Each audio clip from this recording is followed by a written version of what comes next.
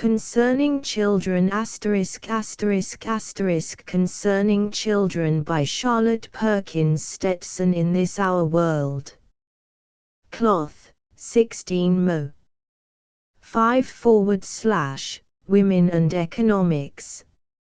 Cloth, 12 mo. 6 / The Yellow Wallpaper. Paperboards, 12 mo. 2 / G.P. Putnam's Sons 24 Bedford Street Strand London, W.C. Concerning Children by Charlotte Perkins, Stetson, Gilman author of Women and Economics in This Our World. The Yellow Wallpaper logo London, G.P. Putnam's Sons Boston, Small, Maynard & Co. 1903 To my daughter, Catherine, who has taught me much of what is written here contents. Page I. The precious 1032. The effect of minding on the mind 25 3.2 and 2 together 46 4. The burnt child dreads the slipper 70 v. Teachable ethics 96 6. A place for children 1187. Unconscious schooling 1398. Presumptuous age 1569. The respect due to youth 169x. Too much consideration 18311.6. Mothers 212. Meditations on the nursemaid 21213. Children and servants 23314. Mothers, natural and unnatural 25515. Social parentage 278. Concerning children I. The precious 10. According to our religious belief, the last best work of God is the human race. According to the observation of biologists, the highest product of evolution is the human race. According to our own natural inner conviction, this twofold testimony is quite acceptable: we are the first class. Whatever our merits when compared with lower species, however, we vary conspicuously when compared with one another. Humanity is superior to equinity, felinity, caninity, but there are degrees of humanness. Between existing nations there is marked difference in the qualities we call human, and history shows us a long line of advance in these qualities in the same nation.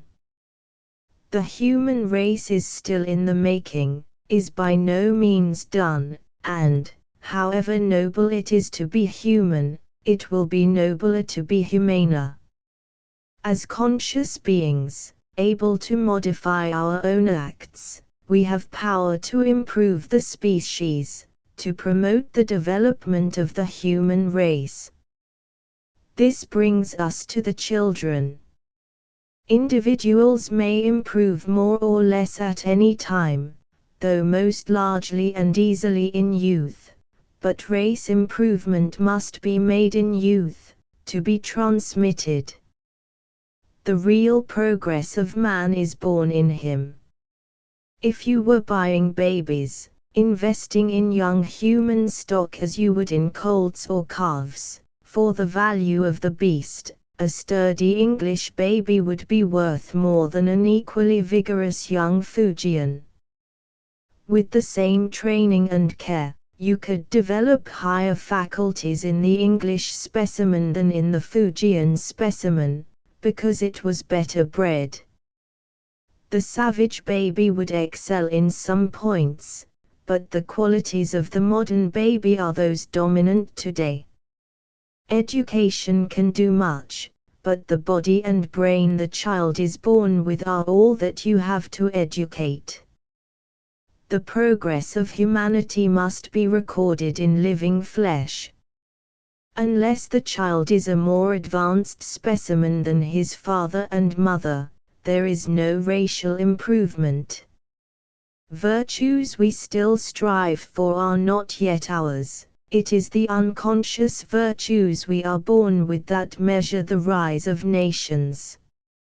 Our mechanical products in all their rich variety serve two purposes: to show the measure of the brains that made them, and to help make better ones. The printing press, for instance, marked a century of ability, but its main value is to develop centuries of greater ability. Society secretes, as it were, this mass of material wherewith to nourish its countless young, and, as this material is so permanent and so mobile, it is proportionately more advantageous to our posterity than the careful preparation of some anxious insect for her swarm of progeny. Unless the creature is born better than his creators, they do not save him.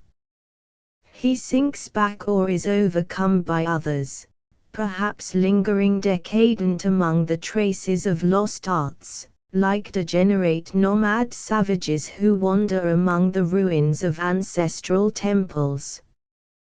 We see plenty of such cases, individually, showing this arrested social development, from the 18th century man, who is only a little behind his age and does not hinder us much, to the dragging masses of dull peasantry and crude savagery, which keep us back so seriously.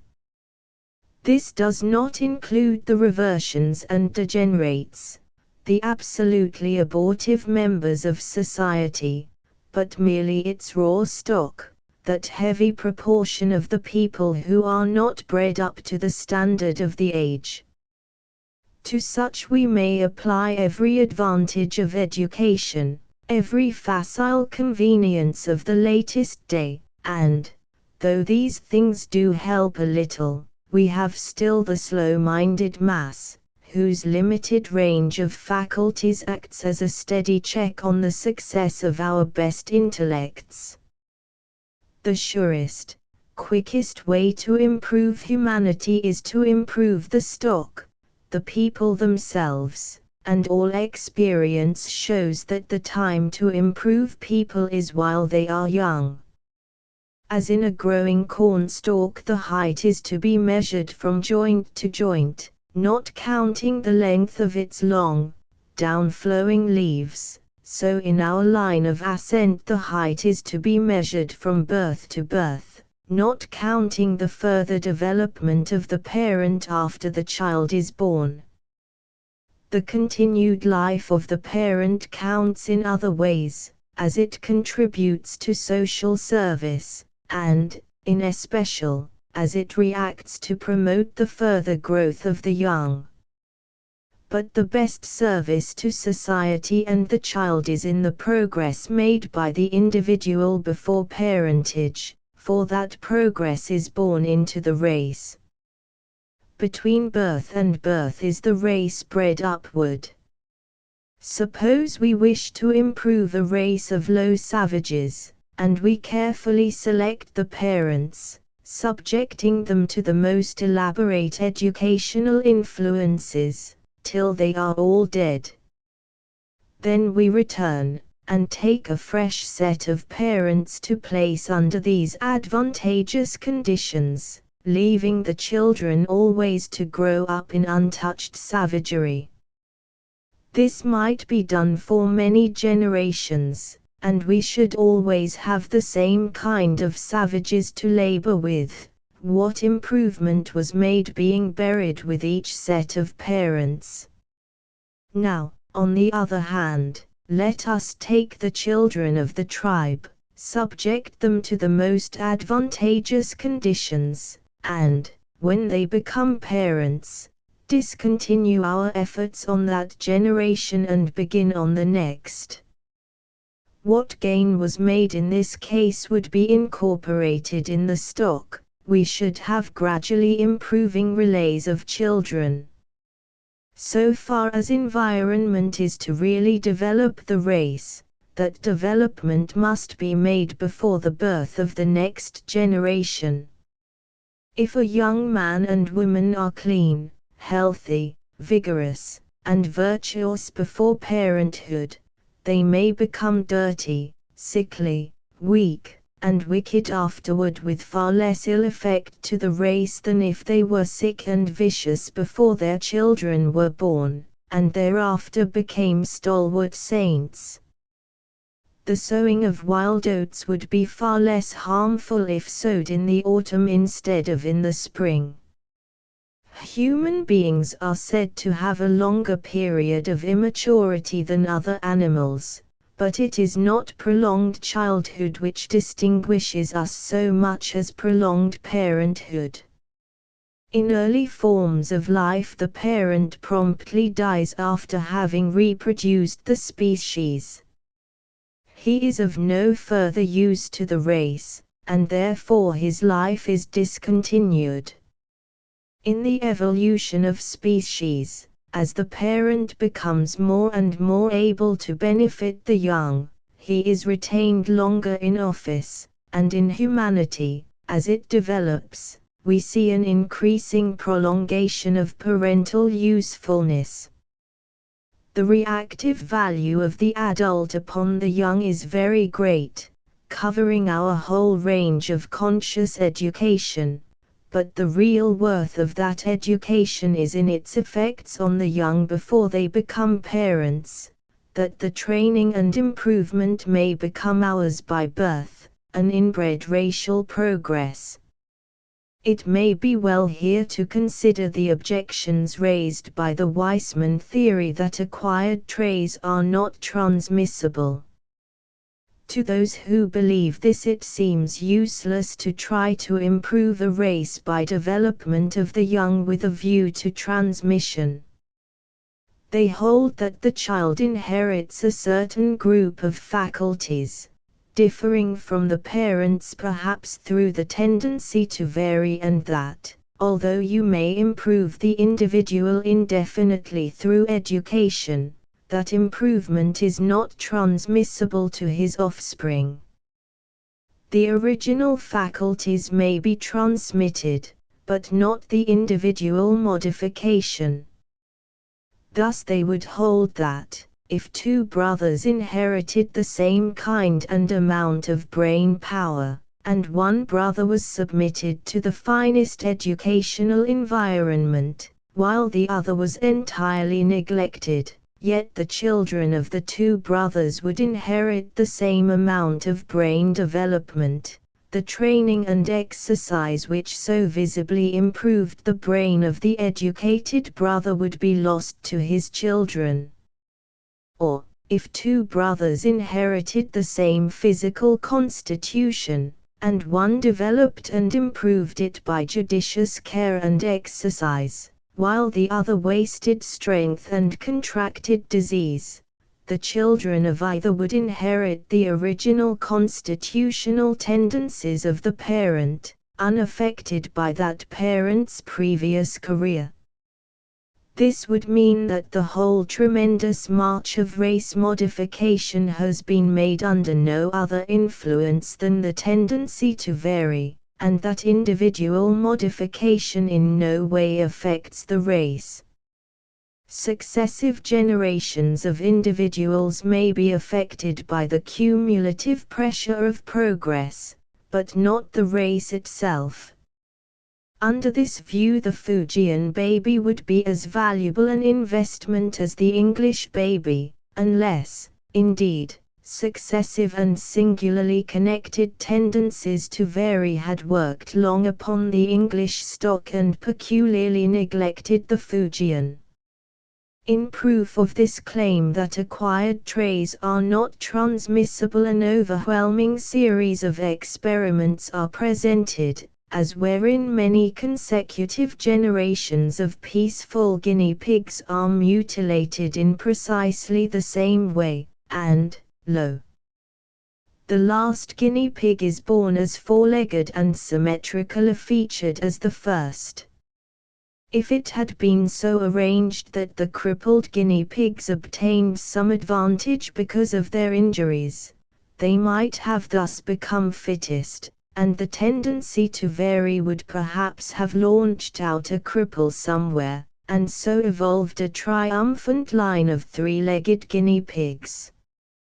But, as proven by these carefully conducted scientific experiments, it does not modify the species at all to cut off its legs, not in a score of generations.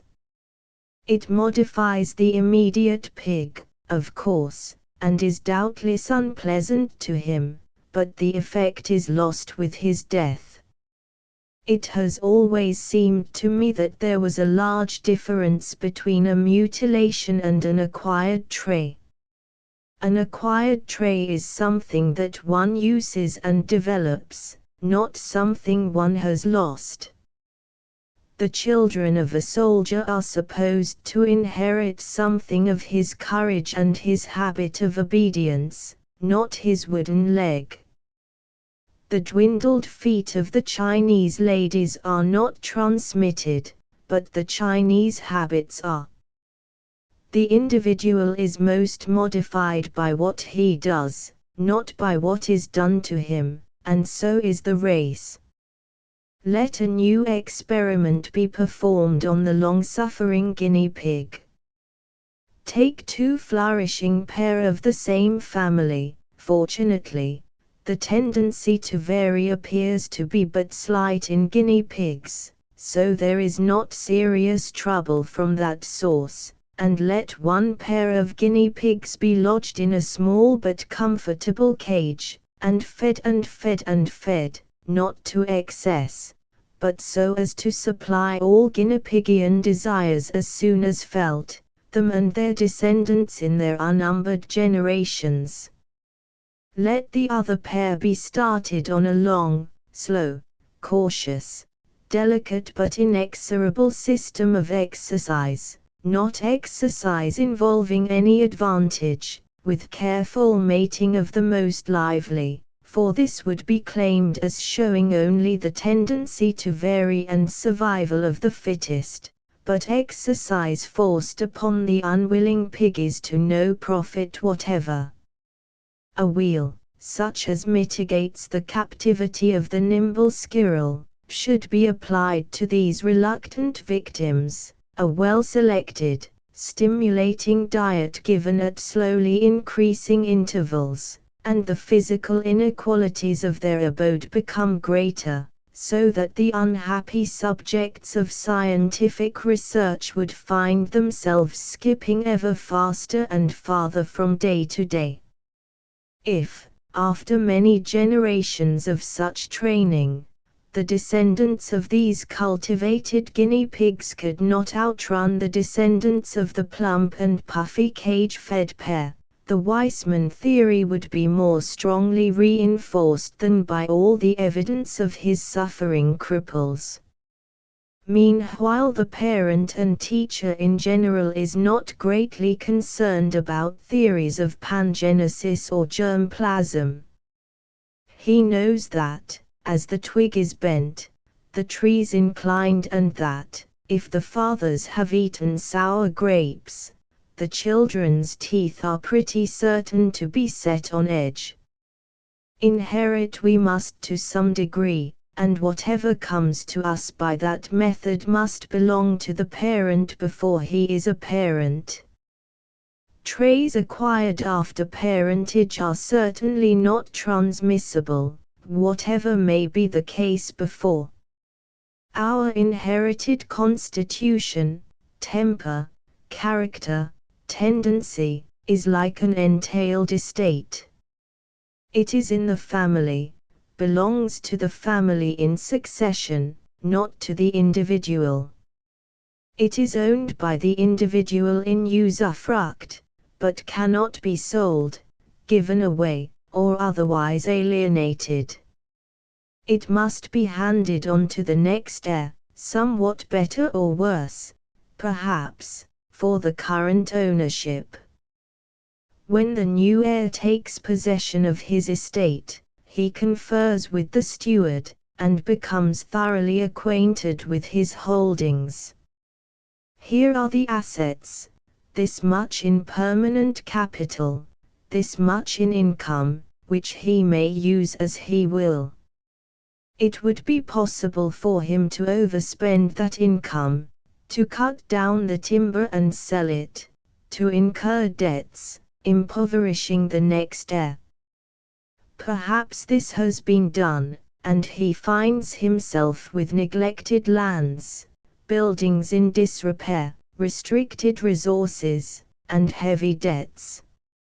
In such case the duty of the heir is to live carefully, avoiding every extravagance, and devote all he can save to clearing off the encumbrances on the estate, thus handing it on to the next heir in better shape than he received it.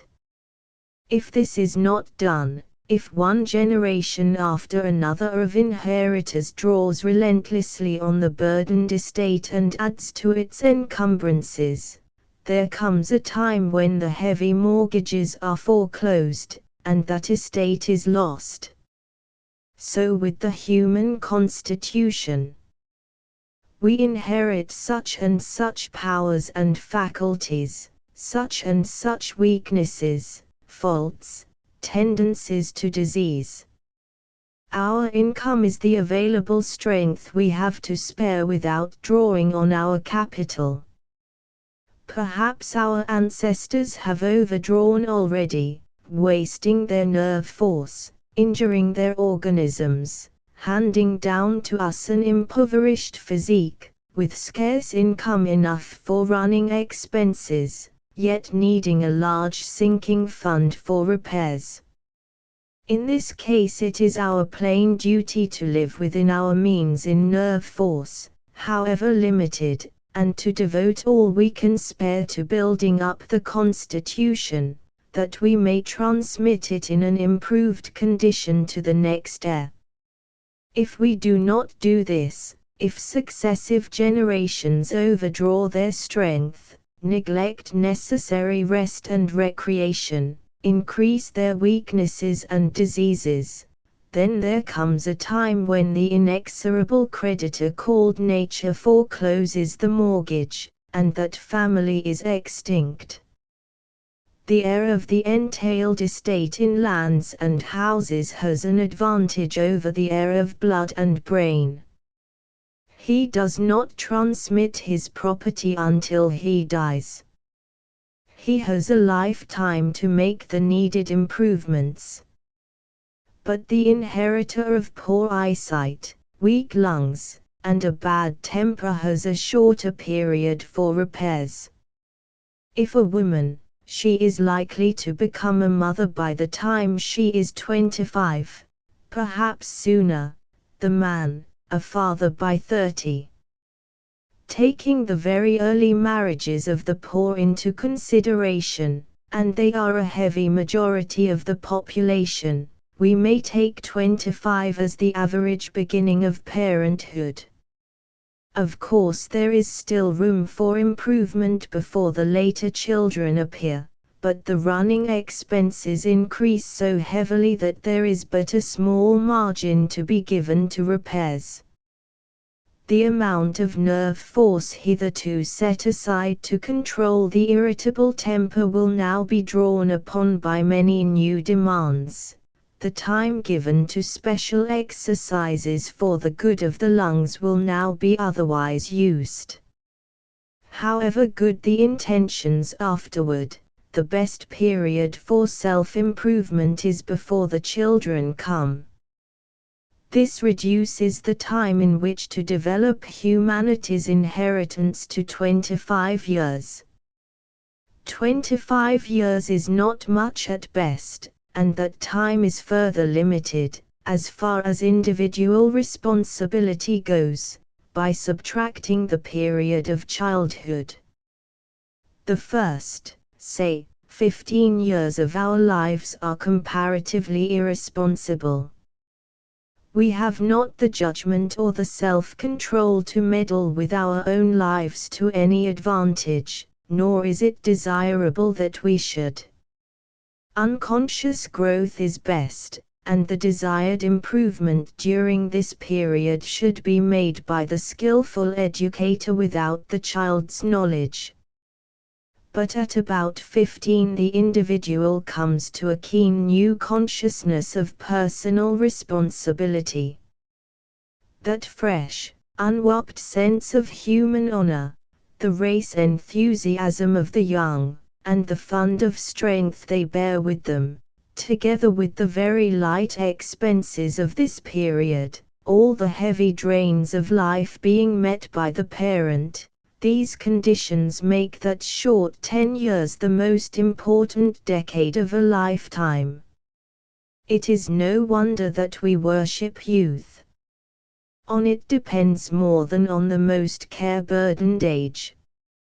It is one of the many follies of our blundering progression that we have for so long supposed that the value of this period lay merely in its enjoyableness.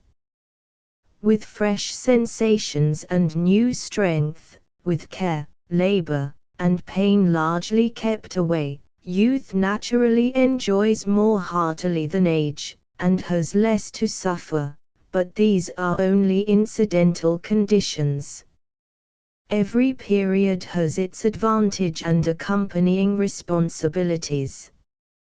This blessed time of youth is not ours to riot through in cheerful disregard of human duty. The biological advantage of a longer period of immaturity is in its cumulative value to the race, the older parent having more development to transmit. The human animal becomes adult comparatively early, that is, becomes capable of reproducing the species, and in states of low social grade he promptly sets about it. But the human being is not only an individual animal, he is a social constituent. He may be early ready to replace himself by another man as good, but he is not yet able to improve upon the past and give the world a man much better. He is not yet developed as a member of society, trained in those special lines which make him not only a healthier, stronger, rounder individual, but a more highly efficient member of society. Our people today are not only larger and longer lived than earlier races, but they are capable of social relations immeasurably higher than those open to a never so healthy savage.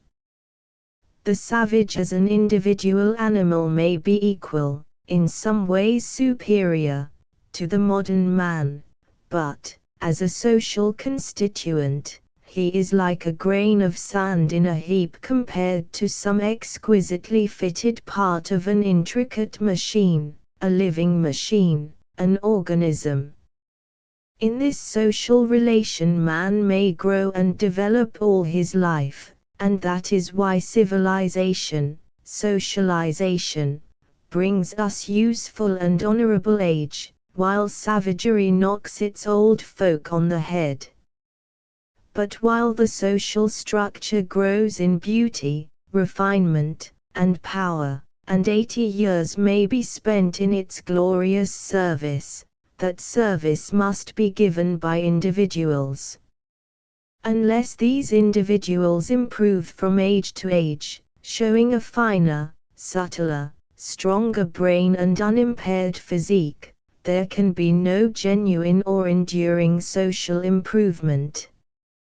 We have seen repeatedly in history a social status lodged in comparatively few individuals, a narrow fragile upper-class civilization, and we have seen it always fall to the level of its main constituents, the mass of the people.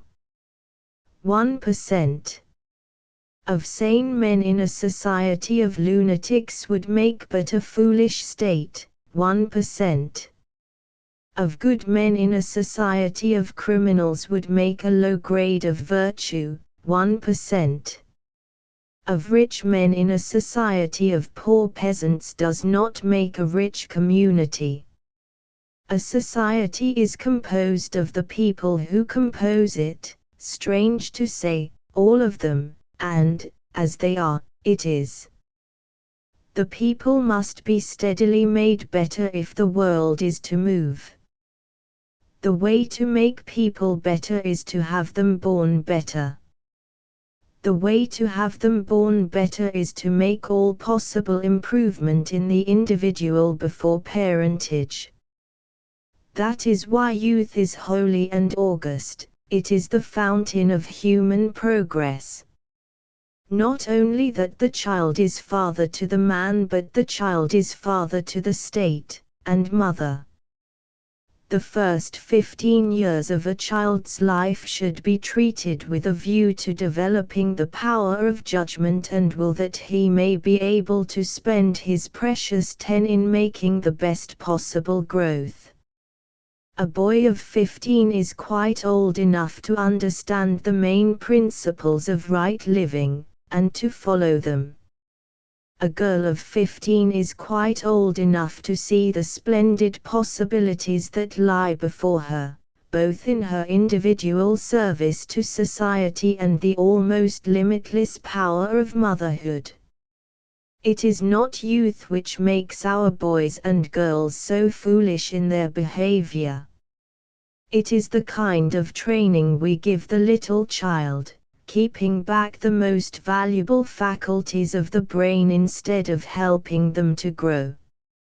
A boy cast out upon the street to work soon manifests both the abilities and vices of an older person.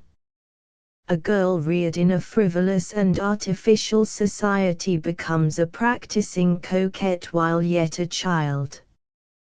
These conditions are bad, and we do not wish to parallel them by producing a morbidly self-conscious and prematurely aged set of youngsters.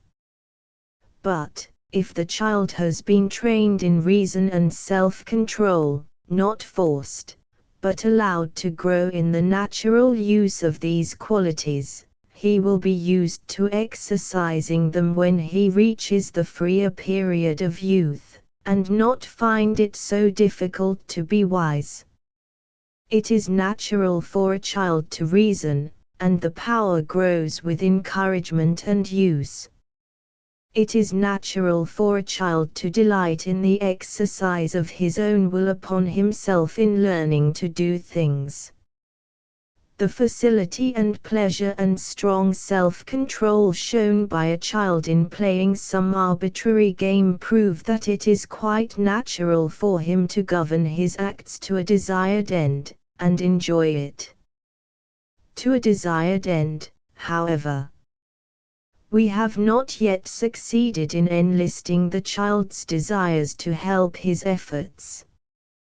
We rather convince him that being good is tedious and unprofitable, often poignantly disagreeable, and, when he passes childhood, he is hampered with this unfortunate misbelief of our instilling. But, with a healthy brain and will, a youth of 15, with the knowledge easily available at that age, should be not only able and willing, but gloriously eager for personal development. It is an age of soaring ambition, and that ambition, directed in lines of real improvement, is one of nature's loveliest and strongest forces to lift mankind. There is a splendid wealth of aspiration in youth, a pure and haughty desire for the very highest, which ought to be playing into the current of our racial life and lifting it higher and higher with each new generation. The love of emulation, too, so hurtful in the cheap, false forms it so often takes, is a beautiful force when turned to self-improvement. We underrate the power of good intention of our young people. We check and irritate them all through childhood, confusing and depressing the upward tendencies, and then wag our aged heads pityingly over the follies of youth. There is wisdom in youth, and power, if we would but let it grow. A simple unconscious childhood, shooting upward fast and strong along lines of rational improving growth, would give to the opening consciousness of youth a healthy background of orderly achievement, and a glorious foreground, the limitless front of human progress. Such young people, easily appreciating what could be done for themselves and the world by right living, would pour their rich enthusiasm and unstrained powers into real human growing, the growing that can be done so well in that short, wonderful 10 years, that must be done then, if the race is to be born better. 3 or 4 generations of such growth would do more for man's improvement than our present methods of human culture accomplish in as many centuries. To the effect of minding on the mind. Obedience, we are told, is a virtue. This seems simple and conclusive, but on examination further questions rise. What is a virtue? What is obedience? And, if a virtue, is it always and equally so? There is a time when patience ceases to be a virtue. Perhaps obedience has its limits, too. A virtue is a specific quality of anything, as the virtue of mustard is in its biting quality, of glass, transparency, of a sword, its edge and temper. In moral application, a virtue is a quality in mankind whereby we are most advantaged. We make a distinction in our specific qualities, claiming some to be good and some bad, and the virtues are those whereby we gain the highest good. These virtues of humanity change in relative value with time, place, and circumstance. What is considered a virtue in primitive life becomes foolishness or even vice in later civilization, yet each age and place can show clear reason for its virtues, trace their introduction, rise into high honor, and gradual neglect. For instance, the virtue of endurance ranks high among savages. To be able to bear hunger and heat and cold and pain and dire fatigue, this power is supreme virtue to the savage, for the simple reason that it is supremely necessary to him. He has a large chance of meeting these afflictions all through life, and wisely prepares himself beforehand by willfully undergoing even worse hardships. Chastity is a comparatively modern virtue, still but partially accepted. Even as an ideal, it is not universally admired, being considered mainly as a feminine distinction. This is good proof of its gradual introduction, first, as solely female, a demand from the man, and then proving its value as a racial virtue, and rising slowly in general esteem, until today there is a very marked movement toward a higher standard of masculine chastity. Courage, on the other hand, has been held almost wholly as a masculine virtue, from the same simple causes of sociological development. To this day one hears otherwise intelligent and respectable women own themselves, without the slightest sense of shame, to be cowards. A comparative study of the virtues would reveal a mixed and changeful throng, and always through them all the underlying force of necessity, which makes this or that quality a virtue in its time. We speak of making a virtue of necessity. As a matter of fact, all virtues are made of necessity. A virtue, then, in the human race is that quality which is held supremely beneficial, valuable, necessary, at that time. And what, in close analysis, is obedience. It is a noun made from the verb to obey. What is it to obey? It is to act under the impulse of another will, to submit one's behavior to outside direction. It involves the surrender of both judgment and will. Is this capacity of submission of sufficient value to the human race to be called a virtue? Assuredly it is, sometimes. The most familiar instance of the uses of obedience is among soldiers and sailors, always promptly adduced by the stanch upholders of this quality. They do not speak of it as particularly desirable among farmers or merchants or artists, but cling to the battlefield or the deck, as sufficient illustrations. We may note, also, that, when our elaborate efforts are made to inculcate its value to young children, we always introduce a railroad accident, runaway, fire, burglar, or other element of danger, and, equally, in the stories of young animals designed for the same purpose, the disobedient little beast is always exposed to dire peril, and the obedient saved. All this clearly indicates the real basis of our respect for obedience.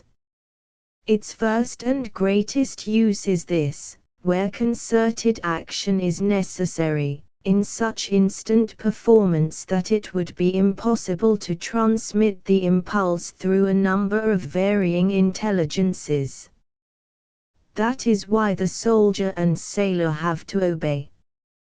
Military and nautical action is essentially collective, essentially instant, and too intricate for that easy understanding which would allow of swift common action on individual initiative. Under such circumstances, obedience is, indeed, a virtue, and disobedience the unpardonable sin.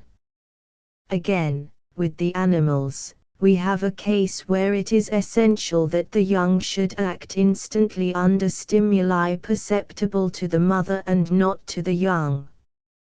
No explanation is possible. There is not speech for it, even if there were time. A sudden silent danger needs a sudden silent escape. Under this pressure of condition has been evolved a degree of obedience absolutely instinctive and automatic, as so beautifully shown in Mr. Thompson's story of the little partridges flattening themselves into effacement on their mother's warning signal. With deadly peril at hand, with no brain to give or to receive explanation, with no time to do more than squeak an inarticulate command, there is indeed need for obedience, and obedience is forthcoming. But is this so essential quality in rearing young animals as essential in human education? So far in human history, our absolute desideratum in child training is that the child shall obey. The child who minds promptly and unquestioningly is the ideal. The child who refuses to mind, who, perhaps, even says, "I won't," is the example of all evil. Parental success is judged by ability to make the children mind. To be without that is failure. All this has no reference whatever to the kind of behavior required.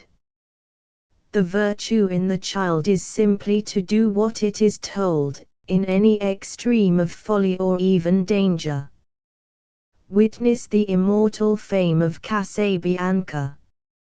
Being told to stay, this sublime infant stayed, though every instinct and reason was against it, and he was blown up unflinching in pursuance of duty. The effect of minding on the mind is here shown in extreme instance. Under the pressure of the imposed will and judgment of his father, the child restrained his own will and judgment, and suffered the consequences. The moral to be drawn is a very circuitous one. Although obedience was palpably injurious in this case, it is held that such perfect surrender would in most cases be highly beneficial. That other popular instance, beginning old Ironsides at anchor lay in the harbour of Marne, is more practical.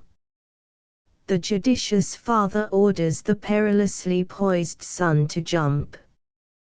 Jump, boy, far into the deep, and he jumps, and is hauled out by the sailors. As usual, we see that the reason why obedience is so necessary is because of imminent danger, which only obedience can escape. With this for a practical background, and with the added proviso that, unless obedience is demanded and secured when there is no danger, it will not be forthcoming when there is, the child is trained to obey from the first. No matter how capricious and unnecessary the command, he must mind or be punished for not minding. We may fall short of success in our efforts, but this is our ideal, that a child shall do what he is told on the instant, and thus fulfill his whole scale of virtue as well as meet all the advantages of safety. Our intense reverence for the virtue of obedience is easily traceable. In the first place, there is the deep-seated animal instinct, far outdating human history.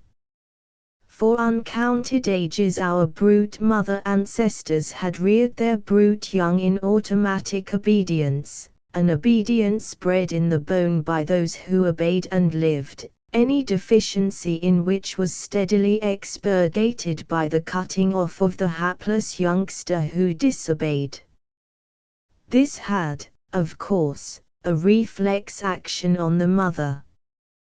When one's nerve impulse finds expression through another body, that expression gives the same sense of relief and pleasure as a personal expression. When one wills another to do something which the other promptly does, it gives one an even larger satisfaction than doing what one wills oneself. That is the pleasure we have in a good dog. Our will flows through his organism uninterrupted. It is a temporary extension of self in activity that does not weary. This is one initial reason for the parental pleasure in obedience and displeasure in disobedience.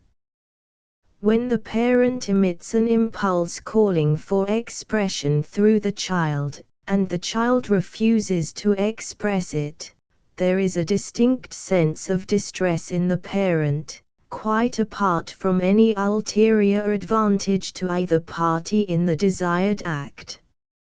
Almost any mother can recall this balked feeling, like the annoyance of an arrested sneeze. To this instinct our gradually enlarging humanness has added the breadth of wider perceptions and the weight of growing ideas of authority, with the tremendous depth of tradition and habit. Early races lived in constant danger, military service was universal, despotism the common government, and slavery the general condition. The ruling despot exacted obedience from all, and it was by each grade exacted remorselessly from its inferiors. No overseer so cruel as the slave.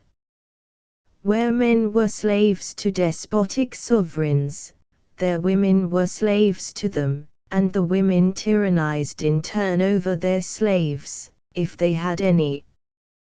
But under everyone else were always the children, defenseless absolutely, inferior physically and mentally. Naturally, they were expected to obey. As we built out of our clouded brains dim and sinister gods, we predicated of them the habits so prominent in our earthly rulers. The one thing the gods would have was obedience, which, therefore, grew to have first place in our primitive religion. The early Hebrew traditions of God, with which we are all so familiar, picture him as in a continuous state of annoyance because his children would not mind. In the centuries of dominance of the Roman Catholic Church, obedience became additionally exalted. The power and success of that magnificent organization depended so absolutely on this characteristic that it was given high place in the vows of religious societies, highest of all by the Jesuits, who carried it to its logical extreme, the subordinate being required to become as will-less as a corpse, actuated solely by the commands of his superior. Even militarism offers no better instance of the value and power of obedience than does the Church. It now becomes clear why we so naturally venerate this quality: first, the deep brute instinct; second, the years of historic necessity and habit; third, the tremendous sanction of religion. It is only a few centuries since the Protestant Reformation broke the power of church dominance and successfully established the rebellion of free thought. It is less than that since the American Revolution and the French Revolution again triumphantly disobeyed, and established the liberty of the individual in matters temporal. Since then the delighted brain has spread and strengthened, thinking for itself and doing what it thought, and we have seen some foretaste of what a full democracy will ultimately bring to us. But this growth of individual freedom has but just begun to penetrate that stronghold of all habit and tradition, the home. Men might be free, but women must still obey. Women are beginning to be free, but still the child remains, the underdog always, and he, at least, must obey. On this we are still practically at one, Catholic and Protestant, soldier and farmer, subject and citizen. Let us untangle the real necessity from this vast mass of hoary tradition, and see if obedience is really the best thing to teach a child, if by obedience is the best way to teach a child. And let careful provision here be made for a senseless inference constantly made when this question is raised. Dare to criticize a system of training based on obedience, and you are instantly assumed to be advocating no system at all, no training, merely letting the child run wild and have his own way. This is a most unfair assumption. Those who know no other way of modifying a child's behavior than through making him mind suppose that, if he were not made to mind, he must be utterly neglected. Child training to their minds is to be accomplished only through child ordering, and many think the training quite accomplished if only the subject is a model of obedience. Others, a little more open-minded, and who have perhaps read something on the subject, assume that, if you do not demand obedience of the child, it means that you must explain everything to him, reason with him from deed to deed, and this they wearily and rightly declare to be impossible. But neither of these assumptions is correct. One may question the efficacy of the Salisbury method without being thereby pledged to vegetarianism.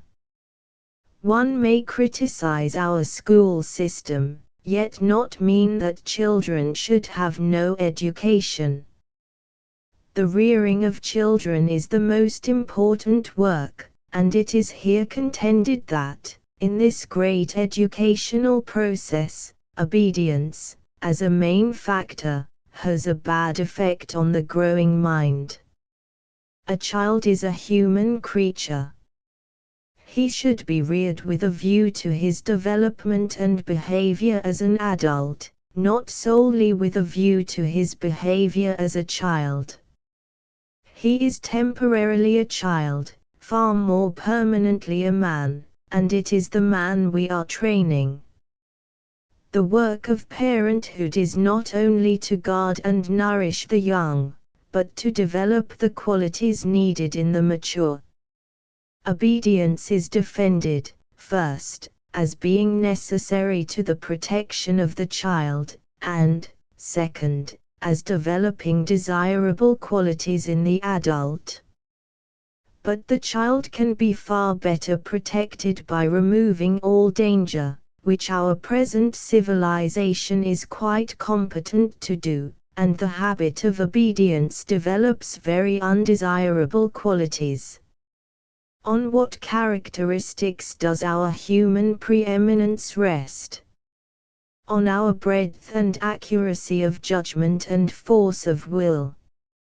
Because we can see widely and judge wisely, because we have power to do what we see to be right, therefore we are the dominant species in the animal kingdom, therefore we are consciously the children of God. These qualities are lodged in individuals, and must be exercised by individuals for the best human progress. If our method of advance were that one person alone should be wise and strong, and all other persons prosperous through a strict subservience to his commands, then, indeed, we could do no better for our children than to train them to obey. Judgment would be of no use to them if they had to take another's, willpower would be valueless if they were never to exercise it. But this is by no means the condition of human life. More and more is it being recognized that progress lies in a well-developed average intelligence rather than in a wise despot and his stupid serfs. For every individual to have a good judgment and a strong will is far better for the community than for a few to have these qualities and the rest to follow them.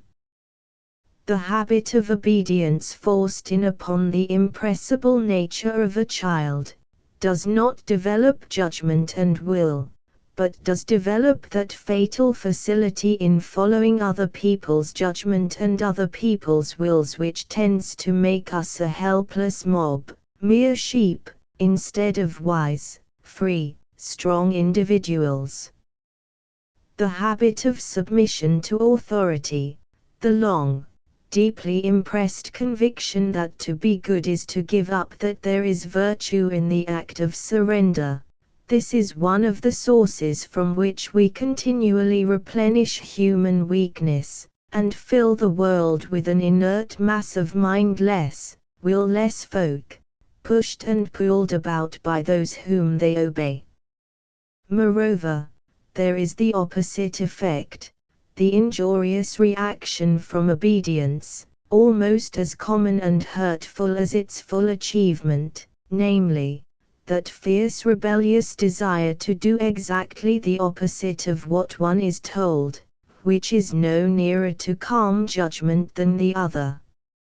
In obeying another will or in resisting another will, nothing is gained in wisdom. A human creature is a self-governing intelligence, and the rich years of childhood should be passed in the guarded and gradual exercise of those powers. Now this will, no doubt, call up to the minds of many a picture of a selfish, domineering youngster, stormily ploughing through a number of experimental adventures, with a group of sacrificial parents and teachers prostrate before him. Again an unwarranted assumption. Consideration of others is one of the first laws of life, one of the first things a child should be taught, but consideration of others is not identical with obedience. Again, it will be imagined that the child is to be left to laboriously work out for himself the accumulated experiments of humanity, and deprived of the profits of all previous experience. By no means. On the contrary, it is the business of those who have the care of the very young to see to it that they do benefit by that previous experience far more fully than is now possible. Our system of obedience cuts the child off from precisely this advantage, and leaves him longing to do the forbidden things, generally doing them, too, when he gets away from his tutelage.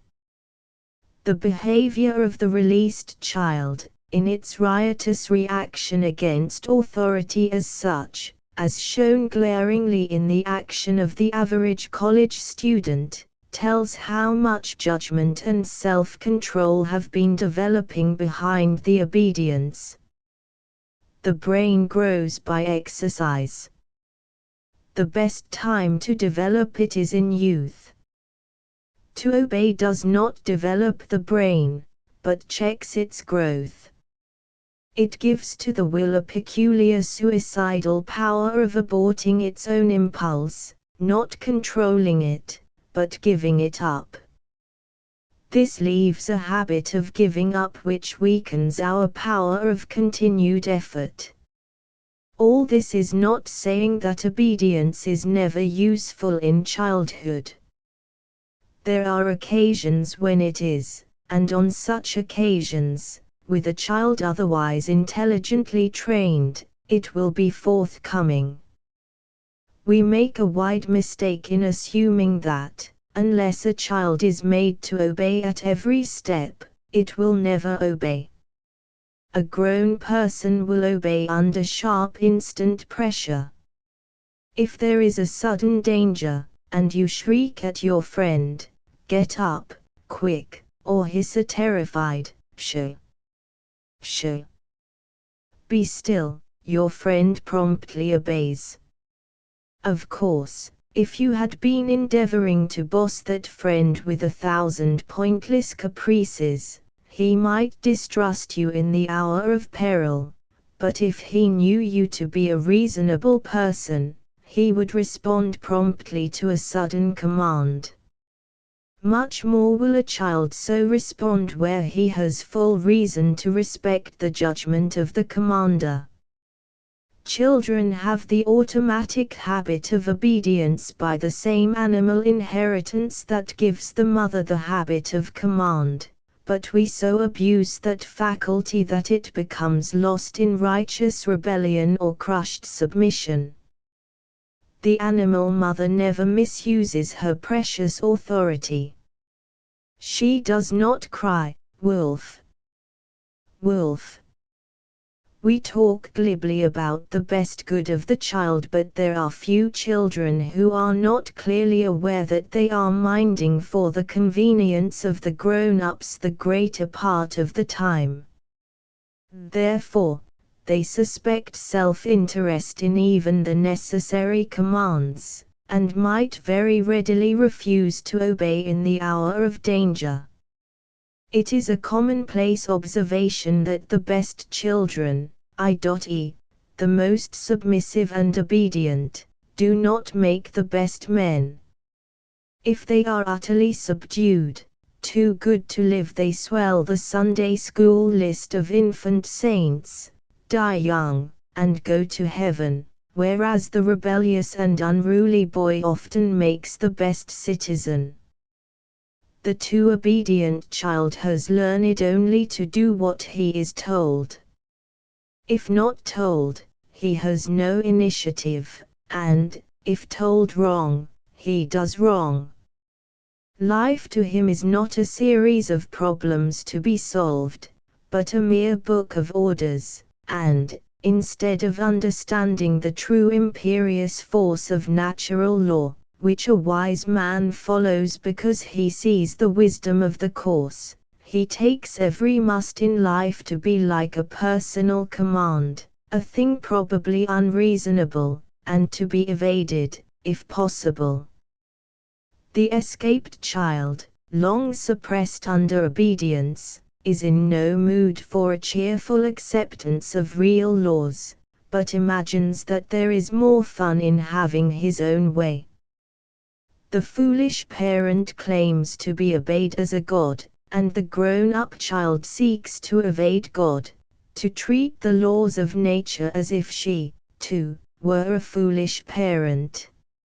Suppose you are teaching a child arithmetic.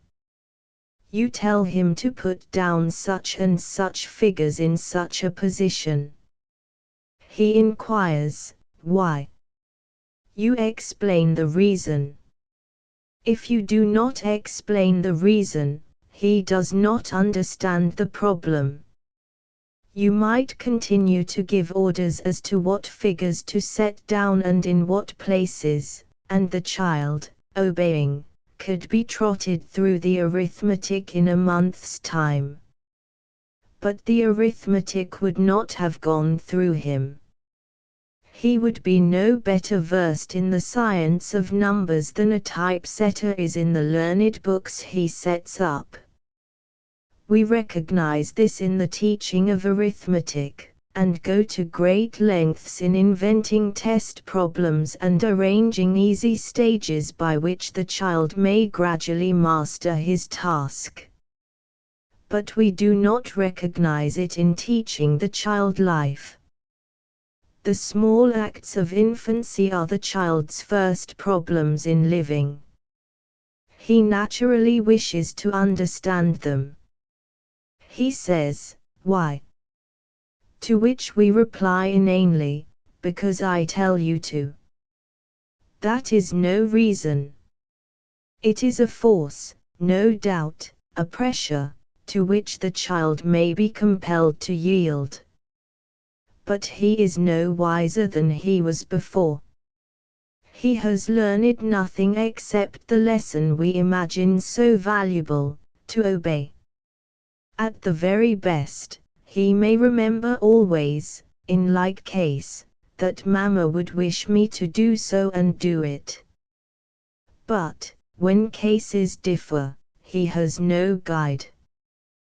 With the best intentions in life, he can but cast about in his mind to try to imagine what someone else might tell him to do if present. The circumstances themselves mean nothing to him. Docility, subservience, a quick surrender of purpose, a wavering, untrained, easily shaken judgment, these are the qualities developed by much obedience. Are they the qualities we wish to develop in American citizens? 3 2 and 2 together. If not trained to obedience, what shall the child be trained to? Naturally demands the outraged parent. To inculcate that first of virtues has taken so much time and effort that we have overlooked the subsequent qualities which require our help, and feel rather at sea when this sheet anchor is taken from us. But it is not so hard a problem, when honestly faced. A child has a body and a mind to be nourished, sheltered, protected, allowed to grow, and judiciously trained. We are here considering the brain training, but that is safely comparable to, is, indeed, part of, the body training, for the brain as much as the lungs or liver is an organ of the body. In training the little body, our main line of duty is to furnish proper food, to ensure proper rest, and to allow and encourage proper exercise. Exactly this is wanted to promote right brain growth. We do not wish to overstimulate the brain, to develop it at the expense of other organs, but we do wish to ensure its full natural growth and to promote its natural activities by a wise selection of the highest qualities for preferred use. and we need more knowledge of the various brain functions than is commonly possessed by those in charge of young children.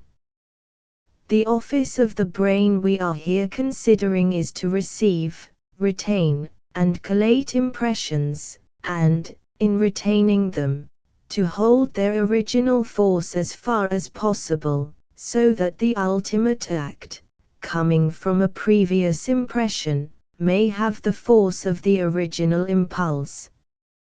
The human creature does not originate nervous energy, but he does secrete it, so to speak, from the impact of natural forces. He has a storage battery of power we call the will. By this high faculty we see a well-developed human being working steadily for a desired object, without any present stimulus directed to that end, even in opposition to prevent stimulus tending to oppose that end. This width of perception, length of retention, storage of force, and power of steady, self-determined action distinguish the advanced human brain. Early forms of life had no brains to speak of. They received impressions and transmitted them in expressions without check or discrimination. With the development of more complex organisms and their more complex activities came the accompanying complexity of brain, which could coordinate those activities to the best advantage. Action is the main line of growth.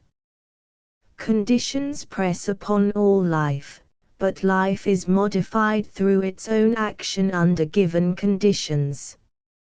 And the relative wisdom and success of different acts depend on the brain power of the organism. The superiority of races lies in better adaptation to condition. In human life, in the long competition among nations, classes, and individuals, superiority still lies in the same development. Power to receive and retain more wide, deep, and subtle impression, power to more accurately and judiciously collate these impressions, power to act steadily on these stored and selected impulses rather than on immediate impulses, this it is which marks our line of advance. The education of the child should be such as to develop these distinguishing human faculties. The universe, speaking loudly, lies around every creature. Little by little we learn to hear, to understand, to act accordingly. And this we should teach the child, to recognize more accurately the laws about him and to act upon them. A very little child does this in his narrow range exactly as does the adult in wider fields. He receives impressions, such as are allowed to reach him. He stores and collates those impressions with increasing vigor and accuracy from day to day, and he acts on the sum of those impressions with growing power. Naturally, his range of impression is limited, his power of retention is limited, his ability to relate the impression retained is limited, and his action is at first far more open to immediate outside stimulus, and less responsive to the inner will force, than that of an adult. That is the condition of childhood. It is for us to gently, delicately, steadily surround the child with such conditions as shall promote this orderly sequence of brain function rather than to forcibly develop and retain his more primitive methods. Before going further, let us look at the average mental workings of the human creature, and see if it seems to us in smooth running order. We have made enormous progress in brain development, and we manifest wide differences in brain power. but clearly discernible through all the progress and all the difference is this large fault in our mental machinery, a peculiar discrepancy between the sum of our knowledge and the sum of our behavior. Man being conscious and intelligent, it would seem that to teach him the desirability of a given course of action would be sufficient. That it is not sufficient, every mother, every teacher, every preacher, every discoverer, inventor, reformer, knows full well. Instruction may be poured in by the ton, it comes out in action by the ounce. You may teach and preach and pray for 2,000 years, and very imperfectly Christianize a small portion of the human race. You may exhort and command and reiterate, and yet the sinner, whether infant or adult, remains obdurate. No wonder we imagined an active enemy striving to oppose us, so difficult was good behavior in spite of all our efforts. It has never occurred to us that we were pursuing an entirely erroneous method. We uttered like parrots the pregnant proverb, "Example is better than precept, learning nothing by it." What does that simple saying mean? That one learns better by observation than by instruction, especially when instruction is coupled with command. This being a clearly established fact, why have we not profited by it? Because our brains, all of our brains from the beginning of time, have been blurred and blinded and weakened by the same mistake in infant education. What is this mistake? What is it we have done so patiently and faithfully all these years to every one of the human race which has injured the natural working of the brain? This, we have systematically checked in our children acts which were the natural sequence of their observation and inference, and enforced acts which, to the child's mind, had no reason. Thus we have carefully trained a world of people to the habit of acting without understanding, and also of understanding without acting. Because we were unable even to entirely subvert natural brain processes, because our children must needs do some things of their own motion and not in obedience to us, therefore some power of judgment and self-government has grown in humanity. But because we have been so largely successful in our dealings with the helpless little brain, is there so little power of judgment and self-government among us. Observe, too, that our most intelligent progress is made in those arts, trades, professions, sciences, wherein little children are not trained, and that our most palpable deficiencies are in the morals, manners, and general personal relations of life, wherein little children are trained. The things we are compelled to do in obedience we make no progress in. They are either obeyed or disobeyed, but are not understood and improved upon. They stand like the customs of China. The things we learn by understanding and practicing are open to further knowledge and growth. A normal human act, as distinguished from the instinctive behavior of lower animals or from mere excitomotory reaction, involves always these three stages: impression, judgment, expression. These are not separate, but are orderly steps in the great main fact of life, action. It is all a part of that transmission of energy which appears to be the business of the universe. The sun's heat pours upon the earth, and passes through whatever substance it strikes, coming out transformed variously, according to the nature of the substance. Man receives his complement of energy, like every other creature, physical stimulus from food and fire, psychical stimulus from its less known sources, and these impressions tend to flow through him into expression as naturally as, though with more complexity than, in other creatures. The song of the skylark and Shelley's skylark show this wide difference in the amount and quality of transmission, yet are both expressions of the same impressions, plus those wider impressions to which the poet's organism was open. The distinctive power of man is that of connected action. Our immense capacity for receiving and retaining impressions gives us that world stock of stored information and its arrested stimulus which we call knowledge. But wisdom, the higher word, refers to our capacity for considering what we know, handling and balancing the information in stock, and so acting judiciously from the best impression or group of impressions, instead of indiscriminately from the latest or from any that happens to be uppermost. This power, in cases of immediate danger, we call presence of mind. Similarly, when otherwise intelligent persons do visibly foolish things, we call it absence of mind.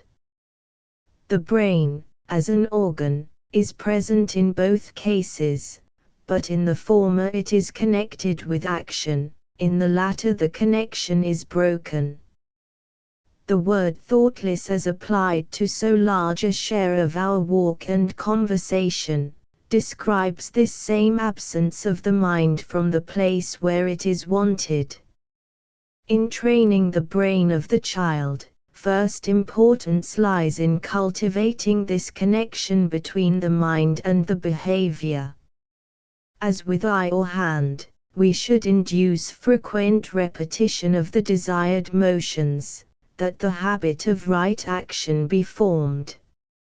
If the child is steadily encouraged to act in this natural connection, in orderly sequence of feeling, thought, and action, he would grow into constant presence of mind in his behavior. Habits work in all directions, and a habit of thoughtful behavior is as easy to form, really easier, than a habit of obedience, easier, because it would be the natural function of the brain to govern behavior if we did not so laboriously contradict it. We have preferred submission to intelligence, and have got neither, not intelligence because we have so violently discouraged it, and not submission because the healthy upward forces of human brain growth will not submit. Those races where the children are most absolutely subservient, as with the Chinese and Hindu, where parents are fairly worshipped and blindly obeyed, are not races of free and progressive thought and healthy activity. The potential attitude of mind involved in our method is shown in that perfect expression of childish faith, "It's so because Mama says so," and, "If Mama says so, 'tis so if 'tain't so." That position makes it very easy for Mama as long as childish faith endures, but how does it help the man she has reared in this idyllic falsehood? The painful truth is that we have used childish weaknesses to make our government easy for us, instead of cultivating the powers that shall make life easy to them. A child's limitless credulity is the open door of imposition, and is ruthlessly taken advantage of by mother and father, nurse and older companion generally. As a feature in brain training, this, of course, works absolute harm. It prolongs the infant weakness of the racial brain, keeps us credulous and open to all imposture, hinders our true growth. What we should do is to help the child to question and find out, teach him to learn, not to believe. He does learn, of course. We cannot shut out the workings of natural laws from him altogether. Gradually he discovers that fire is hot and water wet, that stone is hard to fall on, and that there are pins in puss's toes. His brain is always being healthily acted upon by facts. His power of discrimination he practices as best he may, and his behavior follows inevitably.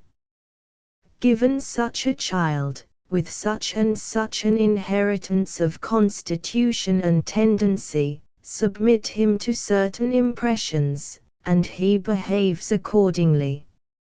He has felt. He has thought. He is about to do. Here comes in our universal error. We concern ourselves almost wholly with what the child does, and ignore what he feels and thinks. We check the behavior which is the logical result of his feeling and thinking, and substitute another and different behavior for his adoption. Now it is a direct insult to the brain to try to make the body do something which the brain does not authorize.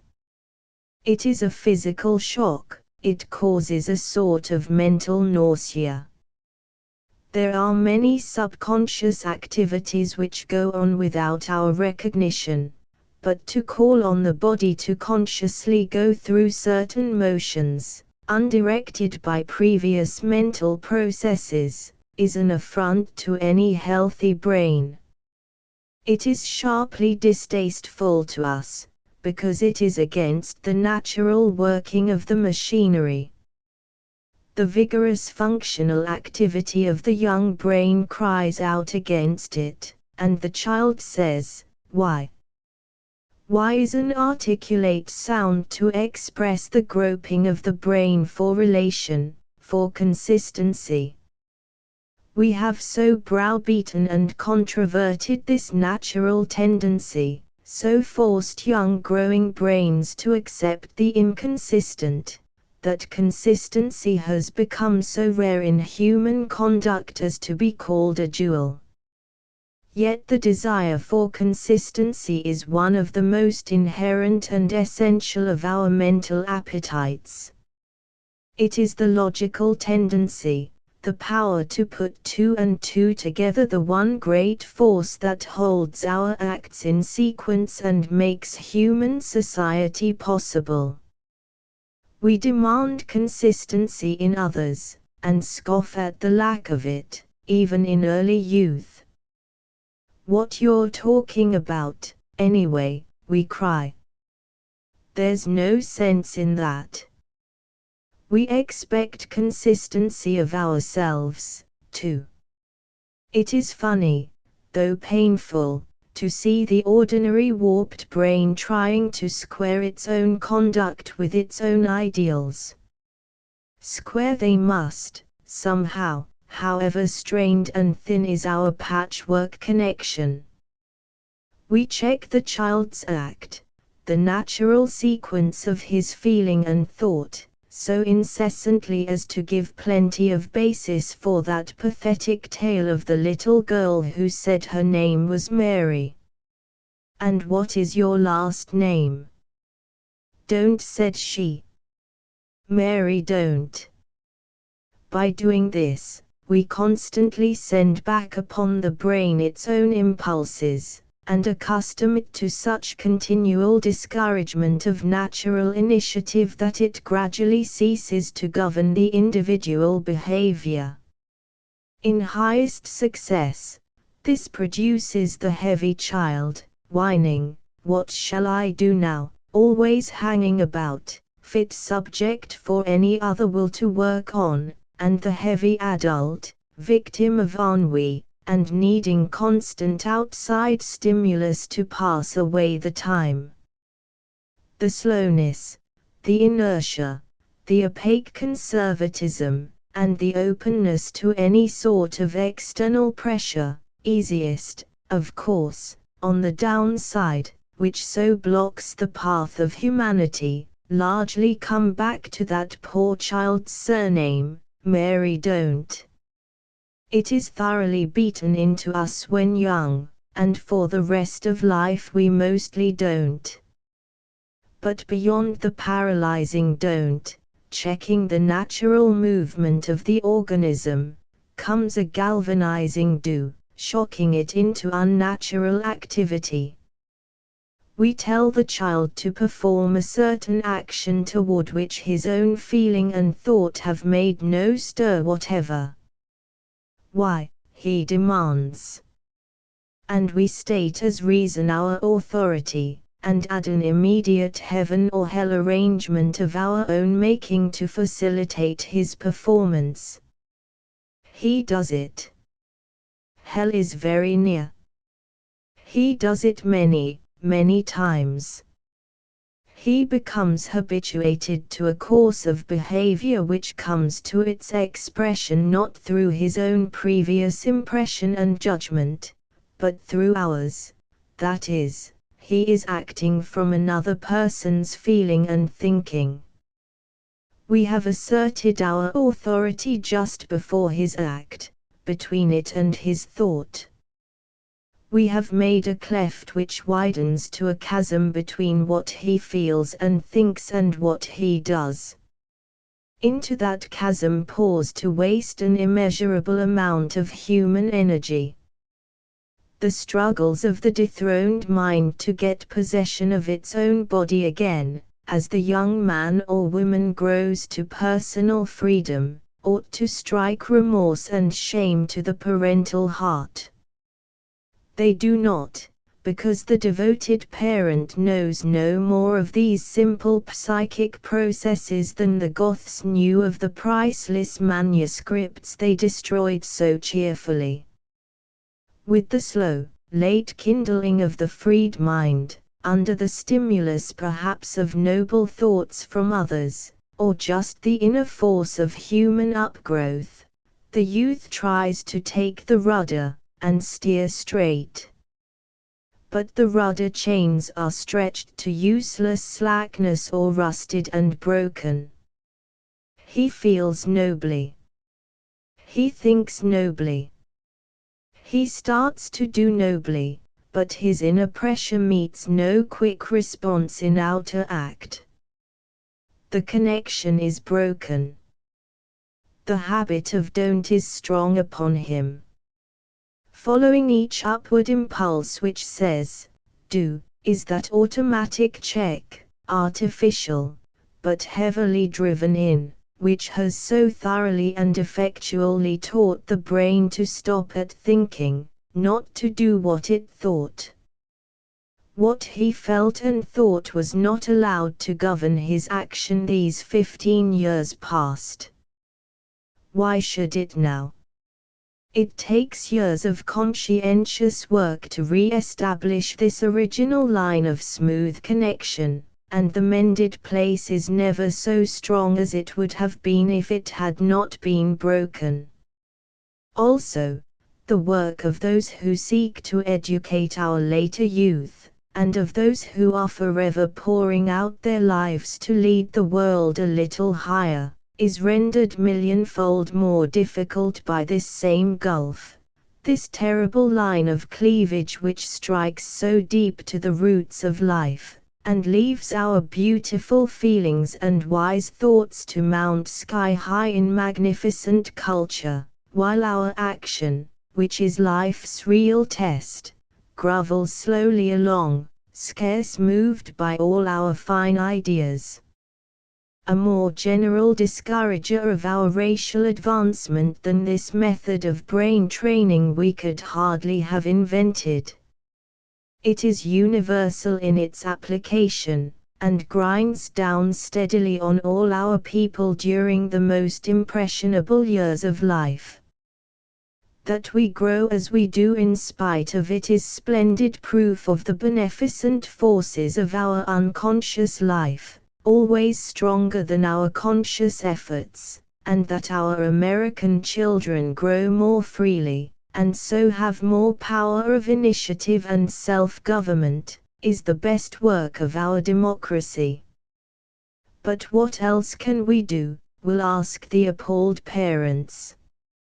Without authority they feel no grip upon the child, and see themselves exposed to infant tyranny, and the infant growing up neglected and untrained. This shows how little progress we have made in child culture, how little grasp we have of the real processes of education. Any parent, no matter how ignorant, is wiser than a baby and larger. Therefore, any parent can direct a child's action and enforce it, to some extent. But to understand how to modify the child's action by such processes as shall keep it still his own, to alter his act by first altering his feeling and thought and so keeping the healthy sequence unbroken, that is a far more subtle and difficult task. A typical instance of this difference in method may be illustrated in that common and always difficult task, teaching a child table manners. Here is a case in which there is no instinct in the child to be appealed to. The noise, clumsiness, and carelessness to which we object are not at all unpleasant to him. In what way can we reach the child's range of reasoning, and convince him of the desirability of this artificial code of ours?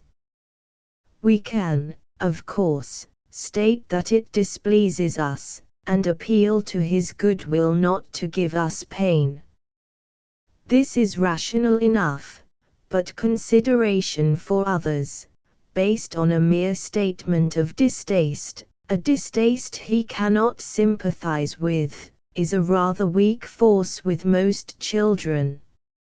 It is a pity to overstrain this delicate feeling.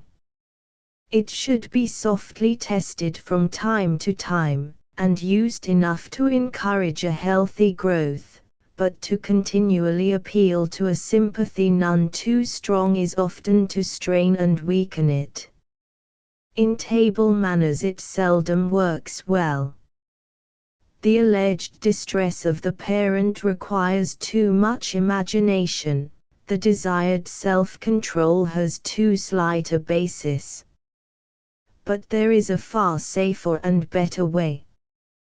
Carefully work out in your own mind the real reason why you wish the child to conform to this particular code of table ethics. It is not wholly on the ground of displeasing you by the immediate acts.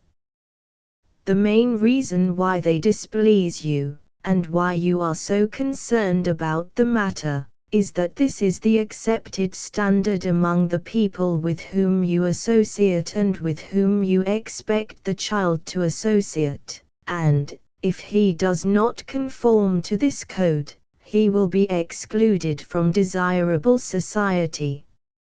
Reasons why table manners exist at all, or are what they are, require further study, but the point at issue is not why it is customary to eat with the fork instead of the knife, but why your child should do so. When he gets to the point of analyzing these details, and asks why he should fold his napkin in one case and leave it crumpled in another, you will of course be prepared with the real reasons. Meanwhile, the real reason why the child should learn not to do these undesirable things is that such manners, if pursued, will deprive him of desirable society. We usually content ourselves with an oral statement to this effect: nobody will want to eat with you if you do so. Right here let a word be said to those who are afraid of overstimulating a child's brain by a more rational method of training. Training by observation and deduction is far easier to a young brain than training by oral statements. To take into the mind by ear a statement of fact, and to hold that statement in memory and preserve its force to check a natural action, is a difficult feat for an adult. But to see that such a thing has such a consequence, and take warning by that, is the early method, the natural method, the quickest, easiest, surest way. So, instead of saying to the child, "If you behave so, people will not want to eat with you," we should let him see that this is the case, and feel the lack. His most desirable society is usually that of his parents, and his first entrance upon that plane should be fairly conditioned upon his learning to play the game as they do. No compulsion, no penalties, no thought of naughtiness, merely that, if he wants to eat with them, why, that is the way they eat, and he must do so, too. If he will not, exit the desirable society. By very gradual steps, not by long, tiresome grown-up meals, but by a graduated series of exercises that should recognize the physical difficulty of coordinating the young faculties on this elaborate manual of arms, a child could learn the whole performance in a reasonable time, and lose neither nervous force nor clearness of perception in the process. As we do these things now, pulling this string and that, appealing to feelings half developed, urging reasons which find no recognition, using compulsion which to the child's mind is arbitrary and unjust, we may superinduce a tolerable system of table manners, but we have more or less injured the instrument in so doing. A typewriter could, perhaps, be worked with a hammer, but it would not improve the machine. We have had far more consideration for the machinery of the household than for the machinery of a child's mind, and yet the real foundation claim of the home is that it is necessary to rear children in. If the ordinary conditions of household life are unsuitable to convey the instruction we desire, it is for us to so arrange those conditions as to make them suitable. There are cases, many cases, in a child time, where we cannot command the conditions necessary for this method of instruction, where the child must act from our suggestion with no previous or accompanying reasoning. This makes it all the more necessary that such reasoning should be open to him when we can command it. Moreover, the ordinary events in a young life are not surprises to the parent. We know in advance the things that are so unexpected to the child. Why should we not be at some pains to prepare him for these experiences? The given acts of each day are not the crucial points we make of them. What is important is that the child shall gradually establish a rational and connected scheme of life and method of action, his young faculties improving as he uses them, life growing easier and plainer to him from year to year. It is for the parent, the educator, the brain trainer, to study out details of method and delicate applications. The main purpose is that the child's conduct shall be his own chosen course of action, adopted by him through the use of his own faculties, not forced upon him by immediate external pressure. It is our business to make plain to him the desirability of the behavior we wish produced, carefully establishing from day to day his perceptions of the use and beauty of life, and his proven confidence in us as interpreters. The young brain should be regularly practiced in the first easy steps of sequential reasoning, arguing from the interesting causes we so carefully provide to the pleasant or not too painful effects we so honestly let it feel, always putting two and two together as it advances in the art and practice of human conduct. Then it will grow into a strong, clear, active, mature brain, capable of relating the facts of life with a wider and juster vision than has been ours, and acting unflinchingly from its own best judgment, as we have striven to do in vain these many years.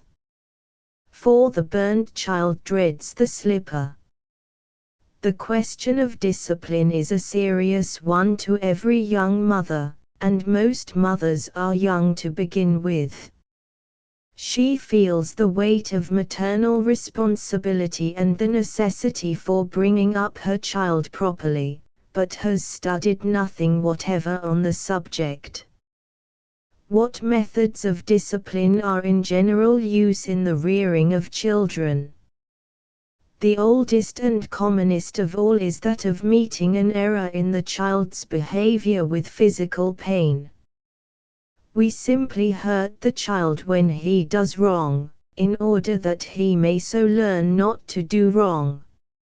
A method so common and so old as this ought to be clearly justified or as clearly condemned by its results.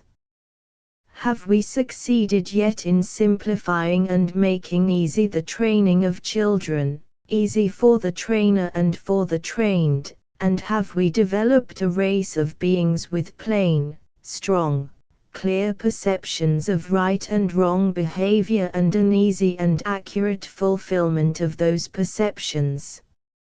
It must be admitted that we have not, but two claims will be made in excuse. First, that, however unsuccessful, this method of discipline is better than any other, and, second, that the bad behavior of humanity is due to our inherent depravity, and cannot be ameliorated much even by physical punishment. Some may go further, and say that whatever advance we have made is due to this particular system. Unfortunately, we have almost no exact data from which to compute the value of different methods of child training. In horse training something definite is known. On one of the great stock ranches of the West, for instance, where some phenomenal racers have been bred, the trainers of colts not only forbid any rough handling of the sensitive young animals, but even rough speaking to them. It has been proven that the intelligent and affectionate horse is trained more easily and effectually by gentleness than by severity. But with horses the methods used are open to inspection, and also the results. With children each family practices alone on its own young ones, and no record is kept beyond the casual observation and hearsay reports of the neighbors. Yet, even so, there is a glimmer of light. The proverbial uncertainty as to ministers' sons indicates a tendency to reaction when a child has been too severely restrained, and the almost sure downfall of the mama's darling, the too much mothered and over-indulged boy, shows the tendency to foolish excesses when a child has not been restrained enough. Again, our general uncertainty as to methods proves that even the currently accepted rod system is not infallible. If it were, we should have peace of mind and uncounted generations of good citizens. As it is, we have the mixed and spotty world we all know so well, a heavy percentage of acknowledged criminals, a much larger grade of those who just do not break the law, but whose defections from honesty, courage, truth, and honor weigh heavily upon us all. following that comes the vast mass of good people, and their behavior is sometimes more trying than that of the bad ones. Humanity does gain, but not as fast as so intelligent a race should. In penology something has been learned. Here, dealing with the extreme criminal, we are slowly establishing the facts that arbitrary and severe punishment does not proportionately decrease crime, that crime has causes, which may be removed, and that the individual needs to be treated beforehand, preventively, rather than afterward, retributively. This would seem to throw some light on infant penology. If retributive punishment does not proportionately decrease crime in adult criminals, perhaps it does not decrease naughtiness among little children. If there is an arrangement of conditions and a treatment which may prevent the crime, perhaps there may be an arrangement of conditions and a treatment which will prevent the naughtiness. One point may be clearly established, to begin with, and that is the need of an open court for our helpless little offenders.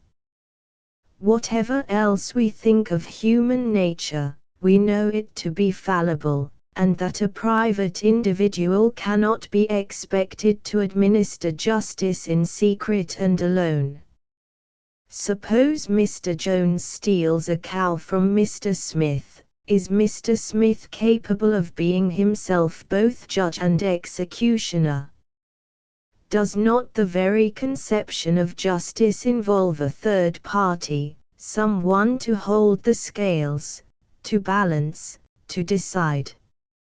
And, if circumstances compel much power to be invested in an individual for a season, should not that individual be previously instructed from some code of law which many have sanctioned, and afterward be held responsible to public judgment? A ship captain, for instance, has absolute authority for a while, but his authority rests on law, and, if he breaks that law, he is liable to punishment. Moreover, if he goes too far while in command, he is liable to dangerous mutiny as well. But in domestic discipline the child is absolutely in the power of the parent. There is no appeal. There is no defense. There are no witnesses. The child offends against the parent, and the offended one is both judge and executioner. A number of children may commit exactly the same offense, as, for instance, if 6 boys all go swimming when forbidden, yet they are liable to 6 several punishments at the hands of their 6 several mothers or fathers, punishments bearing relation to the views, health, and temper of the parent at the time rather than to the nature of the misdeed. The only glimmer of protection which the child gets from an enlightened community is in the Society for the Prevention of Cruelty to Children, a small, feeble body, acting in few localities, and intervening only to save the child from the parent when gross physical cruelty is practiced. That in many cases parents are even violently cruel to little children gives reason to believe that many others are a little cruel, and that still more, while not cruel, are unwise. There is no society for the prevention of overindulgence to children, for instance, yet this is a frequent injury to our young people. Whatever the views of the separate parents, and whatever their standard of justice, a great improvement would be made if there were some publicity and community of action in their methods. 100 men together can decide upon and carry out a higher course of action than they could be trusted to follow severally. Our beautiful growth in justice and equity, for grown people, has always required this openness and union. Many a mother, tired and cross with her housework, does things to her child which she would be ashamed to retail to a cool and unprejudiced circle of friends. And many another mother consistently and conscientiously inflicts punishments which she would learn to be ashamed of if she heard them discussed by her respected associates with a consensus of disapproval. In the ordinary contact of neighborly life, some little development of this sort goes on. A few sporadic mothers' clubs lead to more concerted discussions, and today the Mothers' Congress, lately become the Parents' Congress, and other bodies, together with a growing field of literature on the subject, is leading to far wider and deeper thought, and some experiment. But the field is as wide as the world, and very little is yet accomplished. We have swung wide from the stern severity of earlier times, so that American children are notoriously indulged, but merely to leave off a wrong method, without introducing a better one, is not all that can be hoped. The discipline of life lies before us all. The more carefully and wisely we teach and train our children, the less they and others need suffer afterward. But there does seem to be some grave deficiency in our method of domestic discipline. Here is little Albert being educated. He is not going to school yet. He is not old enough. That is, he is not old enough to be taught anything systematically by persons whose business it is to teach, but he is old enough to be learning the A.B.C. of life at the hands of those with whom he chances to be. A child learns every day. That cannot be helped. What he learns, and how, we can largely dictate, but we cannot keep his brain shut until he gets to school, and then open it for 3 or 4 hours a day only. What does little Albert learn? Put yourself in his place for a little while. Here are new sensations coming to him momently, through the eager nerves of sense. Here is a new brain, fresh to receive impressions, store them, and act upon them. The pleasure of perceiving is keen, the pleasure of his limited but growing reflection is keen, and the pleasure of action is best of all. Life is full of interest. All the innumerable facts which form our smooth background of behavior, in the knowledge of which we avoid the water and the fire and go downhill circumspectly, are to him fresh discoveries and revelations. He has to prove them and put them together, and see how they work. The feelings with which we have learned to associate certain facts and actions do not exist to him. He knows nothing of should or should not except as he learns it by personal trial or through the reaction of other persons upon him.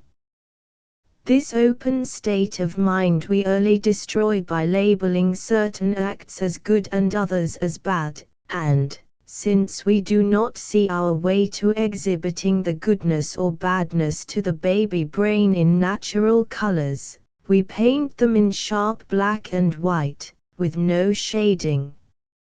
He has to gather his sense of relatively good and bad from the degree of our praise and punishment, and strange, indeed, are his impressions. The loving and cuddling which delight his baby soul are associated with so many different acts, and in such varying proportion, that he does not clearly gather whether it is more virtuous to kiss Mama or to pull Grandpa's whiskers, and it takes him some time to learn which dress he must not hug. But, if the good things confuse him, the bad ones are far more complex and uncertain. Little Albert is, we will say, investigating his mother's work basket. A tall object stands before him. He just bumped his head against it, and it wiggled. He felt it wiggle. He reaches forth an inquiring hand, and finds graspable wicker legs within reach. To grasp and to pull are natural to the human hand and arm. To shake was early taught him. Things were put in his hands, the shaking of which produced an agreeable noise and admiration from the beloved ones. So he shakes this new object, and, to his delight, something rattles. He puts forth his strength, and, lo! the tall, shakeable object falls prostrate before him, and scatters into a sprawling shower of little things that clink and roll. Excellent! Lovely! Have not persons built up tall creations of vari-colored blocks, and taught baby to knock them down and rejoice in their scattering? But Mama, to whom this group of surfaces, textures, colors, movements, and sounds, means much besides infantile instruction, asserts that he is naughty and treats him with severity. If you do that again, says irate Mama, I'll whip you. If Albert has not already been whipped, the new word means nothing. How is an unwhipped child to know what whipping means? She might save her breath. The lesson is not taught by words. But if she promptly whips him, and does so inevitably when he repeats the offense, he does learn a definite lesson, namely, that the act of pulling over a work basket results in a species of physical pain, via Mama. Then the unprejudiced young brain makes its deduction: the pulling over of things causes physical pain, named whipping. This much being established, he acts on the information. Presently he learns, with some little confusion, that going out of the gate without leave is also productive of whipping, dissimilar acts, but the same result, and lays this up with the other: pulling over things and going out of gates are two causes with the same result, whipping. Then comes another case. He begins to investigate that endless wonder and attraction, the fire. If ever cause and effect were neatly and forcibly related, it is in this useful and dangerous element. So simple and sure is its instructive and deterrent action that we have built a proverb on it: the burnt child dreads the fire.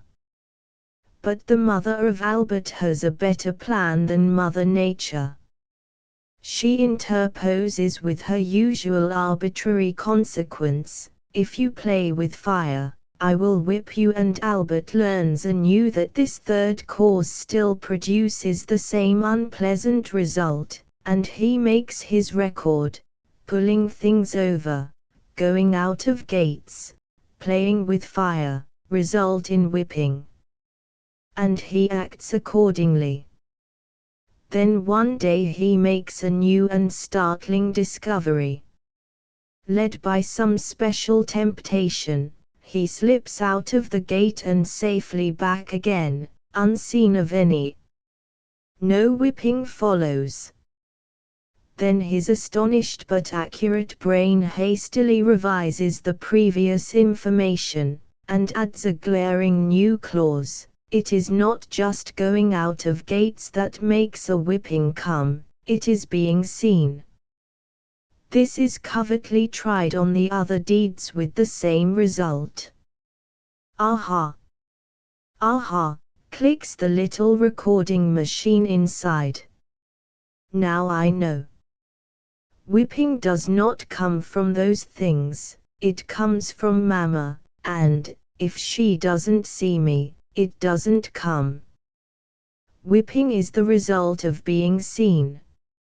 Of course, a little child does not actually say this to himself in so many words, but he does get this impression very clearly, as may be seen from his ensuing behavior.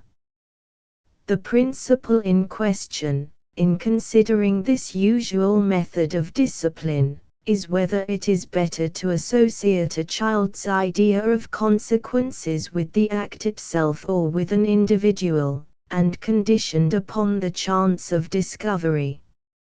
Our general habit is to make the result of the child's deed contingent upon the parental knowledge and displeasure rather than upon the deed itself.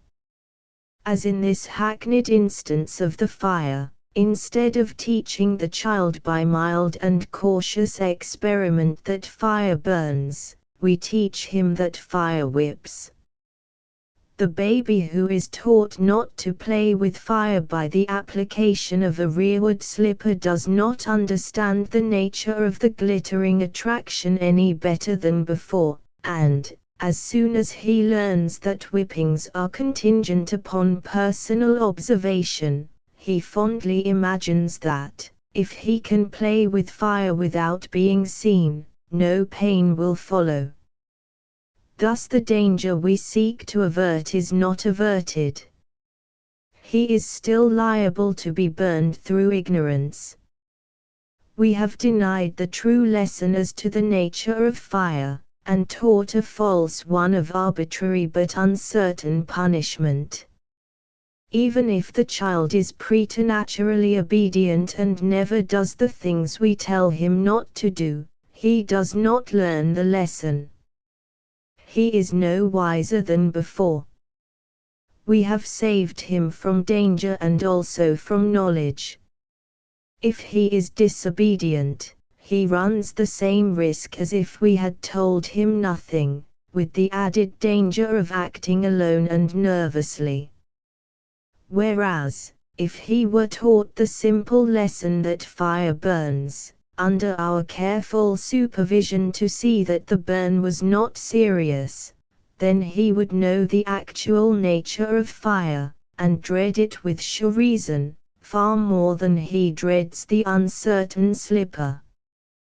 This has been dwelt upon so fully by previous writers that there would seem small need of further mention, but still our mothers do not read or do not understand, and still our babies are confronted with arbitrary punishment instead of natural consequence. The worst result of this system is in its effect on the moral sense.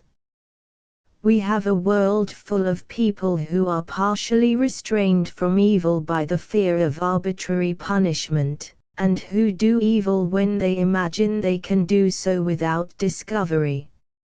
Never having been taught to attach the evil consequence to the evil act, but instead to find it a remote contingency hinging on another person's observation, we grow up in the same attitude of mind, afraid not of stealing, but of the policeman. If there is no slipper, why not tip over the work basket? If there is no policeman, why not steal? Back of slipper and police we hold up to the infant mind a still more remote contingency of eternal punishment, but this has to be wholly imagined, and is so distant, to a child's mind, as to have little weight. It has little weight with grown persons even, and, necessarily, less with a child. The mental processes involved in receiving by ear an image of a thing never seen, of visualizing it by imagination and then remembering the vision, and finally of bringing forward that remembered vision to act as check to a present and actual temptation, are most difficult. But where a consequence is instant and clear, when baby tries to grab the parrot, and the parrot bites, that baby, without being promised a whipping or being whipped, will thereafter religiously avoid all parrots. A baby soon learns to shun certain things for reasons of his own. What he dislikes and fears he will not touch. It is no effort for the young mind to observe and remember a prompt natural consequence. We do make some clumsy attempts in this direction, as when we tie up, in an ill-tasting rag, the thumb too often sucked. If thumb-sucking is a really bad habit and a general one, we should long since have invented a neat and harmless wash, purchasable in small bottles at the drugstore, of which a few applications would sicken the unhappy suckling of that thumb most effectually. But thumb-sucking we do not consider as wrong, merely as undesirable. When the child does what we call wrong, we think he should be punished. Our ideas of domestic discipline are still of the crudely savage era, while in social discipline, in penology, we have become tolerably civilized. Some will say that the child is like a savage, and is most open to the treatment current at that time in our history. It is true that the child passes through the same phases in personal development that the race passed long ago, and that he is open to the kind of instruction which would affect a primitive-minded adult. But this means, if we are seeking to benefit the child, not the behavior of one savage to another, but such behavior as would elevate the savage. One of the most simple and useful elements in primitive discipline is retaliation. It is nature's law of reaction in conscious form. To retaliate in kind is primitive justice. If we observe the code of ethics in use among children, it resolves itself into two simple principles, that of instant and equal retaliation, or, when that fails, the dread ultimatum which no child can resist: I won't play. A child who is considered mean and disagreeable by his fellows meets the simple and effectual treatment of snubbing, neglect, ostracism. These two principles may be applied in domestic discipline gently, accurately, fairly, and without ill feeling, and their effect is admirable. What is the difference between this and the other method, will be asked.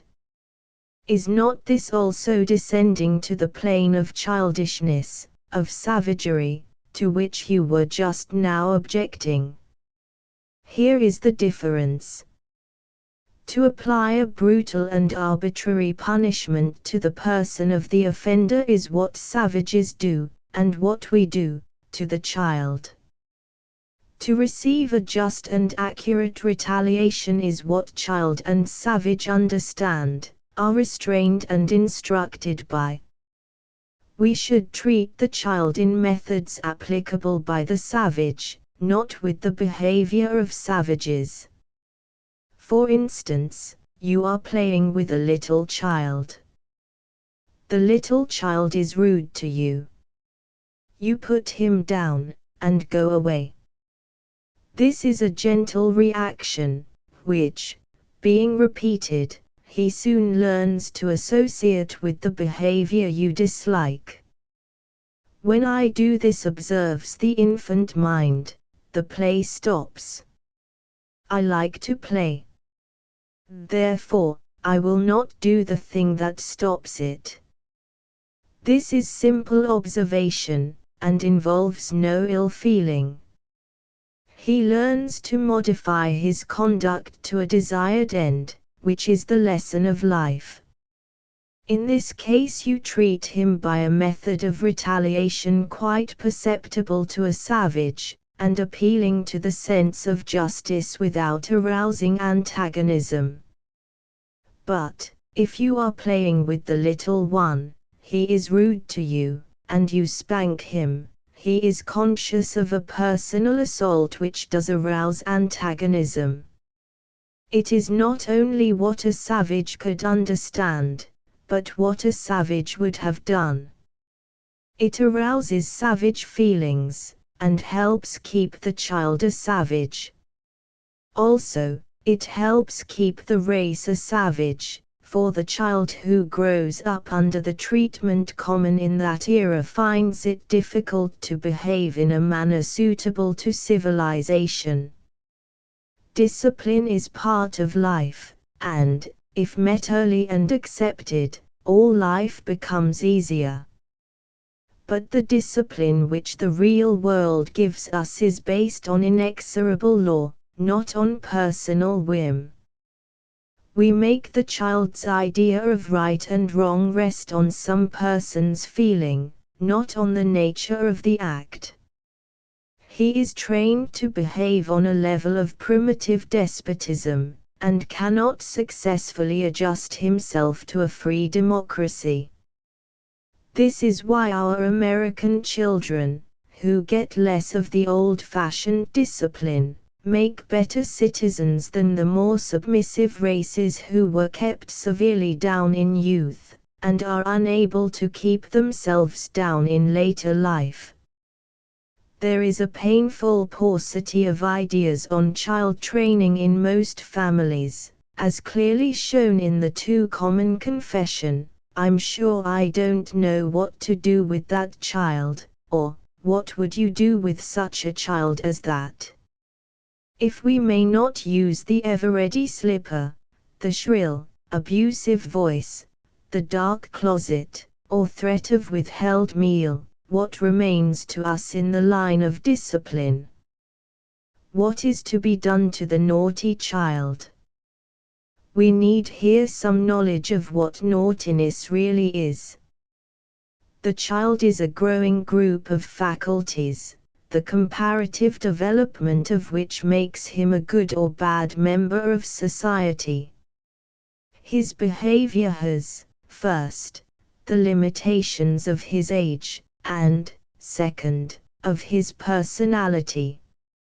A child is naturally more timid than a grown person, and a given child may be afflicted with more timidity than is natural to his age.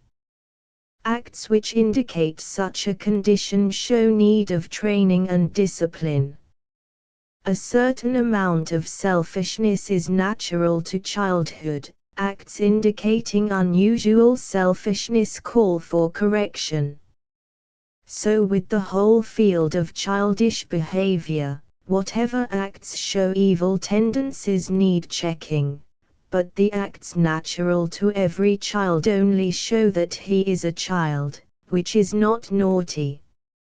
If we considered the field beforehand, asked ourselves what we expected during this day or this year in the behavior of such a child, and were not displeased when he behaved within those lines, much unnecessary pain and trouble would be saved to both parties. Then, when things really indicative of evil were done, we should carefully examine and test the character so manifested, and begin to apply the suitable discipline. For example, it is natural to childhood to be inconsiderate of others. The intense little ego, full of strong new sensations, has small sympathy for the sensations of his associates. The baby may love the kitten, and yet hurt it cruelly because he does not know how kittens feel. This is not naughty, and needs only the positive training which shall hasten his natural growth in extension of sympathy. to show him the right methods of handling the pet, and especially of not handling it, to teach him to enjoy watching the kitten's natural activities and to respect its preferences. All that is education, and needs no discipline. But, if the child shows a pleasure in hurting the kitten after he knows it hurts, then you have real evil to deal with.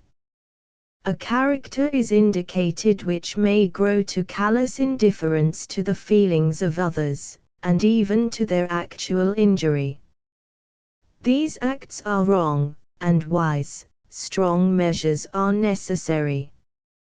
There are two main lines on which to work. One is to take extra measures to cultivate sympathy, using nature study, and to examine and care for such pronounced cases of suffering as must arouse even the most dominant interest. The too callous child might be taken to a children's hospital, and helped to minister to the needs of the small sufferers. His pets, meanwhile, should be large and strong creatures, which he would depend on more or less, and his enjoying their company made absolutely contingent on right treatment. Special attention should also be paid to all such acts as showed consideration of others, to encourage and reward them. Again, if a child shows a too violent or sullen temper, or is distinctly sly and untrustworthy, these are serious indications, and need careful and thorough treatment. But the great majority of acts for which children are punished are not at all evil. Carelessness, for instance, is incident to the young brain, essential to it. The power always to properly correlate and remember is an adult power, and not always strong in the adult. We need, of course, to encourage a growing carefulness, but not to expect it nor punish its natural lack. Clumsiness is also incidental to the young nerve connections. The baby drops things continually, the child frequently, the adult will hold an object even while the mind is otherwise engaged, the habit of the flexomotor nerves being well established. Enterprising experiment is not only natural to childhood, but a positive virtue. That is the quality which leads the world onward, and the lack of it is a Chinese wall against progress.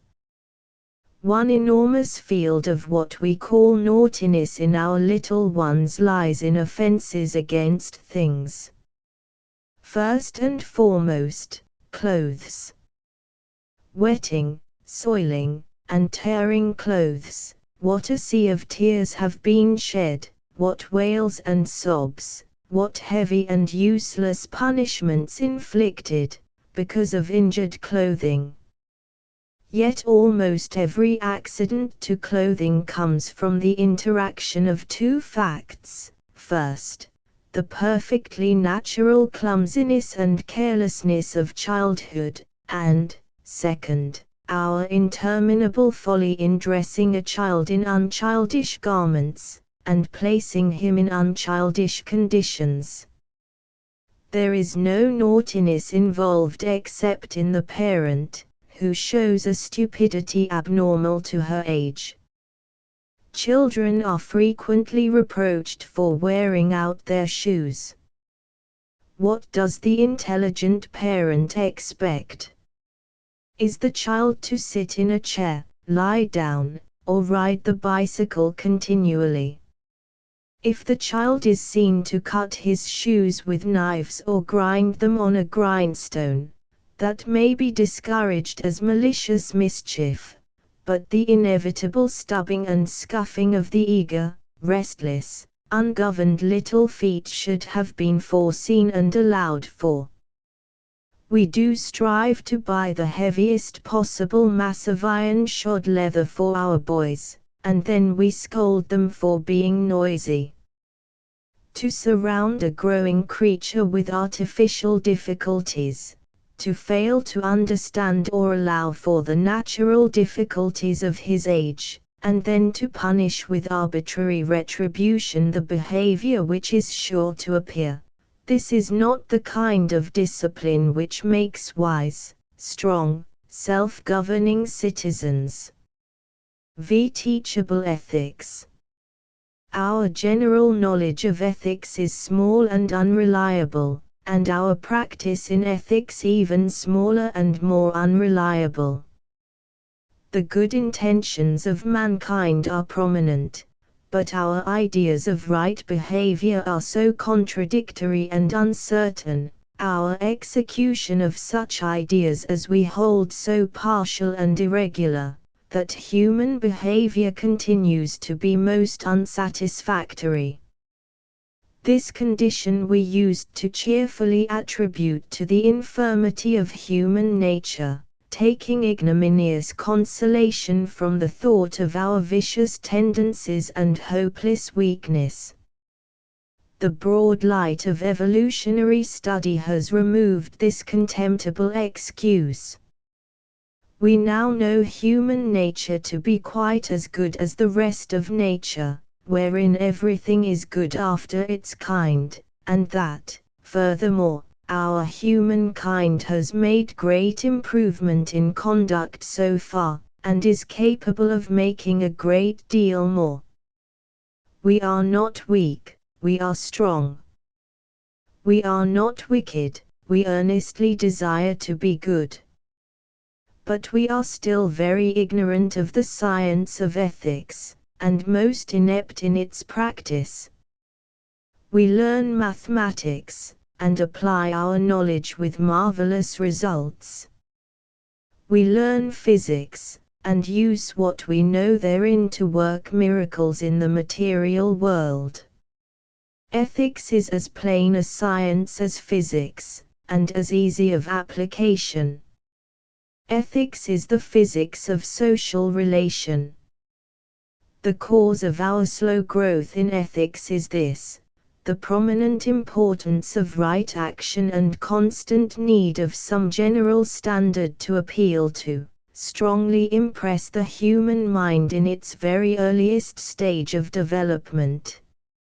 Incapable as yet of scientific methods of study, ignorant, supremely credulous and timid, conservative and superstitious to a degree, primitive man promptly made a religion of his scant observations and deductions in ethics, and forbade all further study and experiment.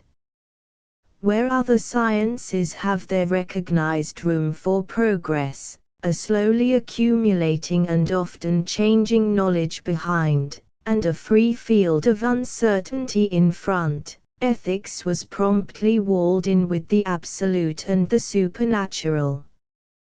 The few lines of action then recognized as moral or immoral were defined in the most conclusive manner, and no room left for later study. It is most interesting to note the efforts of conscientious men in later ages to make an intelligible, consistent scheme of ethics out of these essentially incorrect early attempts. By these efforts a religion grew from a simple group of dogmas and rites to the complex ramifications of many commentators, and the occasional vigorous and progressive brain that saw more light has always had to suffer and struggle long to introduce new truth.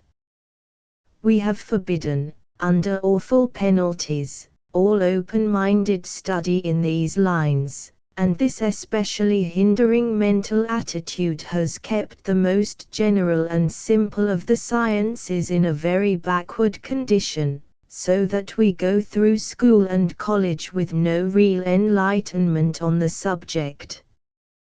Thus a young man, quite proficient in languages, physics, and the higher mathematics, will be shamefully deficient in even the lowest ethics, right behavior in regard to himself, and show no acquaintance whatever with the higher branches of the subject. We are very commonly in right treatment of ourselves, more commonly in treatment of one another, and our confusion of idea and behavior increases with the square of the distance, our behavior to other nations or other kinds of animals being lowest of all.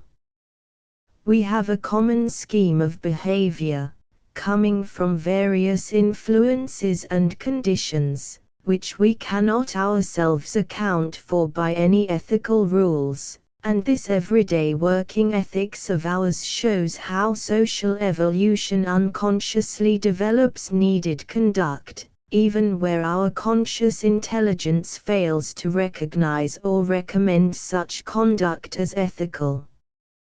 Thus we have developed many stalwart and timely virtues in spite of rather than because of religious approval, and many serious vices flourish without religious opposition.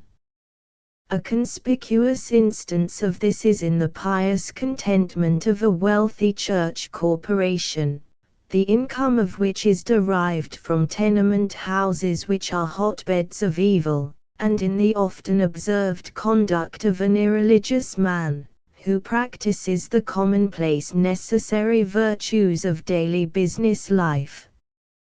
But this power of social evolution develops the immediate virtues essential to close personal intercourse more quickly than the higher range of virtue, needed in national and international affairs. Thus we often see a good family man friend, and perhaps even an honest business dealer, shamefully negligent or corrupt in political duty. It would seem that the same brains which have brought us forward to such enormous knowledge in other lines might have made more progress in this. Some special cause must have operated, and be still operating, to prevent a normal growth in this deeply important field. Much might be said here of the influence of religious custom, but the still closer and more invariable cause lies not in the church, but in the home. Where in social relation our necessary enlargement and progress have forced upon us nobler characteristics, in the domestic relation small change has been made. The privacy and conservatism of the family group have made it a nursing ground of rudimentary survivals, long since outgrown in more open fields, and the ethical code of the family is patently behind that of the society in which it is located.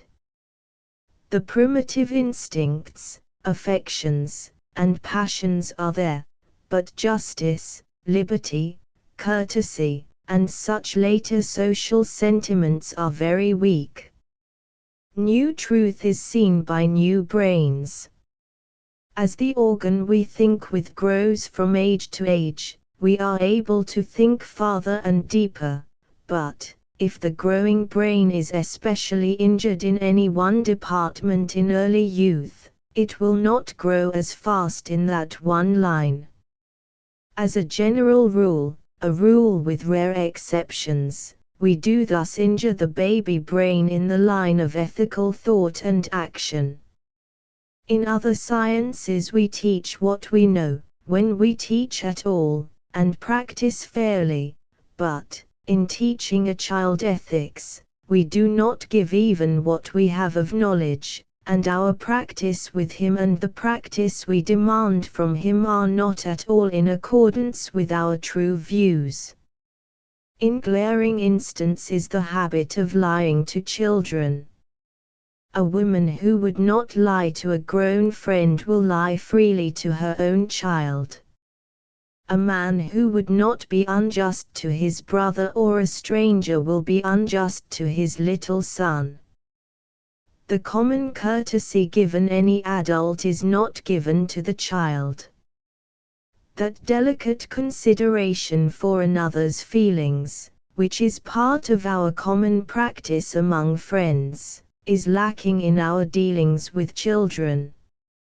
From the treatment they receive, children cannot learn any rational and consistent scheme of ethics. Their healthy little brains make early inference from the conduct of their elders, and incite behavior on the same plan, but they speedily find that these are poor rules, for they do not work both ways. The conduct we seek to enforce from them does not accord with our conduct, nor form any consistent whole by itself. It is not based on any simple group of principles which a child can understand, but rests very largely on the personal equation and the minor variations of circumstance. Take lying again as an instance. 1. We lie to the child. He discovers it. No evil is apparently resultant. 2. He accuses us of it, and we punish him for impertinence. 3. He lies to us, and meets severe penalties. 4. We accuse him of it, rightly or wrongly, and are not punished for impertinence. 5. He observes us lie to the visitor in the way of politeness with no evil result. 6. He lies to the visitor less skillfully, and is again made to suffer. 7. He lies to his more ignorant juniors, and nothing happens. 8. Meanwhile, if he receives any definite ethical instruction on the subject, he is probably told that God hates a liar, that to lie is a sin. The elastic human brain can and does accommodate itself to this confusion, and grows up to complacently repeat the whole performance without any consciousness of inconsistency, but progress in ethics is hardly to be looked for under such conditions. It is pathetic to see this waste of power in each generation. We are born with the gentler and kinder impulses bred by long social interrelation. We have ever broader and subtler brains, but our good impulses are checked, twisted, tangled, weighed down with many artificial restrictions, and our restless questionings and suggestions are snubbed or neglected. A child is temptingly open to instruction in ethics. His primitive mental attitude recognizes the importance of the main principles as strongly as the early savage did. His simple and guarded life makes it easy for us to supply profuse and continuous illustrations of the working of these principles, and his strong, keen feelings enable us to impress with lasting power the relative rightness and wrongness of different lines of action. Yet this beautiful opportunity is not only neglected, but the fresh mind and its eager powers are blurred, confused, discouraged, by our senseless treatment. Our lack of knowledge does not excuse it. Our lingering religious restriction does not excuse it. We know something of ethics, and practice something, but treat the child as if he was a lower instead of a higher being. Surely, we can reduce our ethical knowledge into some simple and teachable shape, and take the same pains to teach this noblest, this most indispensable of sciences that we take to teach music or dancing. Physics is the science of molecular relation, how things work in relation to other things. Ethics is the science of social relation, how people work in relation to other people. To the individual there is no ethics but of self-development and reproduction. The lonely animal's behavior goes no farther.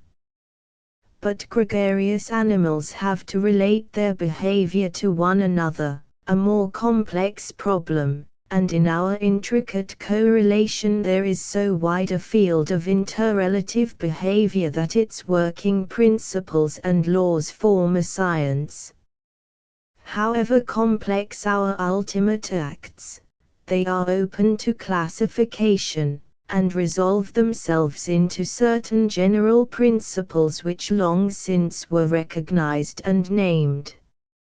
Liberty, justice, love, we all know these and others, and can promptly square a given act by some familiar principle. The sense of justice develops very early, and may be used as a basis for a large range of conduct. To play fair can be early taught. That isn't fair, is one of a child's earliest perceptions. When I want to go somewhere, you say I'm too little, and, when I cry, you say I'm too big. It isn't fair, protests the child. In training a child in the perception and practice of justice, we should always remember that the standard must suit the child's mind, not ours.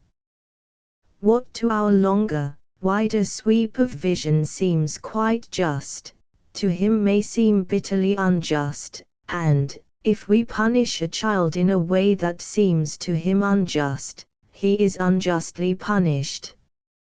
So the instructor in ethics must have an extended knowledge of the child's point of view, that of children in general and of the child being instructed in particular, and the illustrations measured accordingly.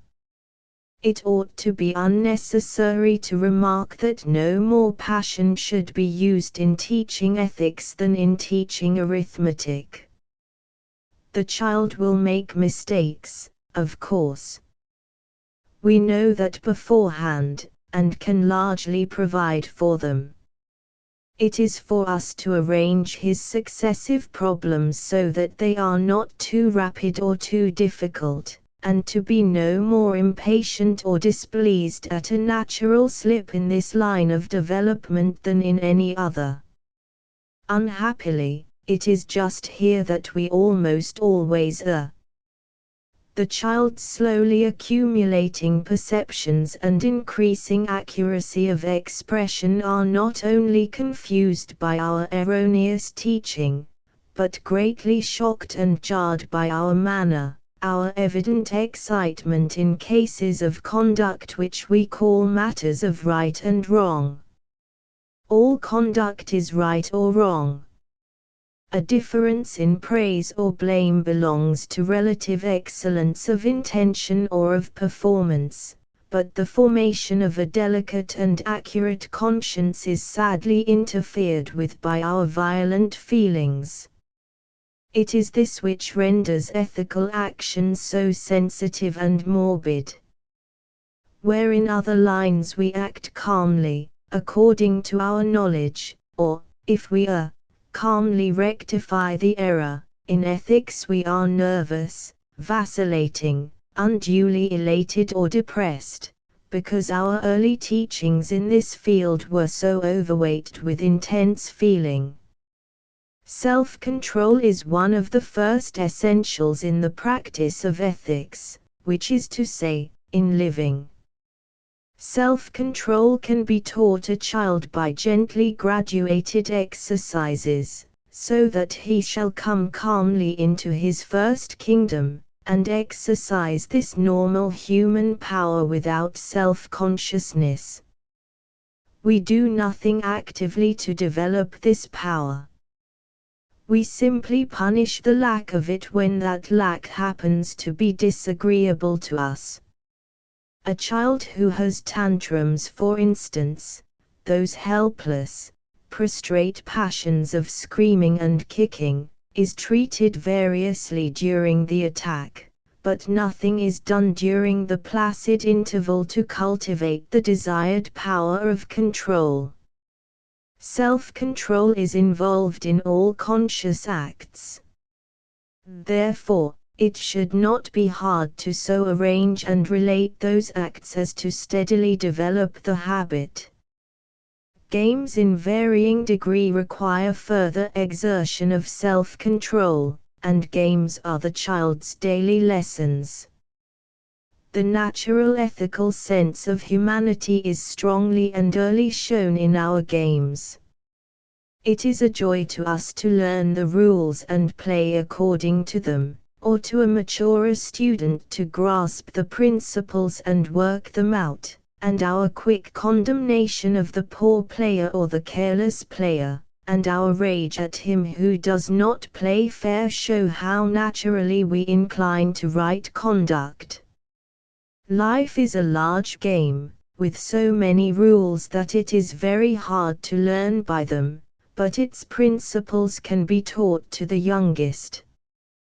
When we rightly understand those principles, we can leave off many arbitrary rules, and greatly simplify the game.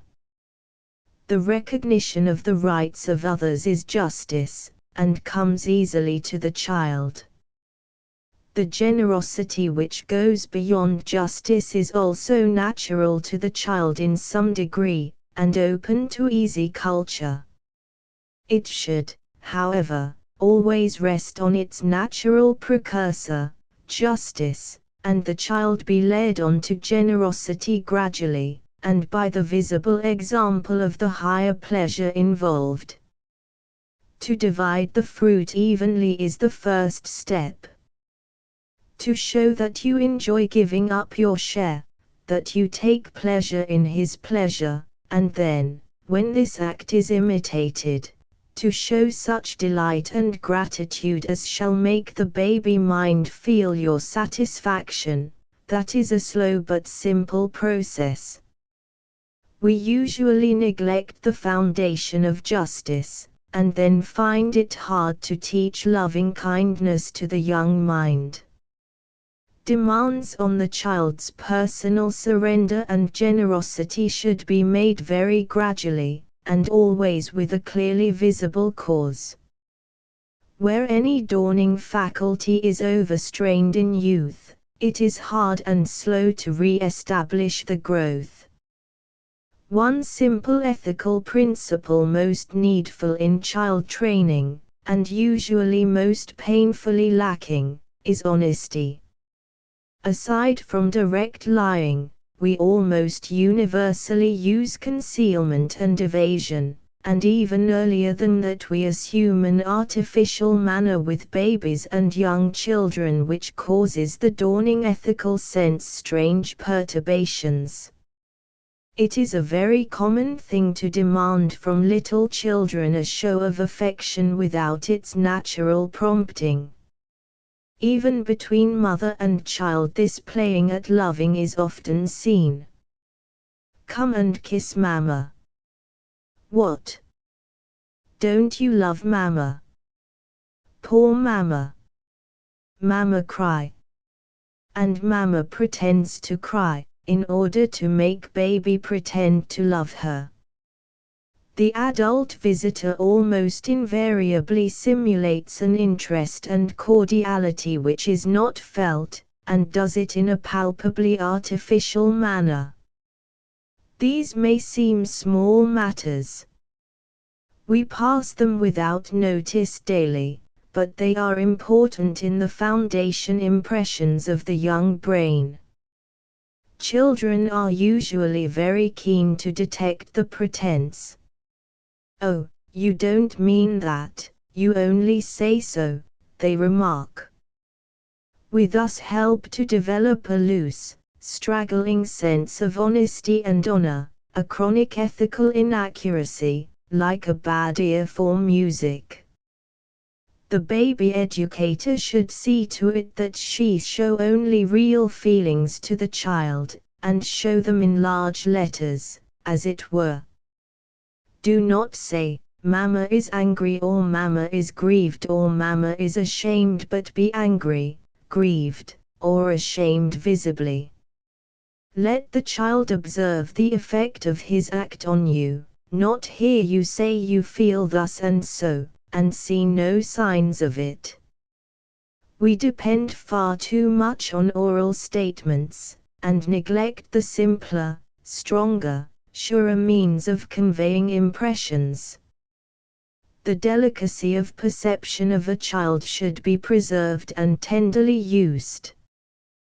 We often blur and weaken it by giving false, irregular, and disproportionate impressions, and then are forced to use more and more violence to make any impression at all.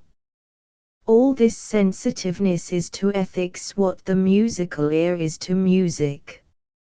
In injuring it, we make it harder for the growing soul to discriminate delicately in ethical questions, a difficulty but too common among us. The basis of human ethics, being social, requires for its growth a growing perception of collective and interrelative rights and duties.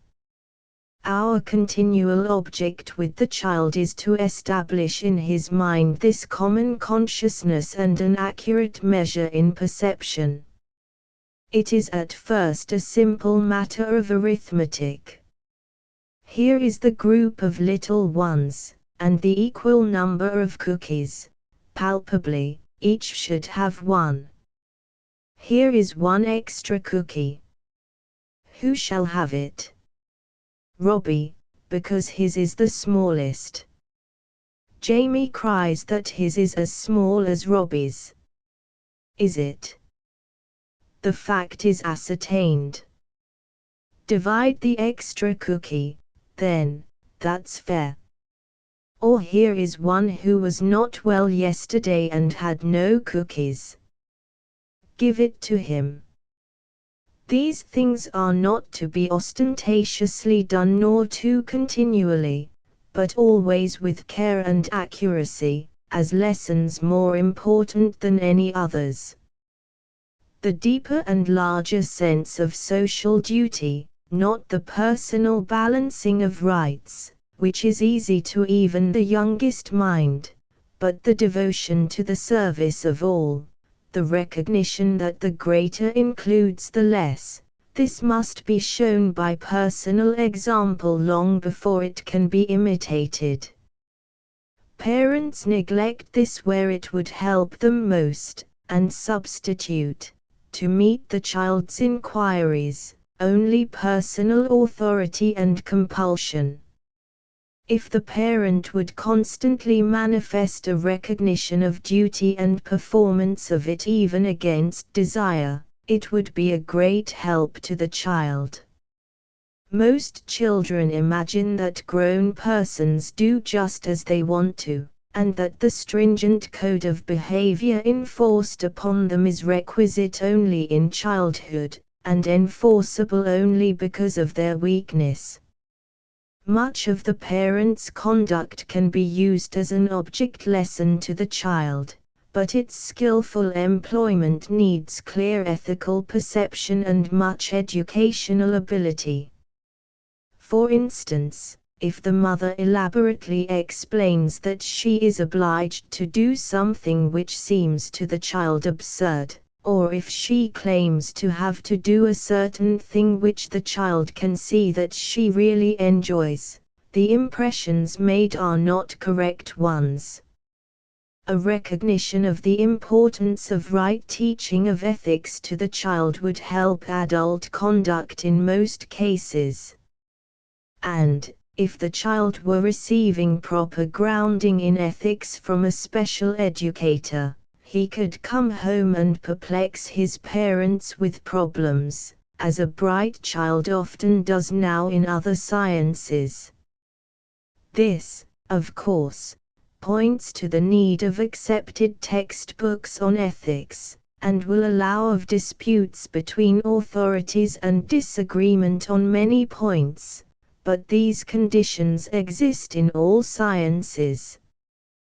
There are different authorities and schools, much disagreement and dispute and varying conduct based on our various scientific beliefs. But out of the study, discussion, and ensuing behavior comes the gradual proof of what is really true, and we establish certain generally accepted facts and principles, while still allowing a margin for divergence of opinion and further knowledge. Our dread of studying ethics as a science on account of this divergence of opinion is a hereditary brain tendency, due to the long association of ethical values with one infallible religious textbook, Quran or Bible or Talmud or Zend-Avesta. It is written was the most conclusive of statements to the ancient mind. The modern mind ought by this time to have developed a wide and healthy distrust of that which is written. While our written ethics has remained at a standstill always until the upward sweep of social conduct demanded and produced a better religion, our unnoticed practice of ethics has worked out many common rules. In the fearless study of this field of practical ethics lies our way to such simple textbooks as may be used to teach children. There is no question as to whether we should or should not teach ethics to very little children. We do, we must, whether we will or not. The real question is what to teach and how. They learn from our daily walk and conversation, and they learn strange things. Most palpable of all among the wrong impressions given to our children is that of the preeminent importance of the primitive relations of life, and the utter unimportance of the great social relations of our time. Whatever ideas of right and wrong the child succeeds in gathering, they are all of a closely personal nature, based on interpersonal conduct in the family relation, or in such restricted and shallow social relations as is covered by our code of company manners. The greatest need of better ethics today is in our true social relation, the economic and political field of action in which lie our major activities, and in which we are still so grossly uncivilized. Not until he goes to school does the child begin to appreciate any general basis of conduct, and even there the ethics of the position are open to much clearer treatment. As the mother is so prominent a factor in influencing the child's life, it is preeminently necessary that she should be grounded in this larger ethics, and able to teach it by example as well as by description. She needs a perception of the proportionate duties of mankind, an understanding of their true basis, and a trained skill in imparting this knowledge to the child. If she cannot properly teach ethics, she should provide a teacher more competent. At present the only special ethical teaching for the child outside the family is in the Sunday school, and Sunday school teachers are usually amiable young ladies who are besought on any terms, with no preparation whatever, to give this instruction. Once we boldly enter the field of ethical study, and reduce its simple principles to a teachable basis, when we make clear to ourselves and our children the legitimate reasons of right conduct, the same intelligence and ambition which carry us on so far in other sciences will lift the standard of behavior of our race, both in theory and practice. Meanwhile, with such knowledge and practice as we have today, let us see to it that we give to little children our best ethics by precept and example, with hopes that they may go on to higher levels. 6. A place for children. The one main cause of our unfairness to children is that we consider them wholly in a personal light. Justice and equity, the rights of humanity, require a broader basis than blood relationship. Children are part of humanity, and the largest part. Few of us realize their numbers, or think that they constitute the majority of human beings. The average family, as given in the census returns, consists of 5 persons, 2 adults and 3 minors. Any population which increases has a majority of children, our own being 3/5. This large proportion of human beings constitutes a permanent class, another fact we fail to consider because of our personal point of view. One's own child and one's neighbor's child grow up and pass out of childhood, and with them goes one's interest in children. Of course, we intellectually know that there are others, but to the conscious mind of most persons children are evanescent personal incidents. The permanence of childhood as a human status is proven by the survival among them of games and phrases of utmost antiquity, which are handed down, not from father to son, but from child to child. If an isolated family moves into a new country, and its children grow up alone, they do not know these games. We should bear in mind in studying children that we have before us a permanent class, larger than the adult population. So that in question of numerical justice they certainly have a right to at least equal attention. But, when we remember also that this large and permanent class of human beings is by far the most important, that on its right treatment rests the progress of the world, then, indeed, it behooves us to consider the attitude of the adult population toward the junior members of society. As members of society, we find that they have received almost no attention. They are treated as members of the family by the family, but not even recognized as belonging to society. Only in modern history do we find even enough perception of the child's place in the state to provide some public education, and today, in some more advanced cities, some provision for public protection and recreation. Children's playgrounds are beginning to appear at last among people who have long maintained public parks and gardens for adults. Also, in the general parks a children's quarter is often now provided, with facilities for their special care and entertainment. But except for these rare cases of special playgrounds, except for the quite generous array of schoolhouses and a few orphan asylums and kindred institutions, there are no indications in city or country that there are such people as children. A visitor from another planet, examining our houses, streets, furniture, and machinery, would not gather much evidence of childhood as a large or an important factor in human life. The answer to this is prompt and loud: children belong at home. Look there, and you will see if they are considered or not. Let us look there carefully. The average home is a house of, say, 6 rooms. This is a liberal allowance, applicable only to America.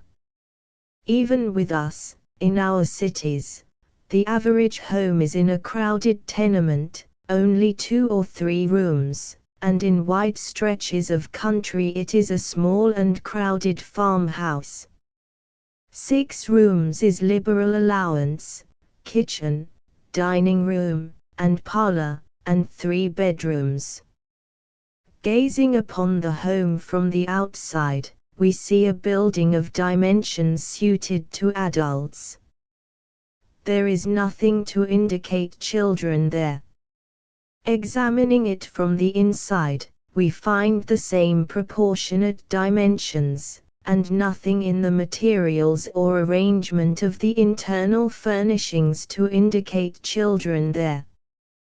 The stairs are measured to the adult tread, the windows to the adult eye, the chairs and table to the adult seat. Hold.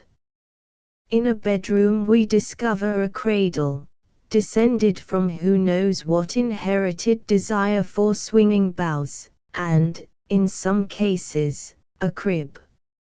In the dining room is often a high chair, made to accommodate the adult table, and sometimes in the parlor a low chair for the child. If people are wealthy and careful, there is, perhaps, a low table, too, but the utmost that can be claimed for the average child is a cradle or crib, a high chair, and a little rocker. There can be no reasonable objection to this, so long as the child is considered merely as a member of a family. The adult family precedes and outlasts the child, and it would be absurd to expect them to stoop and suffer in a house built and furnished for children.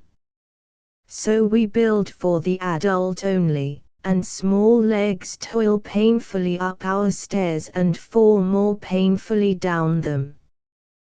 But the moment we begin to address ourselves to the needs of children as a class, the result is different. In the schoolhouse all the seats are for children, except teacher's chair. In the kindergarten the tiny chairs and tables are perfectly appropriate. In the playground all the appointments are child size. What do you expect? Protests the perplexed parent. You say yourself, I cannot build my house child size. Do you expect me to add a child size house in the backyard? I cannot afford it. No, the individual parent cannot afford to build a child house for his own family, nor, for that matter, a schoolhouse. We, collectively, whether through general taxation, as in the public school, or combination of personal funds, as in the private school, do manage to provide our children with schoolhouses, because we recognize their need of them. Similarly, we can provide for them suitable houses for a far more early and continuous education, when we see the need of them. Here the untouched brain spaces make no response. What do you mean? Cries the parent.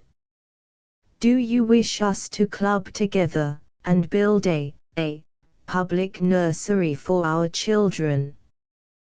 This seems sufficiently horrific to stop all further discussion. But is it? May we not gently pursue the theme? We can and do cheerfully admit the advantages of a public school and a public school teacher for our children. Some of us admit the advantages of a public kindergarten and a public kindergartner for our children. The step between child garden and baby garden is slight. Why not a public nursery and a public nurse? That, of course, for those classes who gladly provide and patronize the public school and kindergarten. The swarming neglected babies of the poor, now underfoot in dirty kitchen or dirtier street, part neglected and part abused, attacks on the toiling mother and a grievous injury to the older children who must care for them. These would be far better off if every crowded block had its big, bright baby garden on the roof, and their young lives were kept peaceful, clean, and well cared for by special nurses who knew their business. A public nursery is safer than the public street. One hot reply to this proposition is that statistics prove that babies in institutions die faster than babies even in the poorest families. Perhaps this is so. But consider the difference in the cases. Children in institutions are motherless, generally orphans. No one is proposing to remove the mothers of the babies in the baby garden. But they would be separated from their mothers. Children who go to school are separated from their mothers. Children who go to the kindergarten are separated from their mothers. Children who play in the street are separated from their mothers. If the mothers of these children had nothing else to do, they could give all their time to them. But they have other things to do, and, while they are busy, the baby would be better off in the baby garden than in the street. To those who prefer to maintain the private school and the private kindergarten, a private baby garden would be equally available. But we do not want it. We prefer to care for our children at home, they reply. This means that they prefer to have their little ones in their own nursery, under the care of the mother, via the nurse. The question remains open as to which the children would prefer, and which would be better for them. Perhaps certain clear and positive assertions should be made here, to allay the anxiety and anger about separating the child from the mother. The mother of a young baby should be near enough to nurse it, as a matter of course. She should take care of it, that is, see that it has everything necessary to its health, comfort, and development. But that is no reason why she should administer to its every need with her own hands. The ignorant, low-class poor mother does this, and does not preserve the lives of her children thereby. The educated, high-class rich mother does not do this, but promptly hires a servant to do it for her. The nursery and the nurse are essential to the baby, but what kind of nursery and nurse are most desirable? The kind of servant hired by the ordinary well-to-do family is often not a suitable person to have the care of little children. A young child needs even more intelligent care than an older one. A group of families, each paying for its children's schooling, can afford to give them a far higher class of teacher than each could afford to provide separately. So a group of families, each paying for its children's nursing, could afford to provide a far superior class of nurse than each can provide separately. Here again rises the protest that it is not good for small children, babies, to be herded together. See infant mortality in institutions. Again, an unfair comparison is involved. The poorest kind of children, motherless and fatherless, are crowded in undue numbers in charitable or public institutions, and submitted to the perfunctory care of low-grade, ill-paid attendants, among accommodations by no means of the best. We are asked to compare this to small groups of healthy, well-bred children, placed for certain hours of the day only in carefully planned apartments, in all ways suitable, under the care of high-grade, well-paid expert attendants and instructors. The care of little children is not servants' work. It is not nurses' work. A healthy child should have his physical needs all properly supplied, and, for the rest, be under the most gentle and exquisite training. It is education, and education more valuable than that received in college, which our little ones need, and they do not get it from nursemaids. Then rises the mother. I can teach my baby better than any teacher, however highly trained. If the mother can, by all means let her. But can she? We do not hear mothers protesting that they can teach their grown-up sons and daughters better than the college professors, nor their middle-aged children better than the school teachers. Why, then, are they so certain that they can teach the babies better than trained baby teachers? They are willing to consult a doctor if the baby is ill, and gladly submit to his dictation. The doctor says baby must eat this and go there and do so. There is no wound to maternal pride in this case. If they have defective children, they are only too glad to place them under expert care, not minding even separation for the good of the child. Anyone who knows of the marvelous results obtained by using specially trained intelligence in the care of defective children must wonder gravely if we might not grow up better with some specially trained intelligence used on our normal children. But this we cannot have till we make a place for children. No woman or man, with the intelligence and education suitable for this great task, would be willing to be a private servant in one family. We do not expect it of college teacher or school teacher. We could not expect it of baby teacher.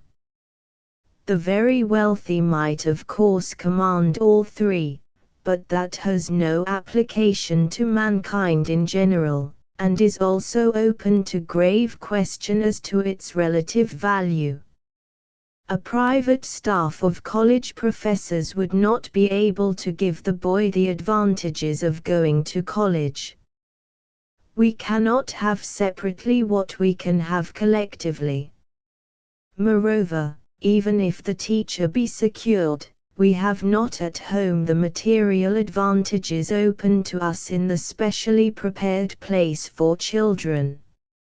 A house or range of apartments for little children could be made perfectly safe, which is more than the home is. From the pins on the carpet, which baby puts in his mouth, the stairs he falls down, the windows he falls out of and the fire he falls into, to the doors to jam the little fingers and the corners and furniture he bumps himself upon, the home is full of danger to the child. Why should a baby be surrounded with these superfluous evils? A room really designed for babies to play in need have no furniture save a padded seat along the wall for the grown-ups to sit on, a seat with little ropes along the edge for the toddlers to pull up and walk by. The floor should be smooth and even, antiseptically clean, and not hard enough to bump severely. A baby must fall, but we need not provide cobblestones for his first attempts. Large soft ropes, running across here and there, within reach of the eager, strong little hands, would strengthen arms and chest, and help in walking. A shallow pool of water, heated to suitable temperature, with the careful trainer always at hand, would delight, occupy, and educate for daily hours. A place of clean, warm sand, another of clay, with a few simple tools. These four things, water, sand, clay, and ropes to climb on, would fill the days of happy little children without further toys.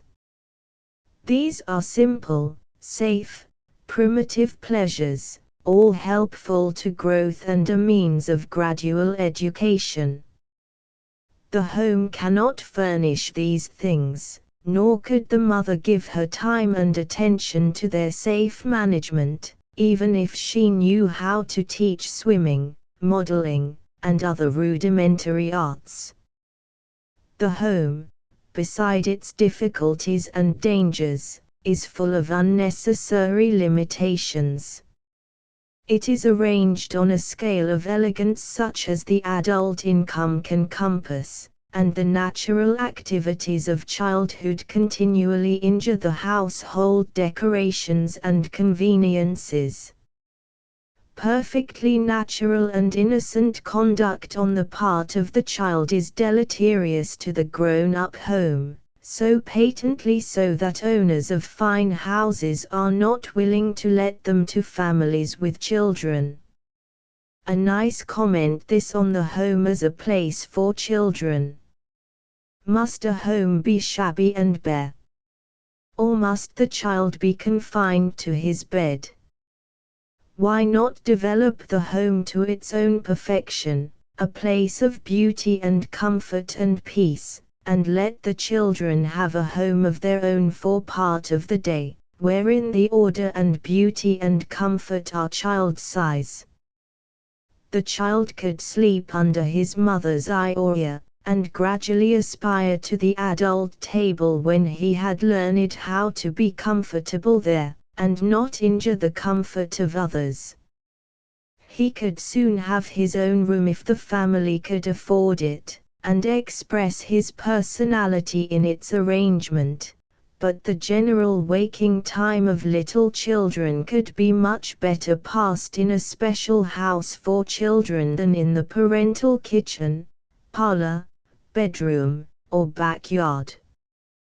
But why not the private nursery, the sunny room for the child and his toys? Is not that enough?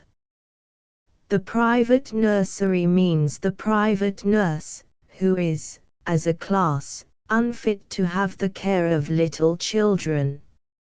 She is a servant, and the forming ideas of justice, courtesy, and human rights in general, are much injured by the spectacle of an adult attendant who is a social inferior. A servant is not a proper person to have charge of these impressionable years. Moreover, however perfect the private nursery and private nurse might be, there remains its isolation to injure the child.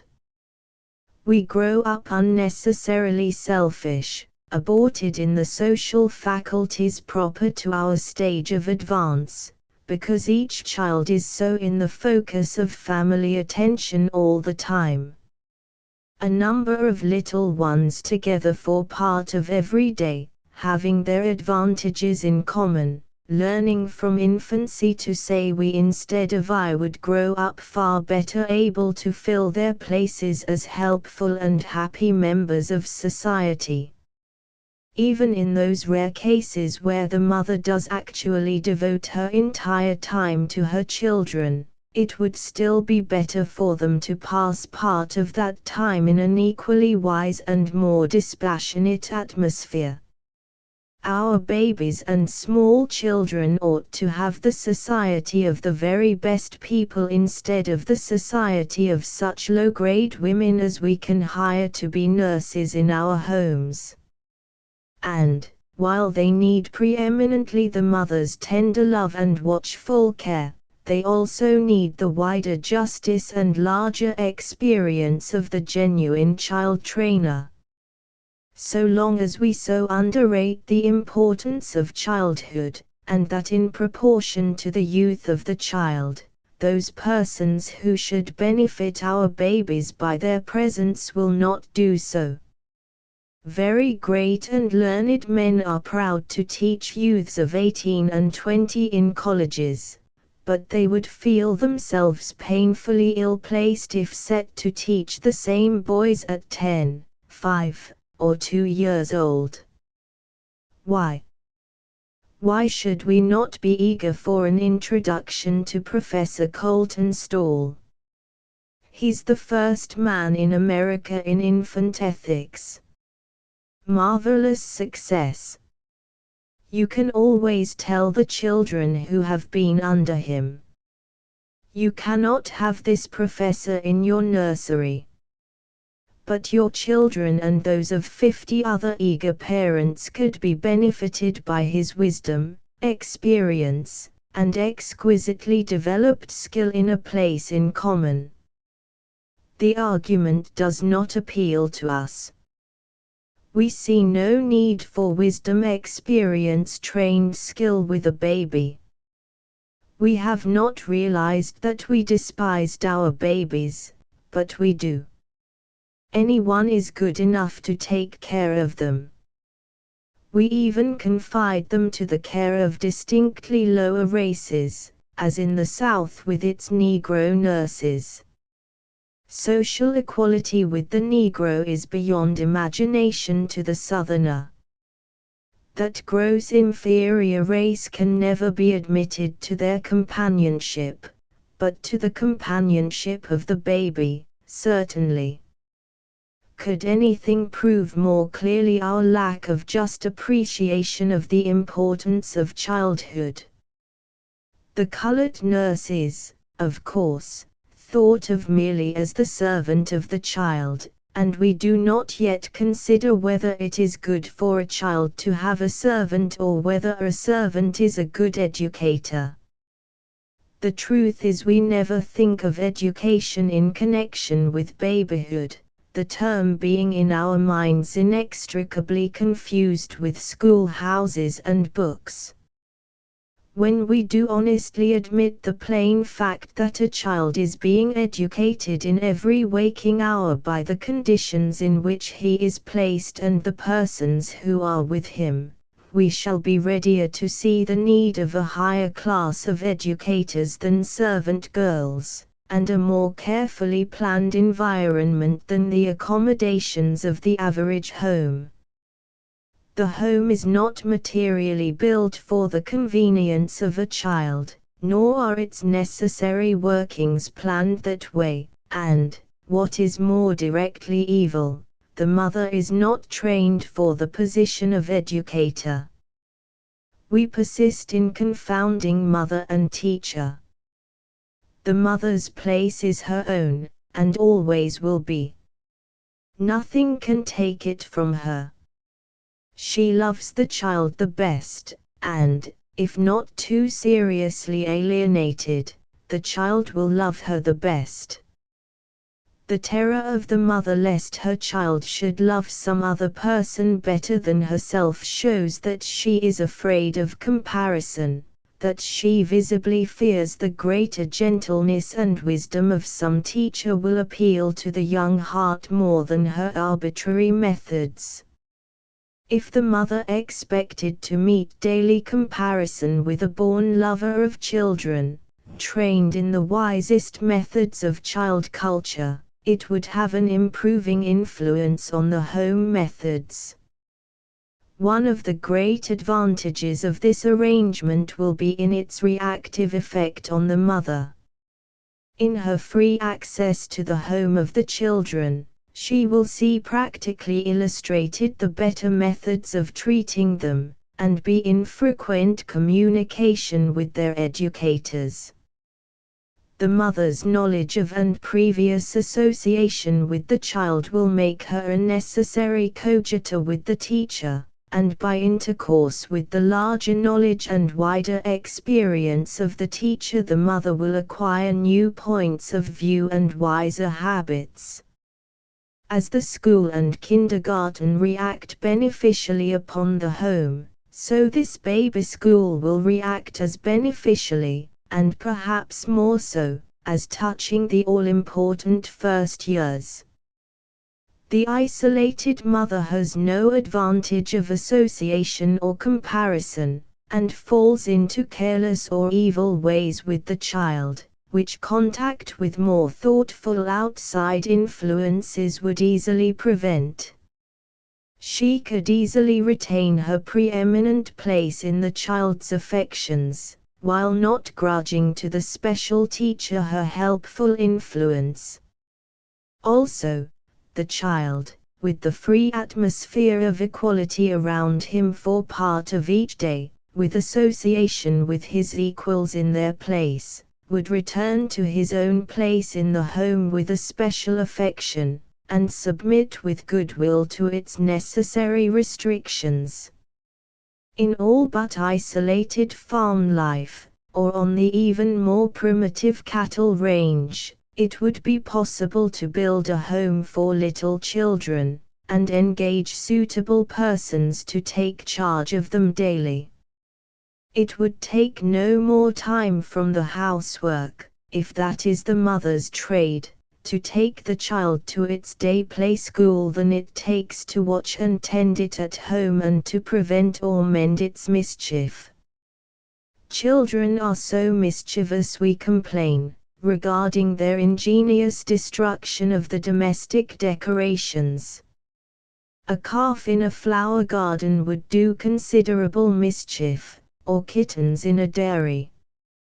Why seek to rear young creatures in a place where they must do mischief if they behave differently from grown people? Why not provide for them a place where their natural activities would not be injurious, but educational? In cities it is a still simpler question. Every block could have its one or more child homes, according to their number of children thereabouts. The children of the rich would be saved from the evil effects of too much care and servants' society, and the children of the poor from the neglect and low associations of their street-bred lives. The practical question will now arise: who is to pay for all this? There are two answers. One is, the same people who pay for the education of our older children. The baby has as good a right to his share of our educational funds, private and public, as the older child, and his education is more important. The other answer is that an able-bodied mother, relieved of her position as nursery governess, would be able to contribute something toward better provision for her children. 7. Unconscious schooling. A small boy came from an old-fashioned city, a city where he went to school from day to day, and sat with his fellows in rigid rectangular rows, gazing on bare whitewashed walls adorned with a broad stripe of blackboard, where he did interminable sums on a smeary little slate, and spelled in sing-song chorus Baker. Baker. B-A-B-K-E-R, Baker.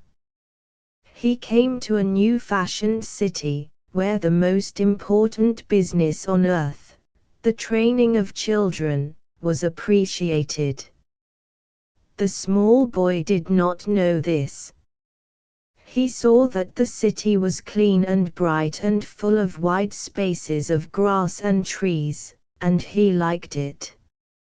It pleased him. As a child, it was the kind of place that looked as if it had been planned with some thought of pleasing children. Soon he came to a great open gate, with shady walks and sunny lawns inside, buildings here and there in the distance, and, just at hand, some strange figures among the bushes. A pleasant-looking lady sat reading in the shade, with a few children lying in the grass nearby, reading, too. Our small boy stood irresolute, but the lady looked up, and said, "Come in, if you like. Look around all you want to." Still he felt shy, but one of the reading little boys rose up, and went to him. "Come on," he said cheerfully. "I'll show you. There's lots o' things you'll like. Oh, come on." So he entered with uncertain steps, and made for one of the queer figures he had seen in the shrubbery. It's an Indian, he said. Like a cigar store. But the resident little boy resented his comparison. "'Tisn't he, either," cried he. "It's ever so much nicer. Look at his moccasins and his arrows, and see the scalps in his belt. See the way he's painted. That shows he's a Sioux.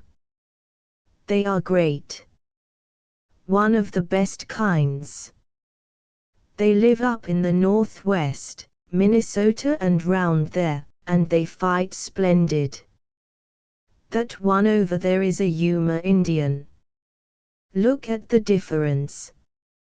And he took the visitor about, and showed him an interesting collection of samples of American tribes, giving off rivers of information with evident delight. From Indians their attention was taken by a peculiarly handsome butterfly that fluttered near them, pursued hotly by an eager little girl with a net. "That must be well, I forget the name," said the resident little boy. "Do you like bugs?" "What kind o' bugs?" inquired the visitor, rather suspiciously. "Oh, tumblebugs and burying beetles and walking sticks, and all kinds." "Walking sticks? What's that got to do with bugs?" "Didn't you ever see the walking stick one?" "Oh, come on in. I'll show you. It's this way." And off they run to a big rambling building among the shady elms. The visitor hangs back, somewhat awed by the size and splendor of the place, and seeing grown people about, but his young guide goes in unchecked, merely whispering, "Got to keep still in here," and leads him down several passages into a large, quiet hall, lined with glass cases. Such a wealth of bugs as were here exhibited had never before been seen by the astonished visitor, but, when the walking stick insect was pointed out to him, he stoutly denied that it was a bug at all. A whispered altercation resulted in appeal to the curator, a studious youth, who was taking notes at a large table bestrewn with specimens. Instantly dropping his work, he took the object under discussion from its case, focused a magnifying glass upon it, and proceeded to exhibit various features of insect anatomy, and talk about them most interestingly. But, as soon as he detected the first signs of inattention and weariness, he changed the subject, suggested that there was some good target practice going on in the West Field, and the two boys, after a pleasant walk, joined a number of others who were shooting with bows and arrows, under careful coaching and management. "I can't shoot except Saturdays," said the guide, "because I haven't joined a team and practiced. But, if you want to, you just put your name down, and by you can hit anything. There's all kinds of old-fashioned weapons, and the new ones, too." "What do you call this, anyhow?" demands the visitor. "Call what? This is the West Field, they do all kinds of shooting here. You see that long bank and wall stops everything." "Yes, but the whole place, is it a park?" "Oh, yes, kind of. It's Wayborn Garden. And that was the museum we went to, one of 'em." "Is it open always?" "Yes. And you don't have to pay for anything." "No. This part is for children. We learn how to do all sorts of things. Do you know how to build with bricks? I learned that last. I built a piece of a real wall. It's not here. It was one that was broken on the other side, and I built a good piece in. A big clock struck somewhere. Now I must go to dinner with mother, said the guide. The gate you came in at is on my way. Come on. And he showed the wondering visitor out, and left him at his own door. The young stranger did not know where he had been. He did not faintly imagine it. Neither, for that matter, did the other children, who went there every day, and with whom he presently found himself enrolled. They went to certain places at certain hours, because they were only open then with the persons present who showed them how to do desirable things. There were many parks in the city, with different buildings and departments, and in them, day by day, without ever knowing it, the children of that city went to school. The progressive education of a child should be, as far as possible, unconscious. From his first eager interest in almost everything, up along the gradually narrowing lines of personal specialization, each child should be led with the least possible waste of time and nervous energy. There would be difficulties enough, as there are difficulties in learning even desirable games, but the child would meet the difficulties because he wanted to know the thing, and gain strength without losing interest. So soon as a child house is built and education seen to begin in earliest babyhood, so soon as we begin to plan a beautiful and delicately adjusted environment for our children, in which line and color and sound and touch are all made avenues of easy unconscious learning, we shall find that there is no sharp break between home and school.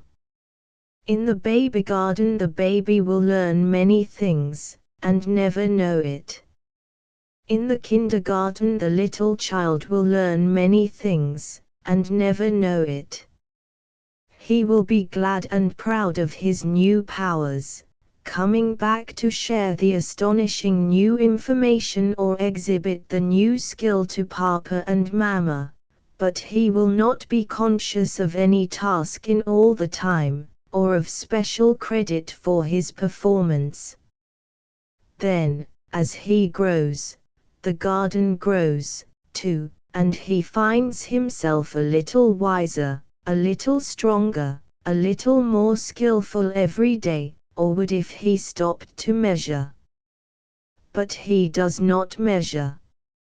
His private home is happy and easy, with a father and mother interested in all his progress, and his larger home, the child world he grows up in, is so dominated by wise, subtle educational influences that he goes on learning always, studying a good deal, yet never going to school. In the wise treatment of his babyhood, all his natural faculties are allowed to develop in order and to their full extent, so that he comes to a larger range of experiment and more difficult examples with a smooth-working, well-developed young mind, unwearied and unafraid. The legitimate theories of the kindergarten carefully worked out helped him on through the next years in the same orderly progression, and, as a child of 5 or 6, he was able to walk, open-eyed and observant, into wider fields of knowledge. Always courteous and intelligent specialists around him, his mental processes watched and trained as wisely as his sturdy little body, and a careful record kept, by these experienced observers, of his relative capacity and rate of development. So he gradually learns that common stock of human knowledge which it is well for us all to share, the story of the building of the earth, the budding of the plant, the birth of the animal, the beautiful unfolding of the human race, from savagery toward civilization. He learns the rudiments of the 5 great handicrafts, and can work a little in wood, in metal, in clay, in cloth, and in stone. He learns the beginnings of the sciences, with experiment and story, and finds new wonders to lead him on, no matter how far he goes, an unending fascination. For his sciences he goes to the museum, the laboratory, and the field, groups of children having about the same degree of information falling together under the same teacher. For the necessary work with pen and pencil there are quiet rooms provided. He has looked forward to some of these from babyhood, seeing the older ones go there. Each child has been under careful observation and record from the very first. His special interests, his preferred methods, his powers and weaknesses, are watched and worked with carefully as he grows. If power of attention was weak at first, he is given special work to develop it. If observation was loose and inaccurate, that was labored with. If the reasoning faculty worked with difficulty, it was exercised more carefully. He has been under such training from babyhood to 12 or 15 years old as to give a full and coordinate development of his faculties, all of them, and such a general grasp of the main lines of knowledge as to make possible clear choice of the lines of study for which he is best adapted. With such a childhood the youth will have much more power of learning, and a deep and growing interest, an unbroken interest, in his work.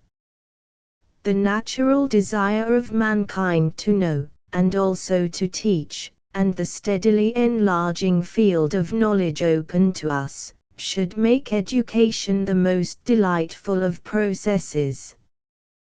With our present methods the place of teacher is usually sought merely for its meager salary, by women who have to work instead of being eagerly aspired to as the noblest of professions, and only open to those best fitted.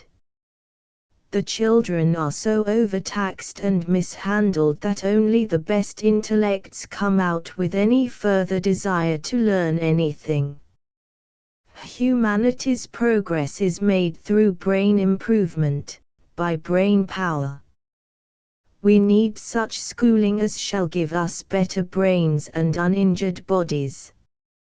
Fortunately for us, the value of education is widely felt today, and new and improved methods are rapidly coming in.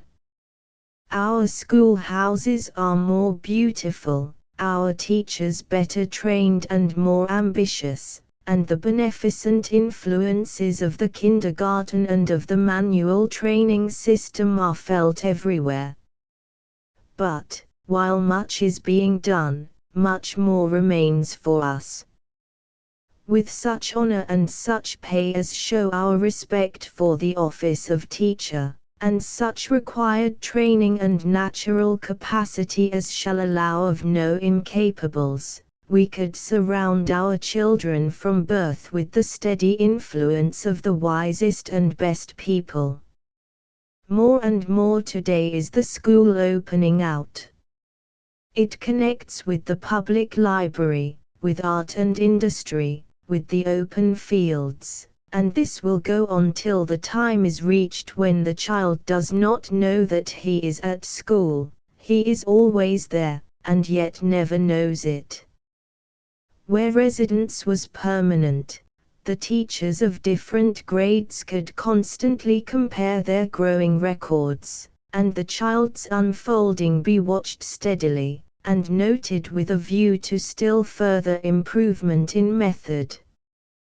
Traveling parties of children are not unknown to us.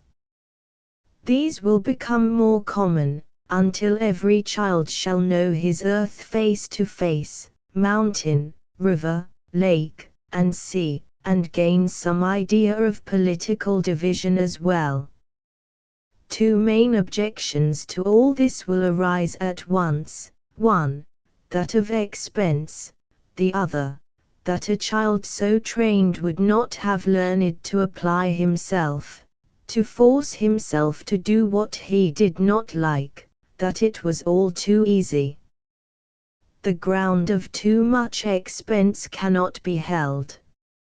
Nothing is too expensive that really improves education, for such improvement cuts off all the waste product of society, the defective and degenerate, the cripple, thief, and fool, and saves millions upon millions now spent in maintaining or restraining these injurious classes.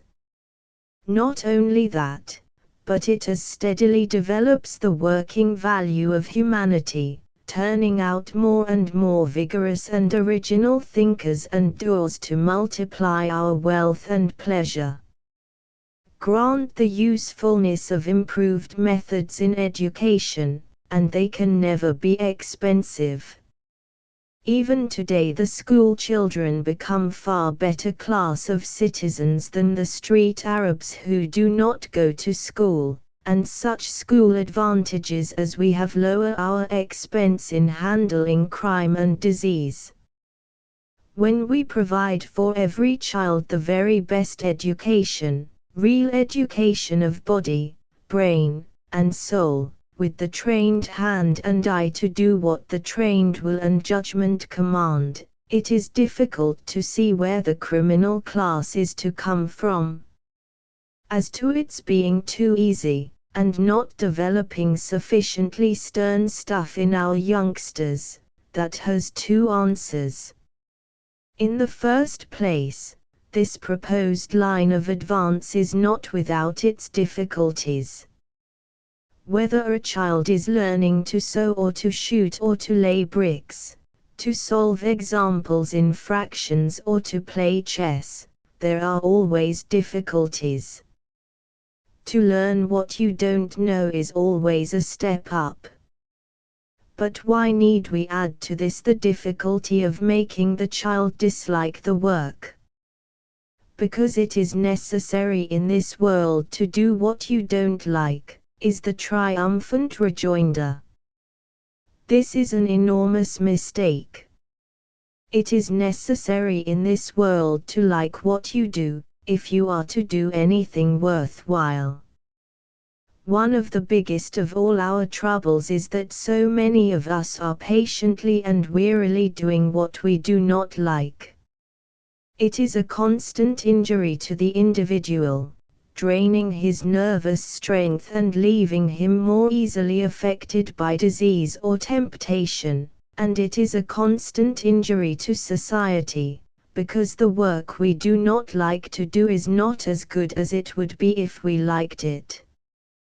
The kind of forcing we use in our educational processes, the attention paid to what does not interest, the following of required lines of study irrespective of inclination, these act to blunt and lower our natural inclinations, and leave us with this mischievous capacity for doing what we do not like.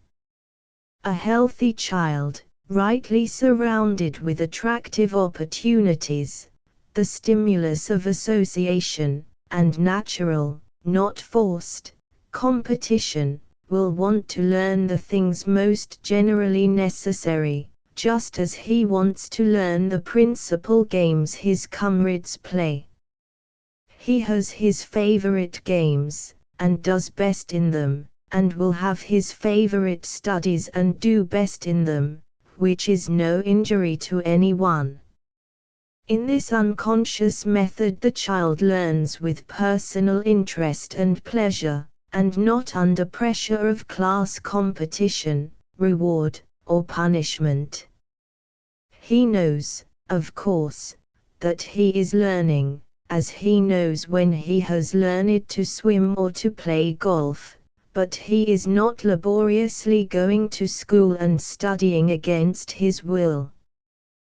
The benefit of such a process is that it will supply the world with young citizens of unimpaired mental vigor, original powers and tastes, and strong special interests, thus multiplying the value and distinction of our products, and maintaining the health and happiness of the producer.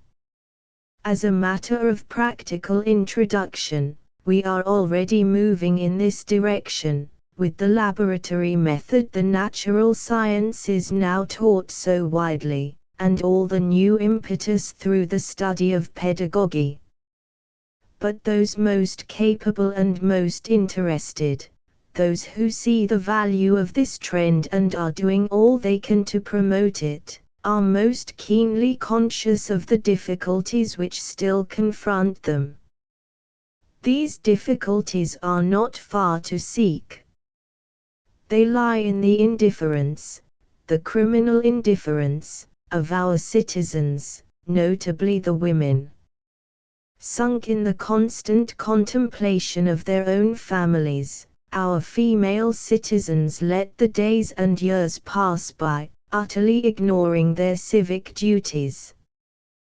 While women are supported by men, they have more time to spare for such broad interests than men have, and one would naturally think that even the lowest sense of honor would lead them to some form of public usefulness in return for this immunity.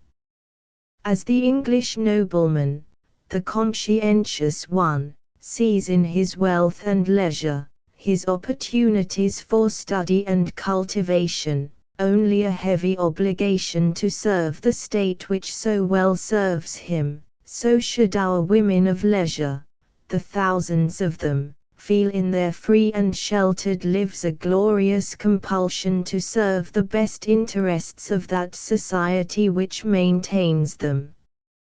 The care of children is certainly the duty of women. The best care of children means the best education. The woman who has not done her best to improve the educational advantages of her city, state and country, of the world, has not done her duty as a citizen or as a woman.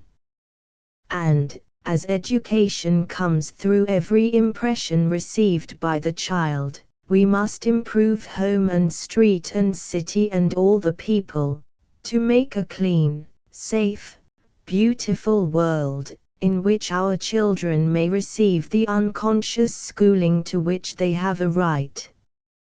8. Presumptuous age. The ineffable presumption of aged persons is an affliction too long endured. Much is told us of the becoming modesty of youth. Is no modesty becoming a period of life when experience has given some measure to merit? Why should youth be modest? Youth believes it can do all things, and has had no proof to the contrary. But age which has tried many times and been met by failure, age which has learned its limitation by repeated blows, and become content with hard-won compromise, why should age be so proud? In itself it is no distinction, being but the common lot of man. Those who do not attain to it are by general consent of superior merit. Whom the gods love die young. Age is not desired and striven for, not won by honorable effort. It comes gradually upon us all, falling like rain upon the just and the unjust. Taken simply in itself, it proves no more than that the aged individual, if a man, has had sufficient strength and ingenuity to keep himself alive, and, if a woman, that she has been sufficiently pleasing and well behaved to be kept alive by others. In very early times, when the world was young and life more exciting and precarious than now, perhaps the above qualities were a sufficient distinction. The constitution which survived the rigors of a crude and uncertain diet and of an undiluted climate was a thing to be proud of, and the visible proof that one had survived one's enemies did indicate some superiority. But in a civilization which takes special care of the infirm, where green young cripples grow to a ripe old age, and a bedridden pauper may outlive many muscular laborers, mere prolongation of existence is no self-evident proof of either power or wisdom. Of two men born in the same year, the more valuable man, doing more valuable work, is quite as likely to die as an innocuous, futile, low-grade person, paddling feebly with the tide. Of two women, one may smilingly repeat herself by the dozen, and drift sweetly on from amiable juvenility to as amiable senility, while another, working strenuously and effectively, dies in her earnest youth or middle age. Survival is no longer a fair test of value. The wisdom of the ancients is not the standard of our time. We do not think that a previous century knows more than ours, but rather less, and, if Methuselah were with us yet, and retained his faculties, he would be too much confused between the things he used to believe and what he was learning now to be a valuable authority. When learning was but accumulated tradition, the old had an advantage over the young, and improved it. Now that learning is discovery, the young have an advantage over the old. If wisdom consisted merely in the accumulation of facts, the long-time observer would assuredly have more of them than the newcomer. But the wisdom that consists in a free and unbiased judgment, a new perception of the relation of things, comes better from a fresher brain. This is not to say that age may not coexist with superiority, but that age, per se, is not superiority. There are many aged persons in the workhouse who are quite visibly inferior to many young persons in the House of Commons. This suggests a painful antithesis which is better omitted. Granting the origin of this arrogance of the aged to have had some basis in primitive time, it is easy to see how it has descended to us by the same principle that maintains the fag system. Humanity has always its overlapping generations, and the child who is crushed by the incontrovertible statement, "I am older than you are," waits to recoup himself on children yet to be. In his subordinate position in youth he has no chance to escape from this injustice or to retaliate, and he strikes a balance with fate by assuming the same superiority over the newcomer. It is probable that we should never outgrow the assumption until we have a generation of children taught to respect conduct for its merits, not for simple duration, holding a wise, strong, good person, however young, to be superior to an ignorant or vicious one, however old. When the sense of justice and the sense of logic of the child are not outraged in youth, we shall find more modesty as well as more wisdom in old age. It is always interesting to see our psychic development following the laws of nature, like any other growth. Under the law of inertia, the human mind, starting under a given concept, continues to enlarge in that direction, unless arrested or diverted in some other force. So this conception of age as essential superiority, naturally enough begun, has been followed to strange and injurious extremes.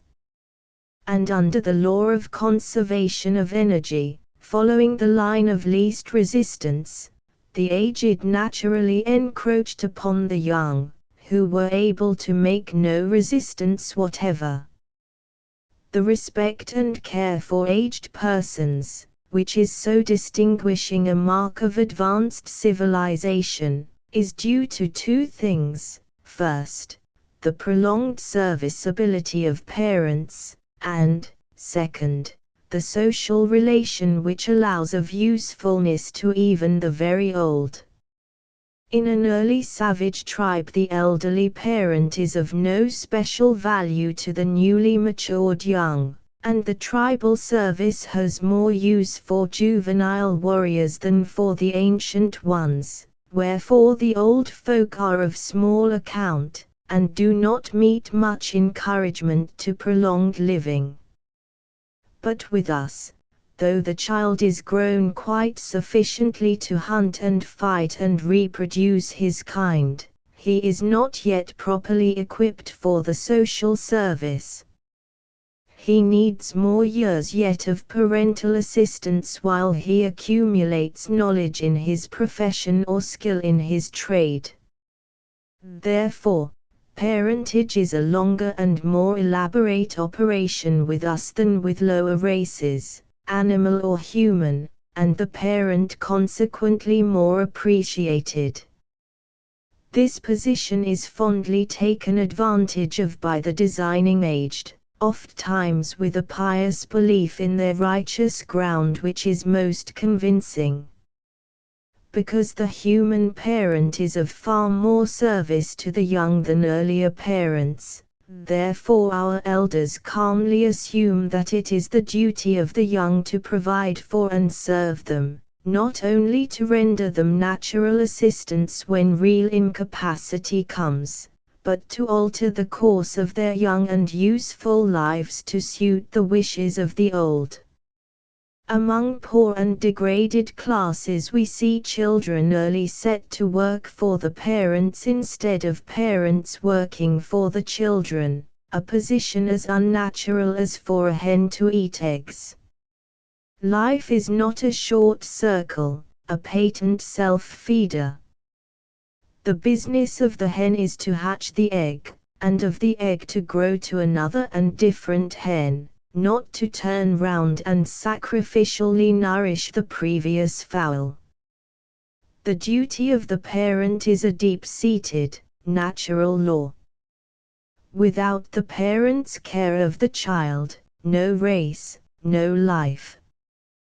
The duty of the child to the parent was largely invented by parents, from motives of natural self-interest, and has been so long sanctioned and practiced that we look on without a shudder and see a healthy middle-aged mother calmly swallowing the life of her growing daughter. A girl is 21. She has been properly reared by her mother, whom we will suppose to be a widow. Being 21, the girl is old enough to begin to live her own life, and naturally wishes to. I do not speak of marrying, that is generally allowed, but of so studying and working as to develop a wide, useful life of her own in case she does not marry. Not so, says her mother. Your duty is to stay with me. I need you. Now the mother is not bedridden. She is, we will say, an able-bodied woman of 45 or 50. She could easily occupy herself in one of several trades, but, being in possession of a house and a tiny income, she does not have to work. She prefers to live in that house, on that income, and have her daughter live with her. The daughter prefers to go to New York, and study music or art or dressmaking, whatever she is fit for. But here is her dear mother claiming her presence at home as a duty, and she gives it. She does her duty, living there with her mother in the capacity of what? In no capacity at all. Fancy a young man living at home in the capacity of a son with no better occupation than dusting the parlor and arranging flowers. In course of time the mother dies. The daughter has lost her position as a daughter and has no other place in life. She has never been allowed to form part of the living organism of society, and remains a withered offshoot, weak and fruitless. These cases are common enough. But consider from another point of view the serene presumption of the elder woman. Because she had done, so far, her duty by the child that was, she now claims a continuous hold on the grown woman and a return for her services. In still earlier days this claim was made even more strenuously. The child awfully addressed the father as author of my being and was supposed to owe him everything. The child does not owe the parent. Parental duty is not a loan. It is the never-ending gift of nature, an unbroken, outpouring river of love and labor from the earliest beginnings of life. The child, while a child, has also some duty to the parent, but even there it is reflex, and based in last analysis on the child's advantage. Meanwhile it is a poor parent who cannot win the affection and command the respect of the young creature growing up so near, so that a beautiful relation shall be established between them for the rest of life. This love and honest admiration, this affectionate friendliness, and all the ties of long association would naturally prompt the child to desire the society of the parent, and, of course, to provide for illness and old age, but that is a very different position from the one taken by an able-bodied, middle-aged parent demanding the surrender of a young life. Parentage is not a profession with a sort of mutual insurance return to it. The claim that humanity is born saddled with this retroactive obligation requires more convincing proof than has yet been offered. An obligation we all have, young and old, and to this the child should be trained, the vast and endless service of humanity, to which our lives are pledged without exception. Seeing the parent devout in this honorable discharge of duty, realizing that his own training is with a view to that greater service when he is grown, the child would go onward in life with the parent, not backward to him. But we have not yet forgotten the habits and traditions of the patriarchate. We demand from the young respect because we are older, not because we deserve it. Respect is a thing which is extorted willy-nilly by those who deserve it, and which cannot be given at will. If a parent loses his temper and talks foolishly, how can a child respect this weakness? To demand respectful treatment shows one cannot command it, and, if it is not commanded, it cannot be had. Any false assumption is a block to progress. So long as the aged expect to be looked up to on account of the length of time in which they have not died, so long will they ignore those habits of life which should ensure reverence and love at any age. People ought to be living with wise forethought and circumspection, in order that they may be respected when old, not carelessly lulled with the comforting belief that, no matter how foolish they are, age will bring dignity. So, too, if parents did not so fatuously demand respect merely because they are parents, but would see to it that they deserve and win respect by such visible power and wisdom as the child must bow to, we might look for a much quicker advance in these desirable qualities. The power of learning things does not cease at maturity. Many a great mind has gone on to extreme old age, open, eager, steadily adding to its store of light and power. Such keep the freshness and the modesty of youth. Far more numerous are the little minds which imagine that years are equivalent to wisdom, and, because they are grown up, decline to learn further. Yet these, far more than the wise men, sit back complacent on their age, and talk with finality of my experience. Experience is not merely keeping alive. Experience involves things happening and things done. Many a young man of today has done more and felt more than a peaceful, stationary nonagenarian of yesterday's rural life. That very brashness and self-assumption of hot youth, which brings so complacent and superior a smile to the cheek of age, would not be so prominent but for previous suppression and contemptuous treatment.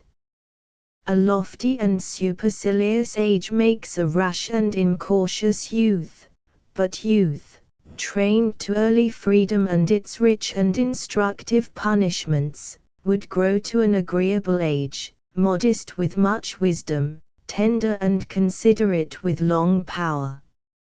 9. The respect due to youth. Since we have so carefully and thoroughly beaten back the new brain growth which should distinguish each successive generation, and fostered in every way the primitive mental habits of our forefathers, the natural consequence is a prolonged survival of very early tendencies. Outside, in the necessary contact and freedom of the world's life, crude ideas must change, and either become suited to the times or lost entirely.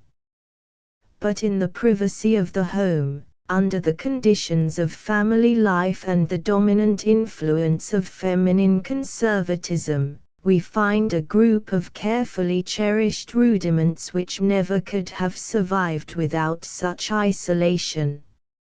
Among primitive races the stranger is an object of legitimate derision. The differences in his speech and manner are held as visible inferiorities, and his attempts to assimilate are greeted with unchecked merriment. This attitude of mind is still common in children, who are passing through the same stage of culture individually. Among intelligent and well-bred grown people such an attitude of mind is rightly despised. To them the stranger is entitled to respectful consideration because he is a stranger, and nothing could be ruder, in the estimation of such persons, than to laugh at the stranger's efforts to learn our language and manners. How great is the difference between this common good breeding in the world at large and the barbaric crudity of our behavior at home to that most sacred stranger, the child. He comes to us absolutely ignorant of our methods of living, be they wise or unwise, and he must needs learn every step of his way in the paths we have prepared for him. Unfortunately, we have prepared very little. A few physical conveniences, perhaps, in the way of high chairs and cradles, or nursing bottles to supplement maternal deficiency, but in psychic conveniences, in any better recognition of the childish attitude of mind and its natural difficulties, we make small progress. Calm, wondering, unafraid, the stranger enters the family circle. He has no perspective, no gradations of feeling in regard to the performances he finds going on about him. He has neither shame for the truths of real life nor respect for the falsehoods of artificial life. In soberness and eager interest he begins the mysterious game of living. Now what is the attitude of the family toward this newcomer?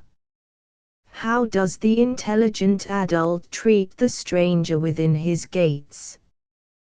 He treats him with frequent ridicule and general gross disrespect. Not unkindly perhaps, that is, not with anger and blows or undue deprivations, but as if being a child was a sort of joke. A healthy child is merry with the free good spirits of a springtide lamb, but that pure mirth has nothing in common with ridicule. Who of us has not seen a clear-eyed child struck dumb and crimson by the rude laughter of his elders over some act which had no element of humor except that it was new to him? We put Grandpa's hat on the downy head of the baby, and roar with laughter at his appearance. Do we put baby's cap on Grandma, and then make fun of the old lady's looks? Why should we jeer at a baby more than at an old person? Why are we so lacking in the respect due to youth? Every child has to learn the language he is born to. It is certain that he will make mistakes in the process, especially as he is not taught it by any wise system, but blunders into what usage he can grasp from day to day.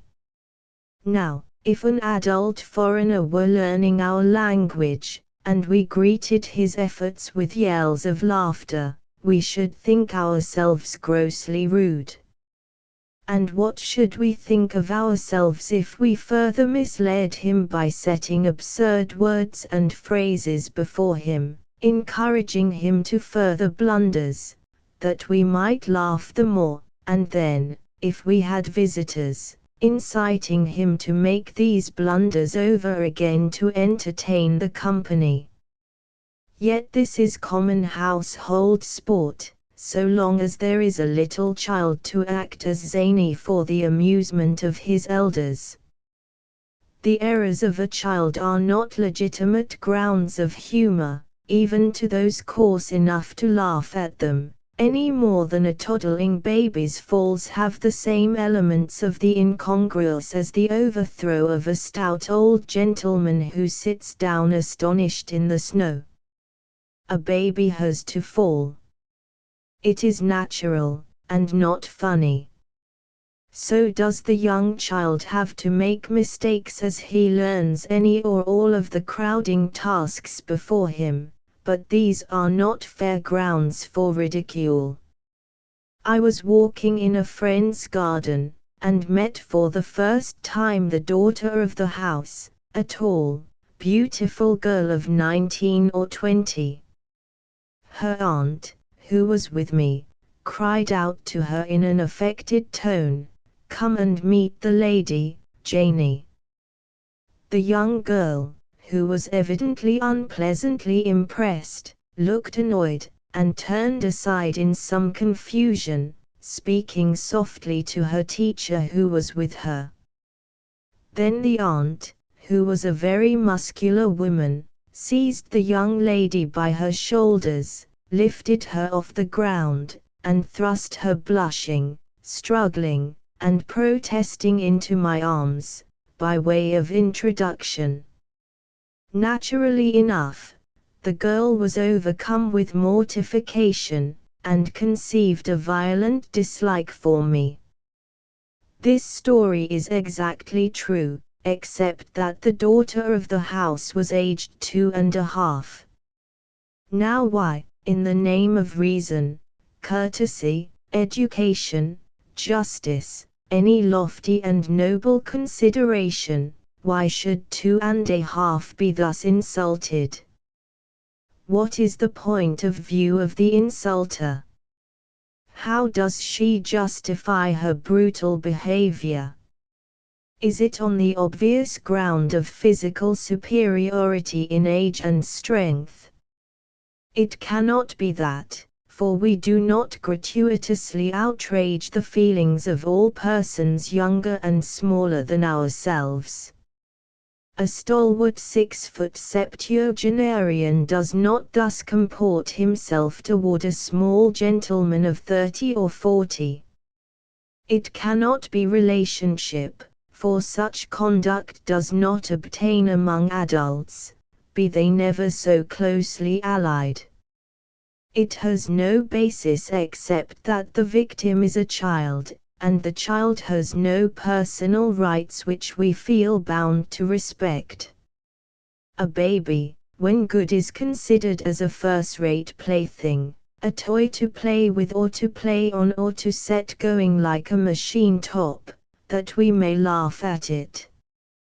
There is a legitimate frolicking with small children, as the cat plays with her kittens, but that is not in the least inconsistent with respect. Grown people can play together and laugh together without jeering at each other. So we might laugh with our children, even more than we do, and yet never laugh at them. The pathetic side of it is that children are even more sensitive to ridicule than grown people. They have no philosophy to fall back upon, and, here is the hideously unjust side, if they lose their tempers, being yet unlearned in self-restraint, if they try to turn the tables on their tormentors, then the wise grown-up promptly punishes them for disrespect. They must respect their elders even in this pitiful attitude. But who is to demand the respect due to youth? There is a deal of complaint among parents over the impertinence of children. "How dare you speak to me like that?" cries outraged authority. Yet that was only the expression used just before by the parent to the child. "Hold your tongue," says the mother. "Hold yours," answers the child, and is promptly whipped for impertinence. "I'll teach you to answer me like that," says angry Mama. And she does. In the baby's first attempt to speak, we amused ourselves mightily over his innocent handling of rude phrases, overheard by chance or even taught him, that we might make merry over the guileless little mouth, uttering at our behest the words it did not understand. Then, a year or so older, when he says the same things, he is laboriously and painfully taught that what is proper for a parent to say to a child is not proper for a child to say to a parent. Why? Puzzles the child. We can give no answer, except our large assumption that there is no respect due to youth. Ask any conscientious mother or father why the new human being, fresh from God as they profess to believe, not yet tainted by sin or weakened by folly and mistake, serene in its mighty innocence and serious beyond measure, as its deep eyes look solemnly into life, why this wonderful kind of humanity is to be treated like a court fool. What can the parent say? From the deeper biological standpoint, seeing the foremost wave of advancing humanity in each new generation, there is still less excuse for such contemptuous treatment. In the child is lodged the piled-up progress of the centuries, and, as he shall live, is that progress hastened or retarded. Quite outside of the natural affection of the parent for the offspring stands this deep, human reverence for the latest and best specimen of its kind. Every child should represent a higher step in racial growth than its parents, and every parent should reverently recognize this. For a time the parent has the advantage. He has knowledge, skill, and power, and we feel that in the order of nature he is set to minister to the younger generation till it shall supplant him. To develop such a noble feeling has taken a long time, and many steps upward through those cruder sentiments which led toward it. Yet it is the rational, conscious feeling into which the human being translates the whole marvelous law of parental love. To the animal this great force expresses itself merely in instinct, but, as such, it is accepted and fulfilled, and the good of the young subserved unquestioningly. In low grades of human life we have still this animal parental instinct largely predominating, colored more or less with some prevision of the real glory of the work in hand. Yet so selfish is human parentage that in earlier times children have been sold as slaves in the interests of parents, have been and still are set to work prematurely, and in certain races the father looks forward to having a son for various religious benefits accruing to him, the father. Sentiments like these are not conducive to respect for youth. The mother is not generally selfish, in this sense. Her error is in viewing the child too personally, depending too much on instinct and giving very little thought to the matter.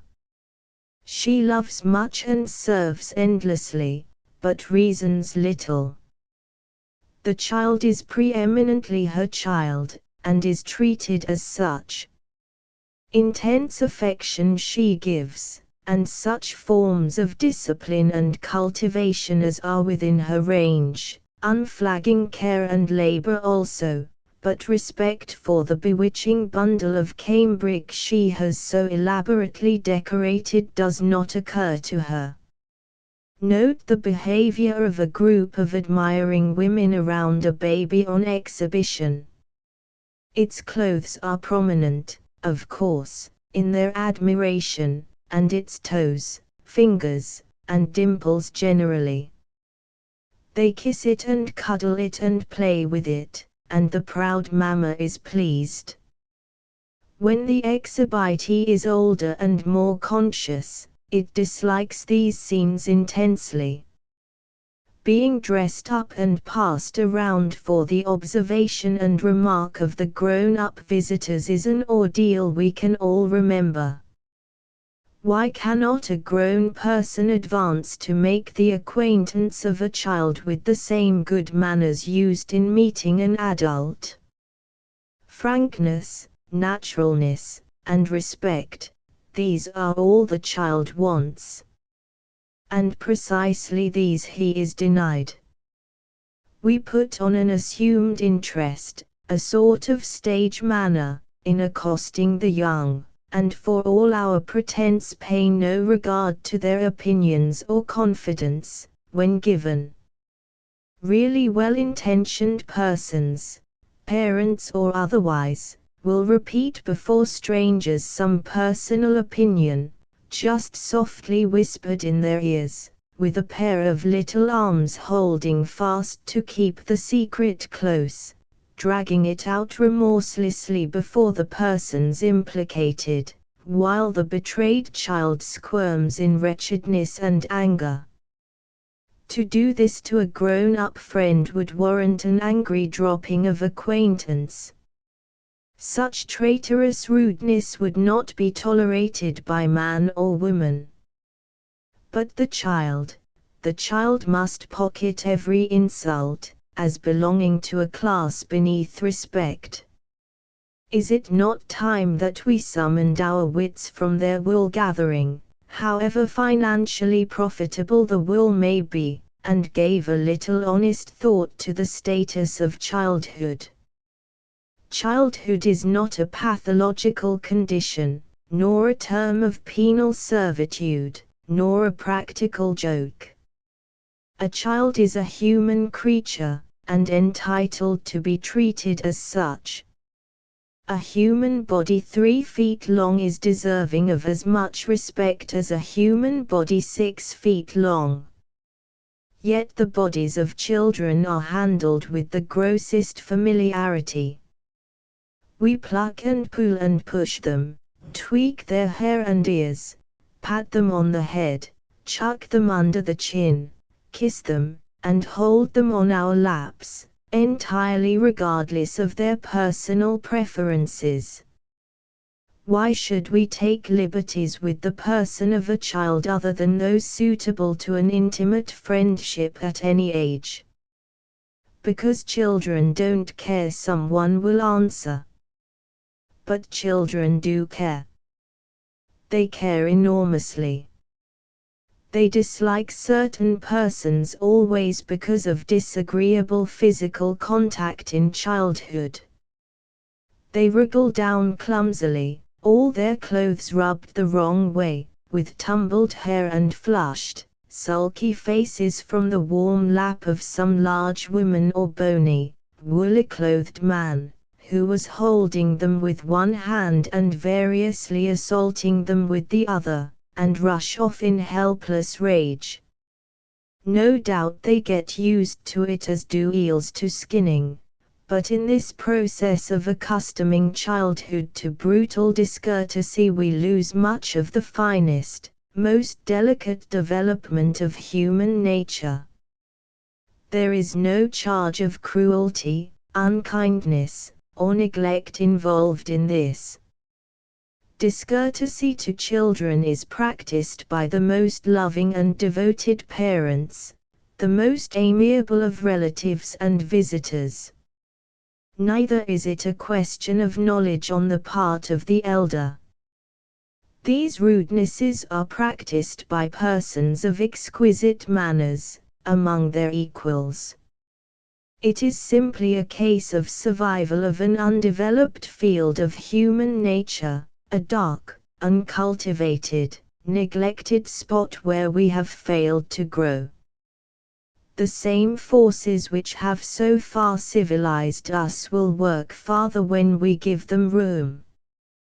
We have but to open our minds and widen our sphere of action to become civilized in these domestic relations. It is the citizenship, the humanness, of the child we need to recognize, not merely its relative accomplishments compared to ourselves. Also the tendencies and restraint born of power and freedom should teach us to respect the child precisely because of its helplessness.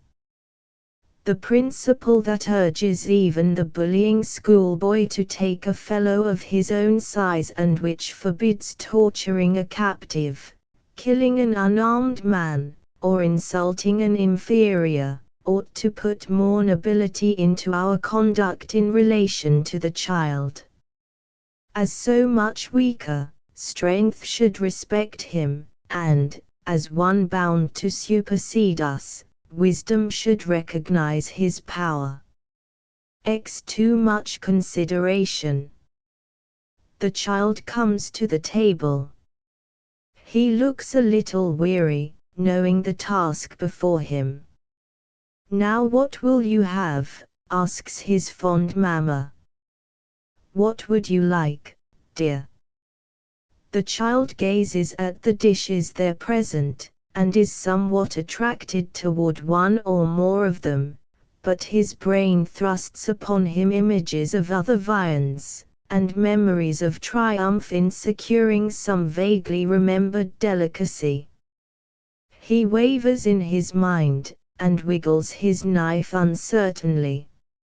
"I guess I'll have," Mama is all attention. "Have some of this nice potato," she urges. He had inclined toward the potato previously, but rebels at its being urged upon him. Also the cooing adjective affronts him. He has heard things called nice before, usually when he did not want them. "No, I don't want any potato," he says. I'll have some sweet potato." Unhappily there is no sweet potato, and the good mamma smilingly excuses the lack. "We will have some tomorrow," she promises, and, to distract him from thought of the impossible, "Won't you have a chop?" "No, yes, I'll have one chop. On this plate, not on that plate." "I won't have it on that plate." "But this plate is warm, dear." "I want it on my own plate." "Very well. Will you have some gravy?" "Yes, I guess so." "Not on the potato." "Don't put it on the potato." "I won't eat it if you put it on the potato." In time he eats, though not with eagerness. In his young mind is a vague sense of annoyance and discomfort, as if he were in some way defrauded of his dinner. The present dinner, rather gloomily going down, is contrasted with other possible dinners, not now to be attained. What he has suffers by comparison with all the things he has not, and a dim memory of previous disappointments oppresses him. "He never did eat well," says his mother. "We have hard work to find what he will eat. There may be some digestive disturbance, but there is a quite needless psychological disturbance added. Choice is a wearing thing, even to the trained scanner of menus. To select a meal exactly to one's taste, and not be haunted by the unchosen dishes, means the prompt and skillful exercise of a widely cultivated taste. Most of us gladly prefer to have some experienced cook and caterer set a good meal before us. A pleased anticipation at a well-known dinner table is a more agreeable frame of mind than that of one who must needs select, spurred by a tall darky with a pencil. A child has not a cultivated taste nor the calmness of experience. A choice, even from objects before him, is uncertain enough. He is apt to speedily regret and wish to change. To be called upon to order a meal is a real tax upon him. While he exerts himself in this direction, any proposition is likely to be resented, and, to one who is on tiptoe in effort to decide, an insinuating suggestion from without is extremely irritating. This method of consulting a child's preferences before he has them, introducing alternatives not present and then harassing the wavering young mind with persuasive propositions, rapidly develops a halting, fretful, backstitch sort of temper, always wishing it had done the other thing. The old-fashioned method was to compel a child to eat what was set before him, all of it, quite regardless of his personal taste or constitutional limitations. Nothing but palpable nausea convinced these obdurate parents of earlier generations that there were some things the little victim could not eat. This was a foolish and cruel method. Children differ widely in digestive power and preference, and their tastes are marked and sensitive. Eating what he does not like is far more painful to a child than to an adult. But his tastes and limitations can be discovered without concentrating his own attention on them. It is bad to treat a child's tastes with less consideration than those of older human beings, but there is no reason why they should be treated with more. The simple lesson can be taught of eating what he likes and leaving what he dislikes without vociferous proclamation of these preferences, and, if he really thinks of something else he would like to have for dinner, teach him to ask for it for another time. He can readily understand that cooking takes time, and extra dishes cannot be served at a moment's notice. A family is usually composed of several persons, all of whom should be treated with justice. If it is reduced to two only, if there is only mother and child to decide between, the decision should be fairly balanced. The practical issues of daily life are almost always open to a child's understanding. Mama, we will say, is reading. Mabel is busy with dolls' dressmaking. Oh Mama! Will you please get me the scissors? Can you not get them as easily, dear? I don't know just where they are, and I've been fussing ever so long with this yoke, and now I've got it just right, and I'm afraid, if I put it down, I'll forget again. Mama looks at the flushed, earnest little face, lays her book down, and gets the scissors. Again. Mama is stuffing the turkey. Mabel, will you please bring me down the largest needle on my cushion? Oh, but, Mama, I'm so busy with my paints. Yes, but you are upstairs already, and my hands are in the stuffing. Please hurry, dear. Mabel brings the needle promptly. She knows that Mama is considerate of her, and she is considerate of Mama. It is by no means necessary to argue over every little service, but a few test cases keep in mind the idea of justice. If what a child wants will give more pleasure to the child than trouble to the adult, do it. If it is more trouble to the adult than pleasure to the child, do not do it, and let the child understand, first, last, and always, the balance of human rights.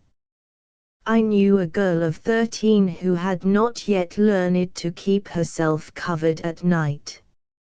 She slept with her mother, and, if she wakened chilly, she would murmur, without opening her eyes, "Mother, cover me up." And her mother would do it. This was unfair to the child. It allowed her to commit a gross injustice, and her mother was compounding a felony as it were, in indulging her. The child was already awake, and quite capable of pulling up the blankets. There was no reason why her tired mother should lose sleep for the purpose. The practical way to exhibit this would be for the mother to waken the child with the same demand. A few applications would be sufficient. If verbal remonstrance was preferred, usually an inferior method, the mother might quietly reply, "By no means. You are perfectly able to do it. It is not fair to waken me for that. I do not get to sleep again as quickly as you do, and am tired next day."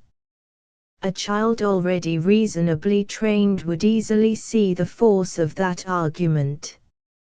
A big boy is persistently late to breakfast. This annoys his mother at the time, and delays her work afterward. She saves and keeps hot various viands for him, taking many extra steps, and her day's work is rendered a little more difficult. If the breakfast hour is that most convenient to the family needs, simply explain to the boy that breakfast is at such a time only, that he will be called in due season, and that, if he is not down within the given time, he will find no breakfast whatsoever. This course, firmly followed, works like a charm. Most people dislike going without breakfast.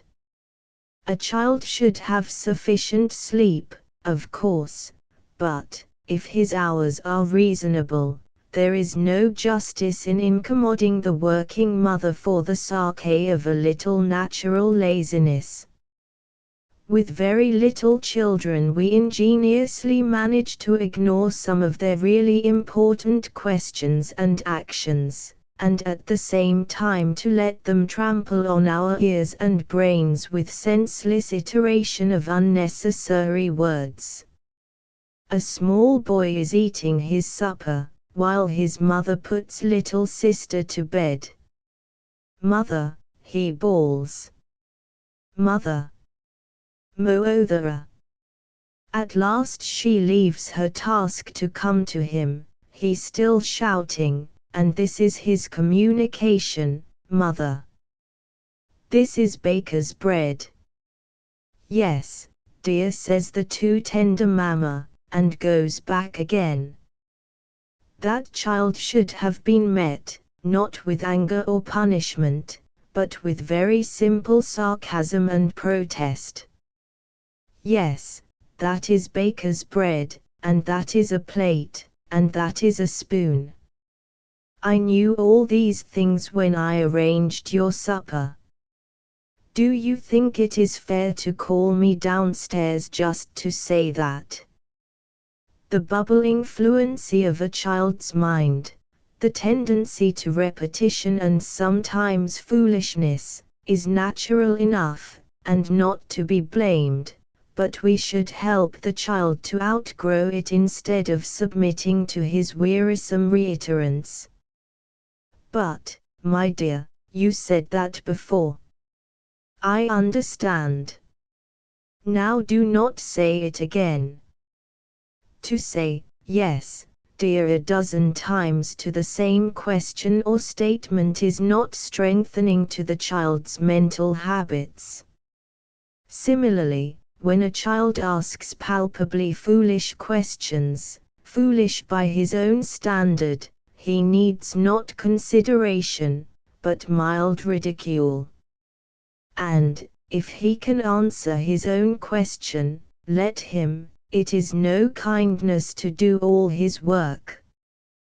Children are not benefited by a too soft and yielding environment, nor do they always love best those who treat them with too much consideration.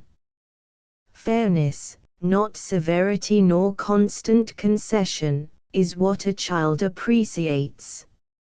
If we behave fairly to the child, as we would to a grown person, giving to him the healthy reaction of common justice, we help him to live easily and rightly in the world before him. Even love is open to measurement by results. The love we have for our children is not developed in us as a pleasurable exercise, but is distinctly for the child's benefit. The maternal sacrifice is what our scientific friends call it. In studying early forms of life, we find the mother sacrificing everything for the good of the young, from which we draw the general inference that it is for the good of the young to have the mother sacrifice everything. More discriminating study will show us a great difference in maternal methods. Where the mother's loss is the gain of the young, she cheerfully submits to it, but, where the young is not benefited by her loss, we do not find it. The eggs of the hen are carefully brooded by the mother, the eggs of the frog are left floating on the water in suitable places. There is no special virtue in the hen's brooding or vice in the frog's neglect. The mother does what is necessary for the young. The mother cat licks her little ones elaborately, and teaches them to make their toilets similarly. The cow licks the calf for a while, but gives it no instructions in washing its ears with its paws. The mother love is essential to the best care of the young, and therefore it is given us. It is the main current of race preservation, and the basis of all other love development on the higher grades. But it is not, therefore, an object of superstitious veneration, and in itself invariably right. The surrender of the mother to the child is often flatly injurious, if carried to excess. To put it in the last extreme, suppose the mother so utterly sacrifices herself to the child as to break down and die. She then robs the child of its mother, which is an injury. Suppose she so sacrifices herself to the child as to cut off her own proper rest, recreation, and development. She thus gives the child an exhausted and inferior mother, which is an injury to him.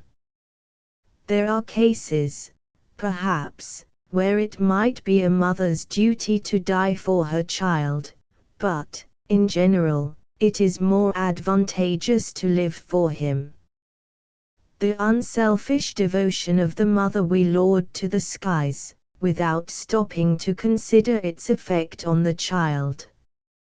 This error is connected with our primitive religious belief in the doctrine of sacrifice, one of those early misconceptions of a great truth. It is necessary for the good of humanity that the interests of the one be subordinate to the interests of the many, but it does not follow that an indiscriminate surrender of one's own interests always benefits society. On the contrary, a steady insistence on the rights of the individual is essential to the integrity of the social structure and its right workings. So it is necessary for the good of the child that the interests of the mother be subordinated to his interests, but it does not follow that her indiscriminate surrender of personal interests always benefits him. On the contrary, a too self-sacrificing mother tends to develop a selfish, short-sighted, low-grade personality in the growing life she seeks to benefit, where her honest maintenance of her own individual rights would have had a very healthy effect. Not what the child wishes, nor what the mother wishes, is the standard of measurement, but what is really beneficial to the child. If the mother is frankly and clearly unselfish in their daily intercourse, and then as frankly and clearly demands her own share of freedom and consideration, the child gets a fairer view of human rights than if he simply absorbs his mother as a natural victim. Little Mary has a visitor. Her mother is most polite and entertaining, is with them when they desire it, and lets them alone when they prefer. Then her mother has a visitor. Mary, she says, I am to have company this week. I shall of course have to give a good deal of time and attention to my friend, as you did to Hattie when she was here. So you must not feel badly if you do not see as much of Mama as usual. There must be the previous polite conduct of Mama to point to. The childish mind needs frequent and conspicuous proof that Mama is forgetting herself for his pleasure, and then he should be rationally called upon to forget himself for her pleasure, when it is plainly fair and necessary. The beautiful principles of kindergarten teaching are frequently misapplied in the too conciliatory and self-denying methods of the well-meaning Mama. Kindness, politeness, constant love, and all due consideration the child should have, but justice is as important to him as affection. It must always be remembered that the mother's love is not an end in itself, nor the expression of it a virtue in itself. It is to be measured, like every other natural function, by its use. When a child is reared in an atmosphere of unreasoning devotion and constant surrender, he grows up to expect it, and to carry a sense of grievance if he does not get it. The natural tendency of the mother to love her own young is strong in us, the maternal passion, but, like all passions, it needs conscientious and rational restraint. The human soul has grown to such a stage of development that we are capable of loving and serving great numbers of people. The woman, who is still confined to the same range of interests which occupied her in the earliest grades of human life, inherits her share of this socially developed power of loving, and concentrates it all upon her own immediate family.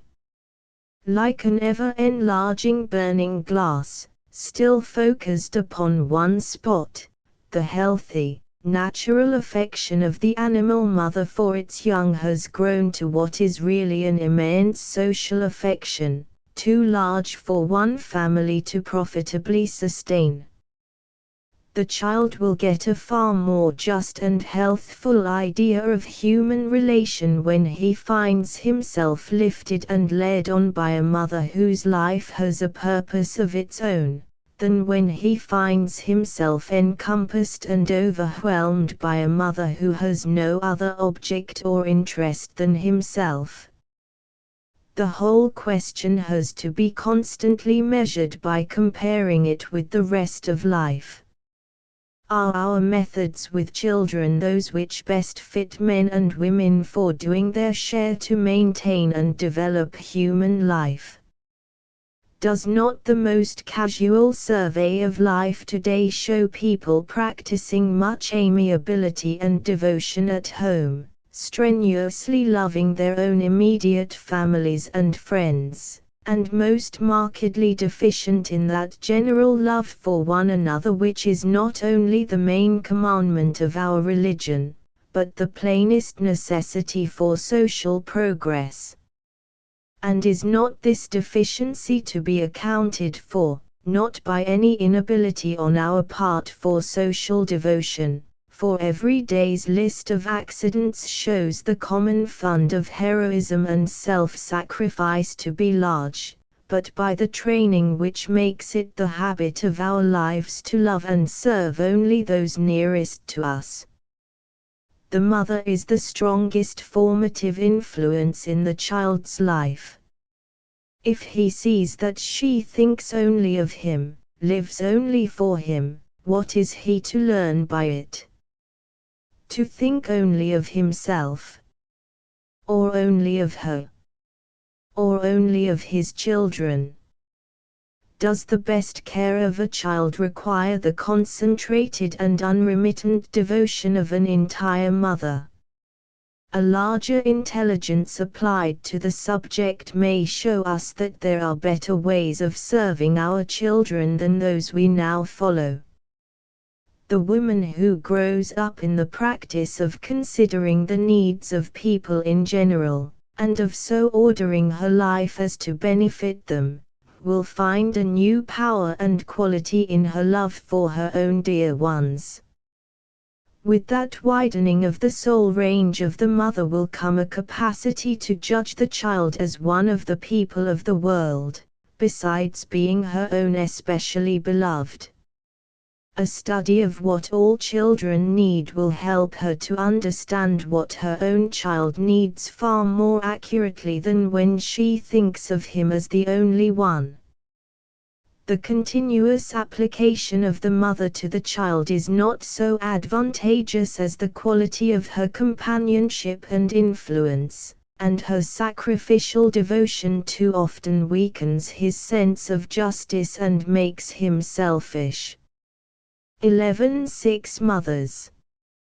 Broad-minded mothers of this time are keenly interested in child study, in that all too familiar and yet unknown field of infant psychology. They are beginning to recognize not only the salient fact that all children are different, but the equally important one that all children have points in common. The need of union and discussion among mothers is resulting in the mothers' clubs and parents' congresses, which form so noble an example of the progressive thought. But so far, with all the kindly interest and keen desire for improved methods of child culture, the mother has to return and grapple with her individual problem alone. Here are one or two simple and practical suggestions, the careful pursuance of which, with some clear record of proceedings, would not only be of immediate assistance to the mothers concerned, but to all the other mothers yet to be aroused to the importance of such action. Let us suppose 6 mothers, to take a very low number, 6 mothers in one town, one village, or one city, even in the open country, so that they could reach each other easily, 6 mothers, who were friends and social equals and who were willing to admit the deficiencies of our general present methods of child culture, and also willing to improve those methods. It is permissible for each mother to imagine that her own methods are superior to those of the other mothers, as this will give her a beautiful sense of helpfulness in allowing these superior methods to be observed and studied by the less able. A conscious sense of inferiority is also no obstacle, for a mother having that feeling would be eager to improve by study of the better ways. These 6 mothers divide the working days of the week among them, agreeing that each shall on her chosen day take charge of the children of the other 5. This might be for a part of the day or the whole day, as is thought best. Let us suppose it merely for the afternoon, and it could be limited, as desired, to children of a certain age, and still further reduced, as a mild beginning, to 1 child apiece from each family. This would give, as a minimum, 5 extra children on one afternoon a week to each mother. The maximum would be of course uncertain, but, if all the children of each mother were thus to go visiting for any part of the day, it would give to each 1 day in which that larger responsibility was undertaken, and 5 days free. There would remain Sunday, in which each family, complete, would be at home. Now let us take a hypothetical case, and suppose that our 6 mothers, with considerable trepidation, have chosen 1 child apiece that they were willing to entrust for the afternoon to the watchful care of these familiar friends. The children, be it rigidly insisted, are to know nothing whatever of the purposes or methods involved. All that little Johnny Black knows is that Mrs. White has asked him to come over on Monday afternoon and play with Alice and Billy White, and some other children that he knows, too, that presently Mrs. Green has them come to her house on Tuesday, and Mrs. Brown on Wednesday, that his mamma lets them all come and play with him on Thursday, in short, that his afternoons have become full and rich and pleasantly exciting, like some wonderful procession of parties. Not like regular parties, either, Johnny would explain. You don't have to dress up much, just be clean, to begin with. And they don't have ice cream and macaroons, only just milk and crackers when you get hungry, and, well, 'tisn't so much regular games and perhaps dancin', like a party, we just play. And Mrs. White, or whichever one 'tis, she generally has some nice young lady in with her, and they sort of keep things going, as if 'twas a real party. It's nicer some ways, I think. And which place do you like best, Johnny? Oh, I do know. Billy White has the biggest yard. But Jim Gray has the best swing, and there's a pond at Susie Green's, a real pond, and nothing but girls live there. Then it's lots of fun when they come to our house, 'cause I can show 'em my rabbits and make Jack do all his tricks. Yes, the children all enjoy it. It means variety, it means company, it means a wider and closer acquaintance and all the benefits of well-chosen association and larger environment. It fills a part of the day. There is no more aimless asking, "What shall I do now?" with the vague response, "Oh, run away and play," or the suggestion of some well-worn amusement. It means, too, a little more sense of company manners and behavior, and, on the other hand, a better appreciation of home life. And to the mother, what good will this do her?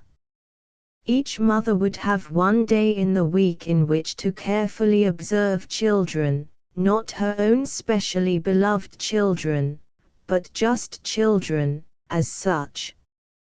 Her observation and care should be absolutely unobtrusive.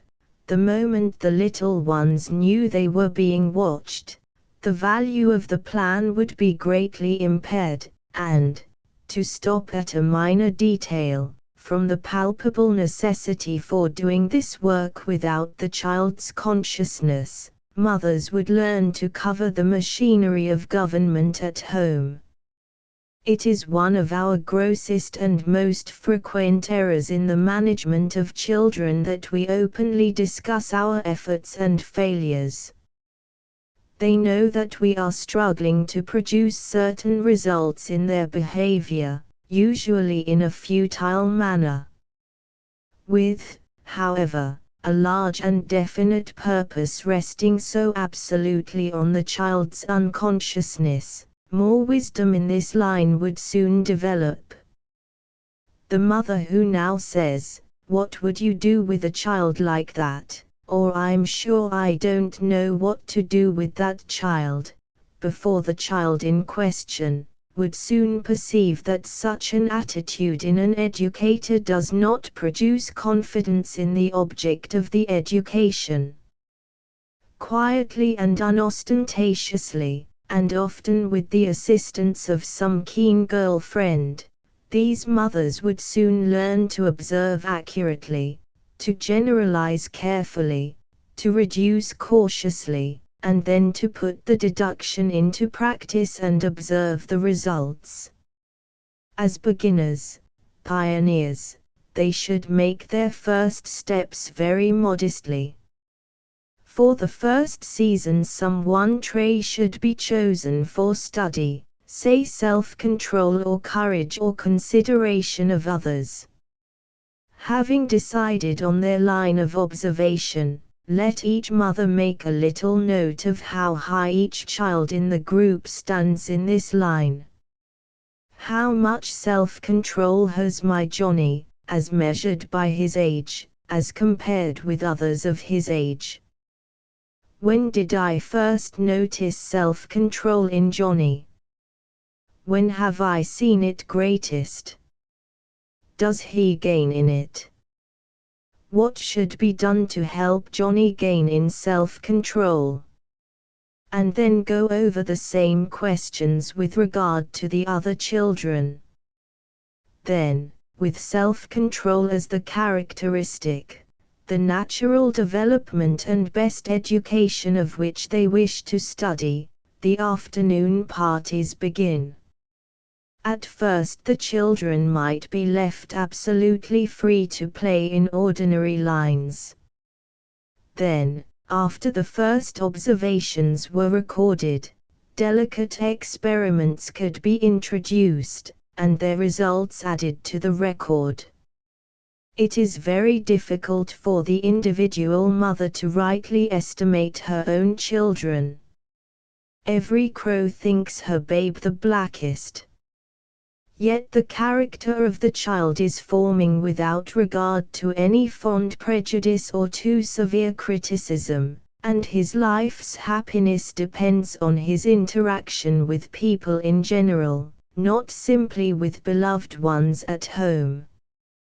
The measure of Johnny's self-control may not seem important to the parental love which covers or the parental force which compels, but to Johnny's afterlife its importance is preeminent. When one sits for a portrait to a fond and familiar friend, and sees all fondness and familiarity die out from the eyes of the artist, feels one's personality sink into a mass of values, it brings a strange sense of chill remoteness. So, no doubt, to the mother heart the idea of calmly estimating Johnny's self-control and comparing it with Jim Gray's seems cold enough. To have Mrs. Gray estimate it, and perhaps, terrible thought, to estimate it as less than Jim's, this is hard, indeed. Yet this is precisely what is to be obtained in such a combination as this, and in no other way, the value of an outside observer, through Mrs. Gray's estimate. Nobody's opinion alters facts. The relative virtues of Johnny and Jim remain unchanged, no matter what their respective mothers think or what their irrespective mothers think. But each mother will derive invaluable sidelights from the other mother's point of view. Each opinion must be backed with illustration. Instances of observed behavior must be massed before any judgment has value. "I think your Jim is so brave, Mrs. Gray. When the children were with me the other day, the cow got loose, and the girls all ran.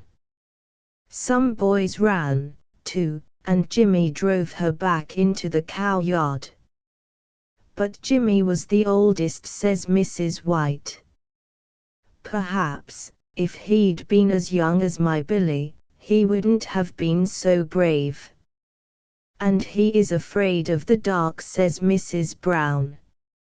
"At my house he wouldn't go into the back cellar after apples, even with the other children." "Isn't he afraid of the dark, Mrs. Gray?" Mrs. Gray admits this, but cites instances to show courage in other directions. And always 5 dispassionate observers to the one deeply loving and prejudiced. If it should happen that Jimmy is generally admitted brave beyond his years, with the one exception of fearing darkness, and that exception traceable to a nursemaid's influence, the mother of Jimmy is rejoiced, and a strong light is thrown on the nurse question. If it prove that by general opinion there is a lack of courage such as should belong to his years, there is cause for special study and special action in this line. Most valuable of all, the habit of observing a child's behavior as an expression of character is formed. The 6 mothers would of course meet to compare notes, preferably in evenings, when children were all in bed and fathers could be present, and the usual difficulty of leaving home in the evening could be met in such an important case as this by engaging some suitable person to come in for an hour or 2 and stay with the sleeping little ones. All such details would have to be arranged according to personal and local conditions, but the end to be attained is of such enormous value that considerable effort is justified in reaching it. Even in the beginning, A usefulness would be found in the united interest, the mutual helpfulness of the combined women, drawn together by the infinite and beautiful possibilities of their great work.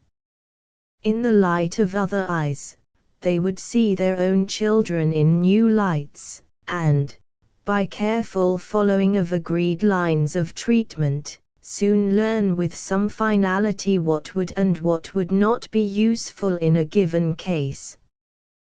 The observations and experiments of one earnest group of mothers like this would be a stimulus and help to uncounted thousands of ungrouped mothers who are struggling on alone.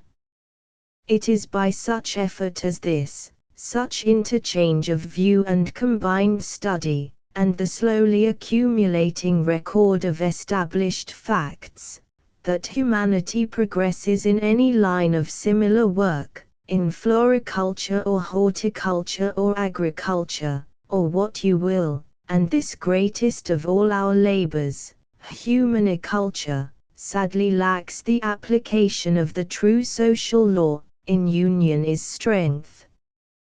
The child needs not only love, but wisdom and justice, and these grow best in the human soul through combination. 12 Meditations on the Nursemaid. The trouble with these household problems which vex women so much is that we do not give our minds to them sufficiently, said earnest little Mrs. Blythe. Now I mean to give my mind to this nursemaid problem, and work it out. It is high time that somebody did. And it is not only on my own account, this is something which affects us all who have nursemaids, that is. I suppose the mothers without nursemaids have their problems, too, but I must consider mine now. Now what is the matter with the nursemaid? She does not suit me. She has palpable faults and deficiencies. I want a better nursemaid. So far I have trusted to the law of supply and demand to produce her, but it does not seem to work. I demand her, just as I have demanded a better housemaid for some time, but the supply is not forthcoming. So now I mean to think it out, and see if I cannot find a way to the invention, discovery, or manufacture of a better nursemaid. And I mean to be very clear and logical in my thinking about it, so as to come out in the end with proof. I want to prove what is the matter with the nursemaid and how to make her better. In the first place, what are my objections to the nursemaid now? She is careless and irresponsible. She is ignorant. She is ill-mannered. She is often deceitful. I can't trust her. Now it doesn't seem right that my child should be placed in the care of an ignorant, ill-mannered, careless, and irresponsible person, even if not also untrustworthy, does it? And it does not relieve me of the care as it ought. I have to take care of the child and the nursemaid, too. What I want is a careful, responsible, wise, well-mannered, honorable young girl. She ought to have special training, too. It is really dreadful the way these ignorant girls undertake to care for children. We need schools, training schools, and diplomas. They could have practice classes on the children of the poor, or in institutions, and yet that idea does not quite suit me, either. My child is very individual and peculiar, and I don't believe that practicing on poor children would fit a nursemaid to take care of my child. But nice people would not want their children to be practiced on. They would have to take the poor ones, it would do them good, anyway. They get no care now, their mothers are shockingly ignorant and neglectful. But, after all, I don't have to arrange the training schools. I only know that she ought to have special training, and it ought to be practical as well as theoretical, and that means practicing on some children somewhere, somehow. And they certainly would have to be poor, because rich people would not let their children go to be practiced on. Maybe the poor people would not, either. Then it would have to be orphans, I guess, combining nurse training schools with orphan asylums, and foundlings, too. Well, now these nursemaids would go to these training schools to improve themselves, would they? Come to think of it, they only go to nursing because they need the pay, and, even if the training schools were free, they'd have to wait longer for their money. And, if they got no more with training than without, they would not go, I'm afraid. We should certainly have to pay them more trained than untrained. That is perfectly logical, I'm sure. And, of course, that would be an obstacle.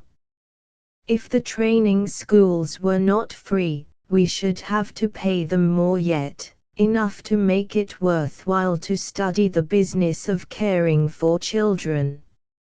A short course might do, 6 months or a year. I've heard my mother say that she knew something about taking care of children by the time Charlie was born. But that was, well, I was 8, and I'm the third, that was about 12 years. Oh, but she wasn't in a training school. That would teach them faster. There would be more children to practice on. Let me see, if it took my mother 12 years to learn by practicing on 5 children, Charlie was the 5th, 4 children, how many children would it take to learn on in 1 year? I'll get John to do that for me, I'm not good at figures. Besides, it's different, altogether different, for my mother was a mother, so she knew how, to begin with, and nursemaids are not.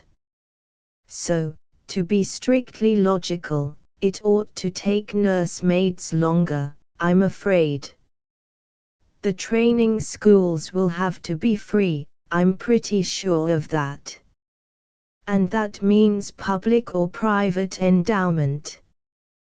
We might as well think it all out clearly.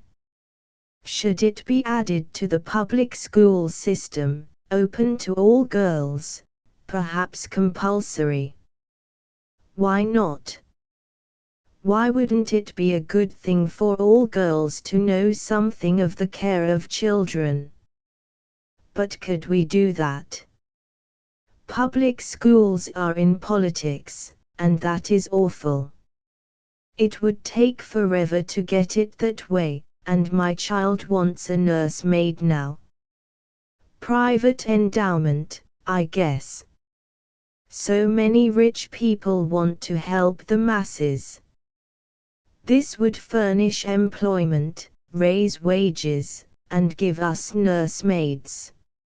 I'm sure it would appeal to any philanthropist. Yes, some rich person must endow a training school for nurses. That sounds like hospitals, for child nurses. That sounds like wet nurses, for nursemaids. Why need they be maids, though? Well, if they were married, they would have children of their own, of course, and couldn't take care of ours. One would think, though, that motherhood would give them more experience, that they would know how to care for children better. But, then, they wouldn't want to leave their own children to take care of ours. And they couldn't take care of them together. A mother would naturally do more for her own, she wouldn't be fair. A training school for nursemaids. After all, maid does not mean unmarried in this connection, it means simply servant. And nurse comes from the time when mere nursing was all that was required, a kind of a survival of old customs. How these things do open up, when one thinks about them. Why nursemaid at all? Why not have a new and attractive name, that would help make them go to the training school, too? Nurse, nursing, it isn't nursing our children want. They are not sick, and they don't stay babies all the time they need this person. What is it that our children need? Of course, they do need direct, personal care, and, when they are babies, they need real nursing, just somebody well, they have to be fed, and that only needs a knowledge of infant physiology and nutrition, to keep the bottles clean, of course, and be very accurate, and follow directions. They don't need to know so much after all, the doctor tells what to give it to eat and what not to. And the mother understands the child's needs. Still, even for babies, they need some kind of training, the nurses, I mean, not the mothers, it is divinely implanted in the mother. And, then, mothers are studying these things now. I know ever so many young mothers who are taking child study now, and about nutrition, too. But the trouble is they can't depend on the nurses to carry out instructions. If they were only trustworthy. Will the training schools make them honorable? I suppose so. They would get some sense of the importance and dignity of their work. They would be graded and marked, of course, in their diplomas, so that one could pick out the dependable ones, and that would gradually elevate the standard. The trouble is, of course, when they go out. Children must be out of doors, and, in cities where we have no yards, they cannot be under the mother's eye, so they must be out with the nursemaid. That's perfectly logical. Then there are the other nursemaids. One cannot keep them isolated, that's out of the question. And if they have admirers, as they do, of course, young girls always will have admirers, and training schools will not alter that. Why, if they meet their admirers, it has a tendency to make them careless. That is natural. We must allow for such things. And it is a perfectly natural temptation to take the baby to see their own families. We forbid it, of course, but I admit that it is a temptation. And there are all those awful risks of diseases and things. Now, if their families were nicer people and lived in nicer places, but then they wouldn't want to be nursemaids. But if the training school raises wages and standards, that will have an effect on the class of people who take up the work. It certainly is the noblest, most beautiful, most important work in the world, the training of children. I wonder why our own girls do not take it up, our college girls. But then, of course, they wouldn't be nursemaids. Perhaps, if it had another name, now let me think, and be fair.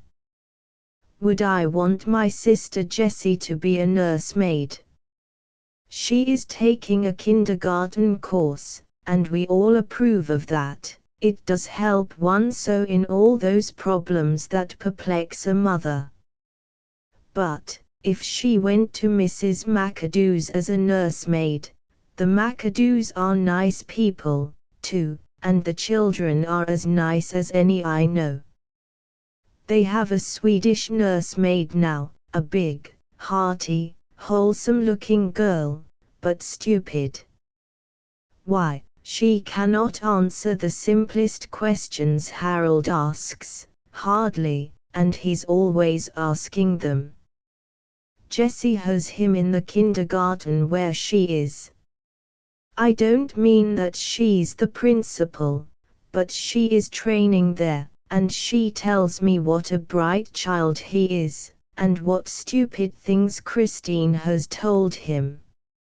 And you see he has Jessie only 3 hours a day, and Christine all the time he's awake. Jessie is taking a special course in infant psychology, and she says Christine is doing him a world of harm. But she is so good-natured and faithful that they keep her. They don't realize that her being stupid is any harm to the children, I suppose. But, if Jessie had him all the time, Harold certainly would develop more rationally and more easily.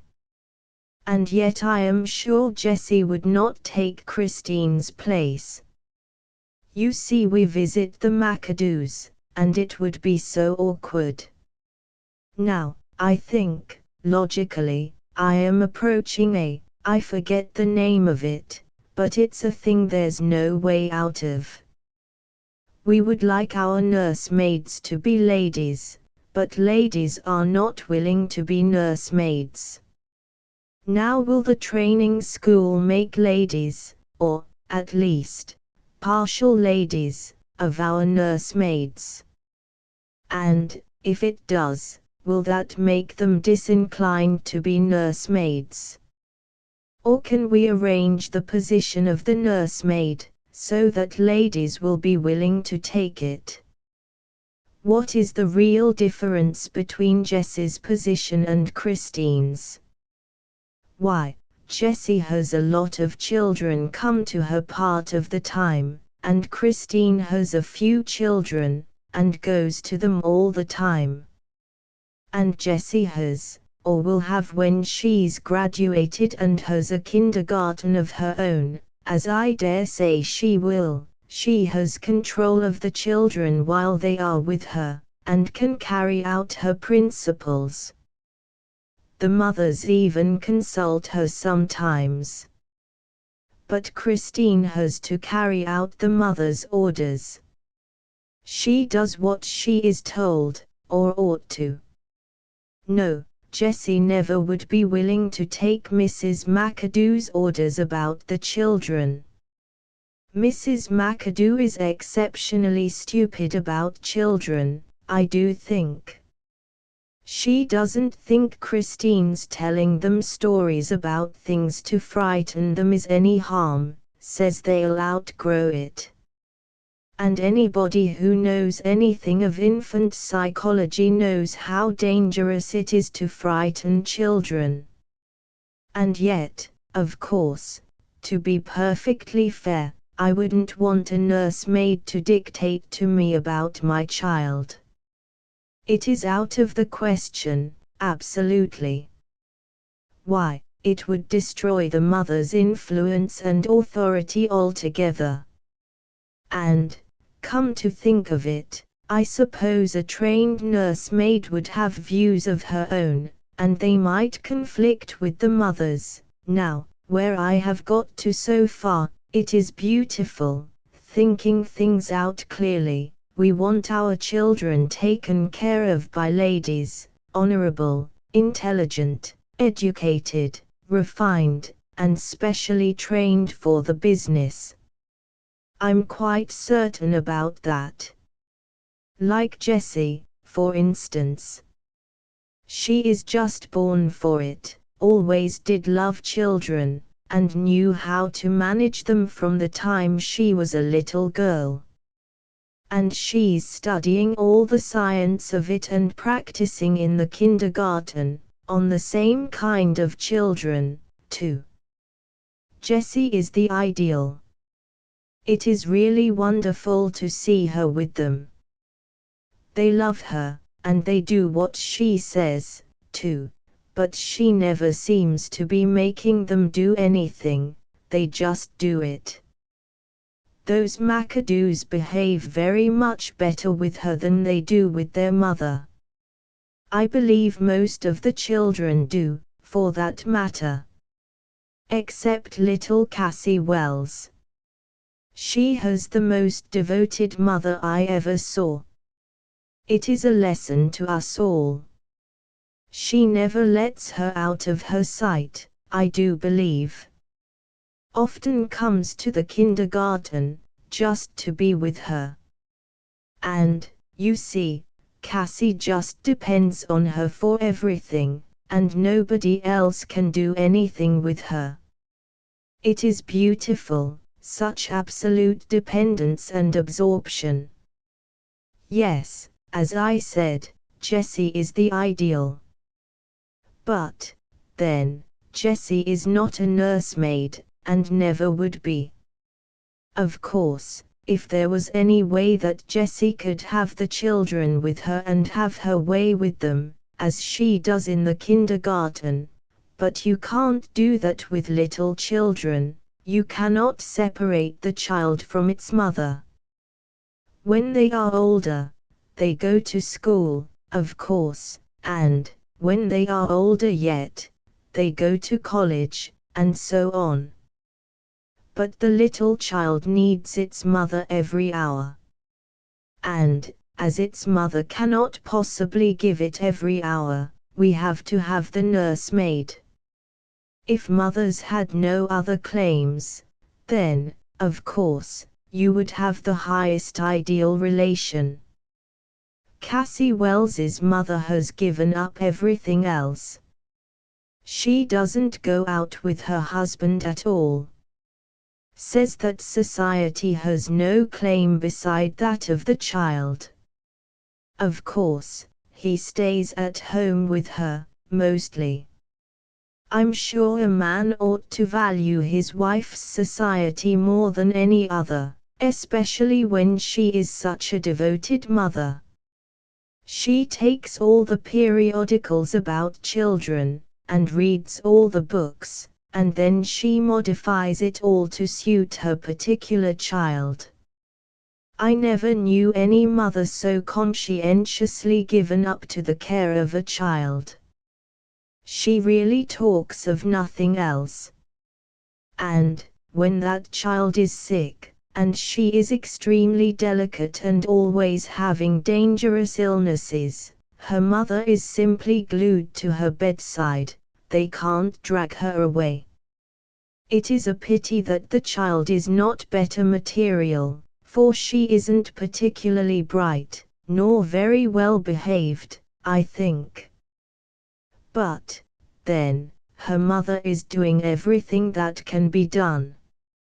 Jessie says that child is being mothered too much, that she needs more freedom and an impartial outside management. But, then, Jessie is a good deal of a theorist, and, after all, she isn't a mother. Nothing can really equal the mother's care for her own child. Still, we simply can't do it, all of us, as families increase.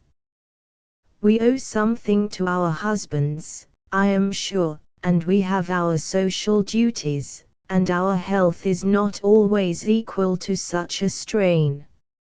No, the mother must have help, and that means the nursemaid. It's no use talking about Jessie. Even if she would do it, there's not enough of her to go around. We never can expect that faculty with children in everybody, they simply don't have it.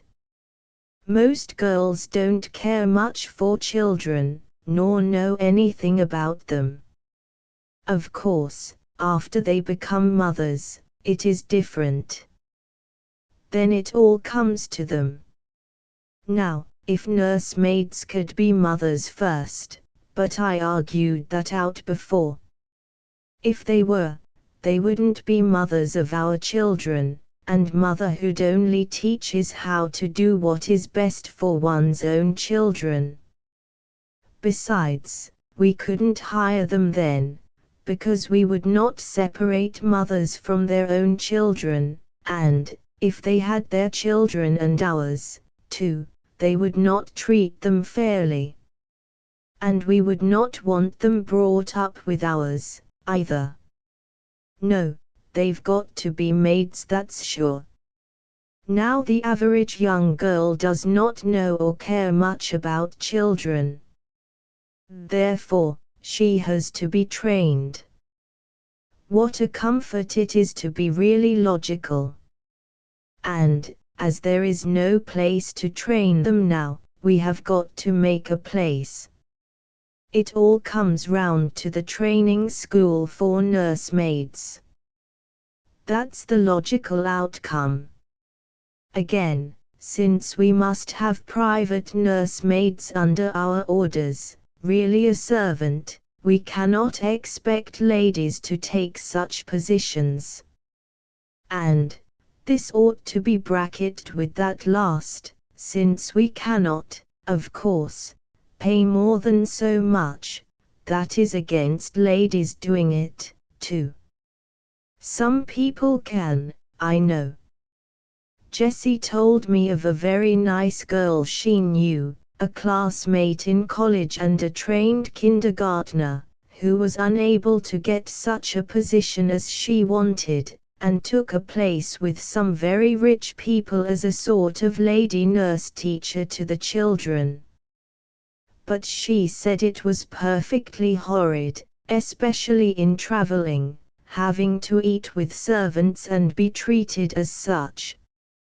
I can see that it would take a kind of heroism, and we cannot really count on heroic nursemaids. No, it has to be from the lower classes that we take our nursemaids. I think that is proved. The average employer simply couldn't pay them enough to attract a higher class of labor. These are really questions of political economy in part, you see. The ordinary young girl of the lower classes, that is the raw material of our nursemaid. Naturally, she is ill-mannered or unmannered, and careless and ignorant and all those things. Therefore, we must train her. In order to do that, we must first provide the training school, and, second, make her go to it. Now I wonder how we could do that. The higher wages would be an object, of course, that would have to be insisted on. And we might create a sentiment. That's it. That's what we must do, create a sentiment. But it's no use doing anything till we've got the school. And I worked that out as having to be done by private endowment.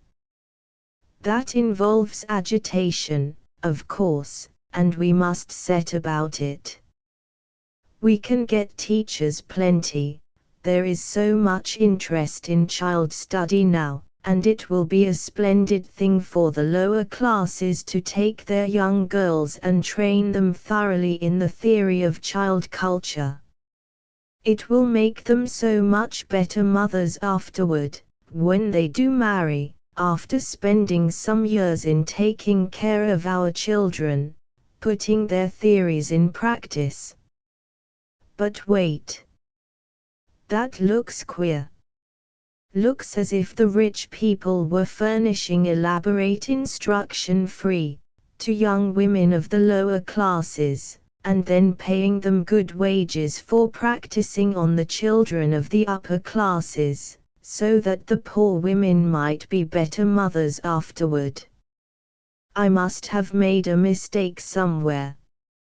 I'm going to reverse that position, and see how it would work. Suppose young girls of the upper classes took elaborate instruction in child culture, and then practiced on the children of the lower classes, in order to be better mothers afterward. That seems more satisfactory, somehow, yet it means a lot of work. It would do our girls good, I can see that, and do the children of the lower classes good, and, no doubt, make the girls better mothers.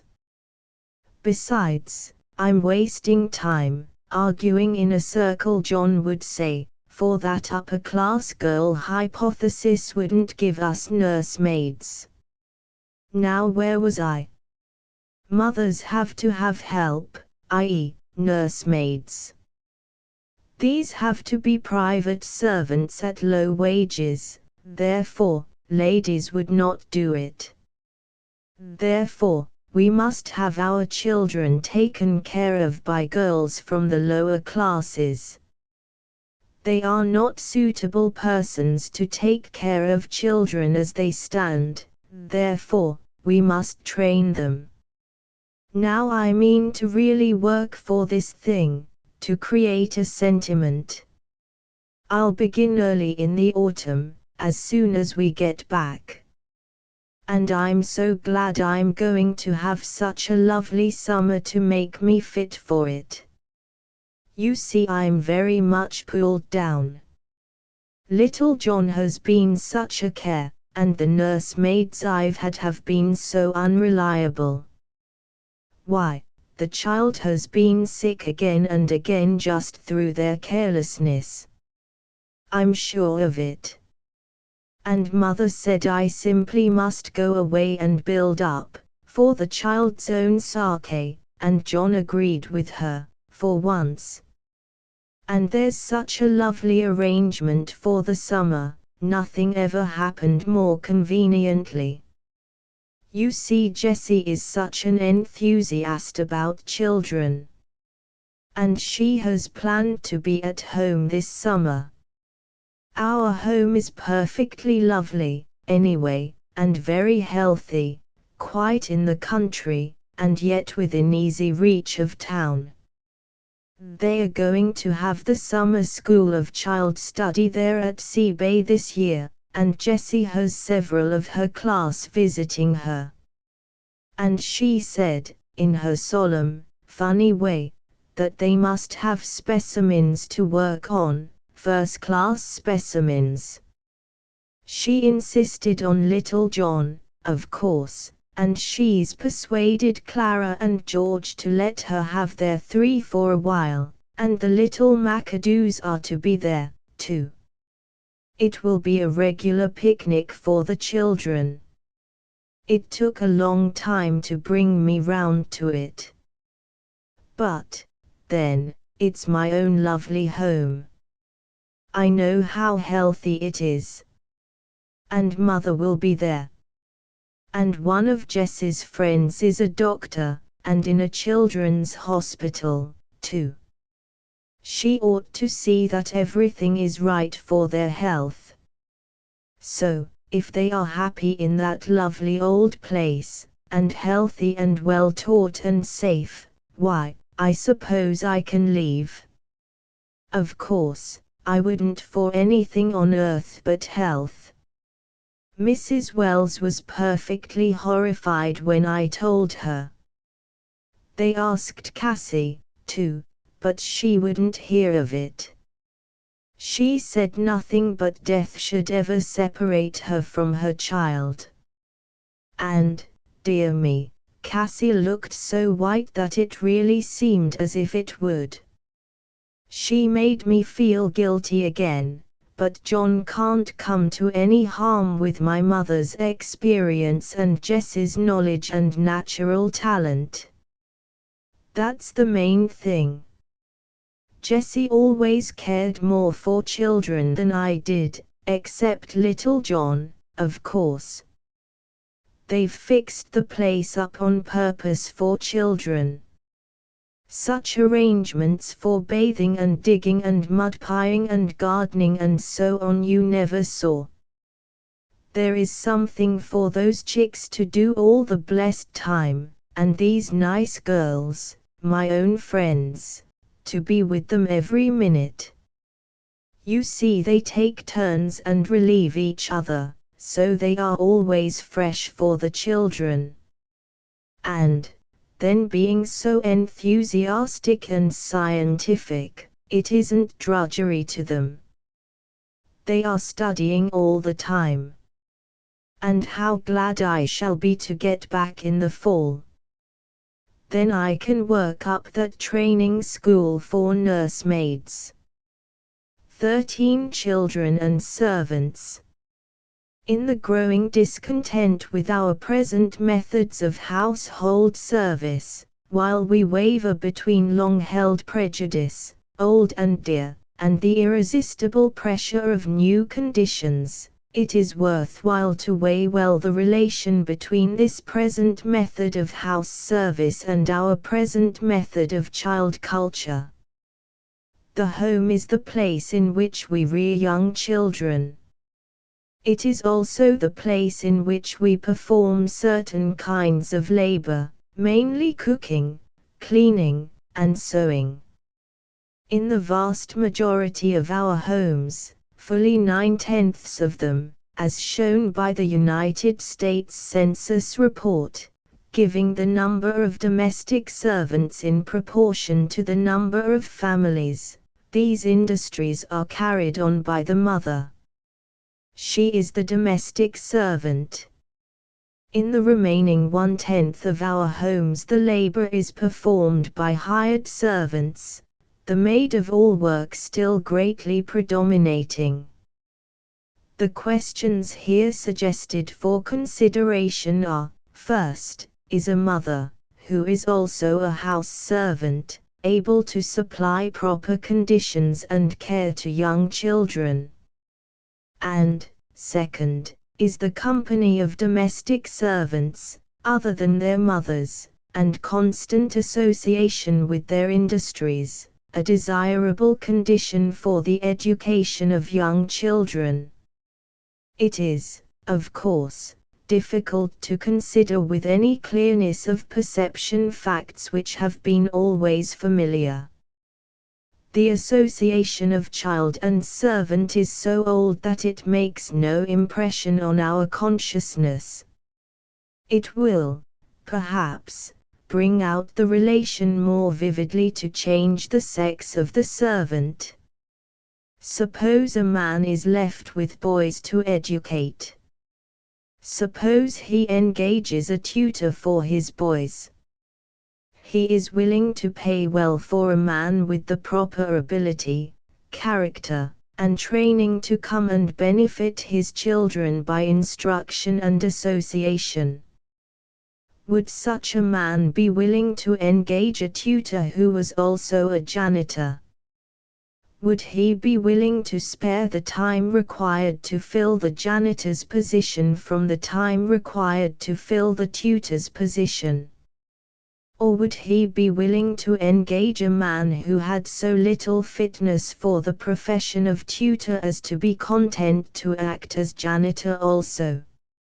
Again, in sending his boys to school to be educated, would a man be willing to have that school also run as a restaurant, a laundry, and a tailor shop?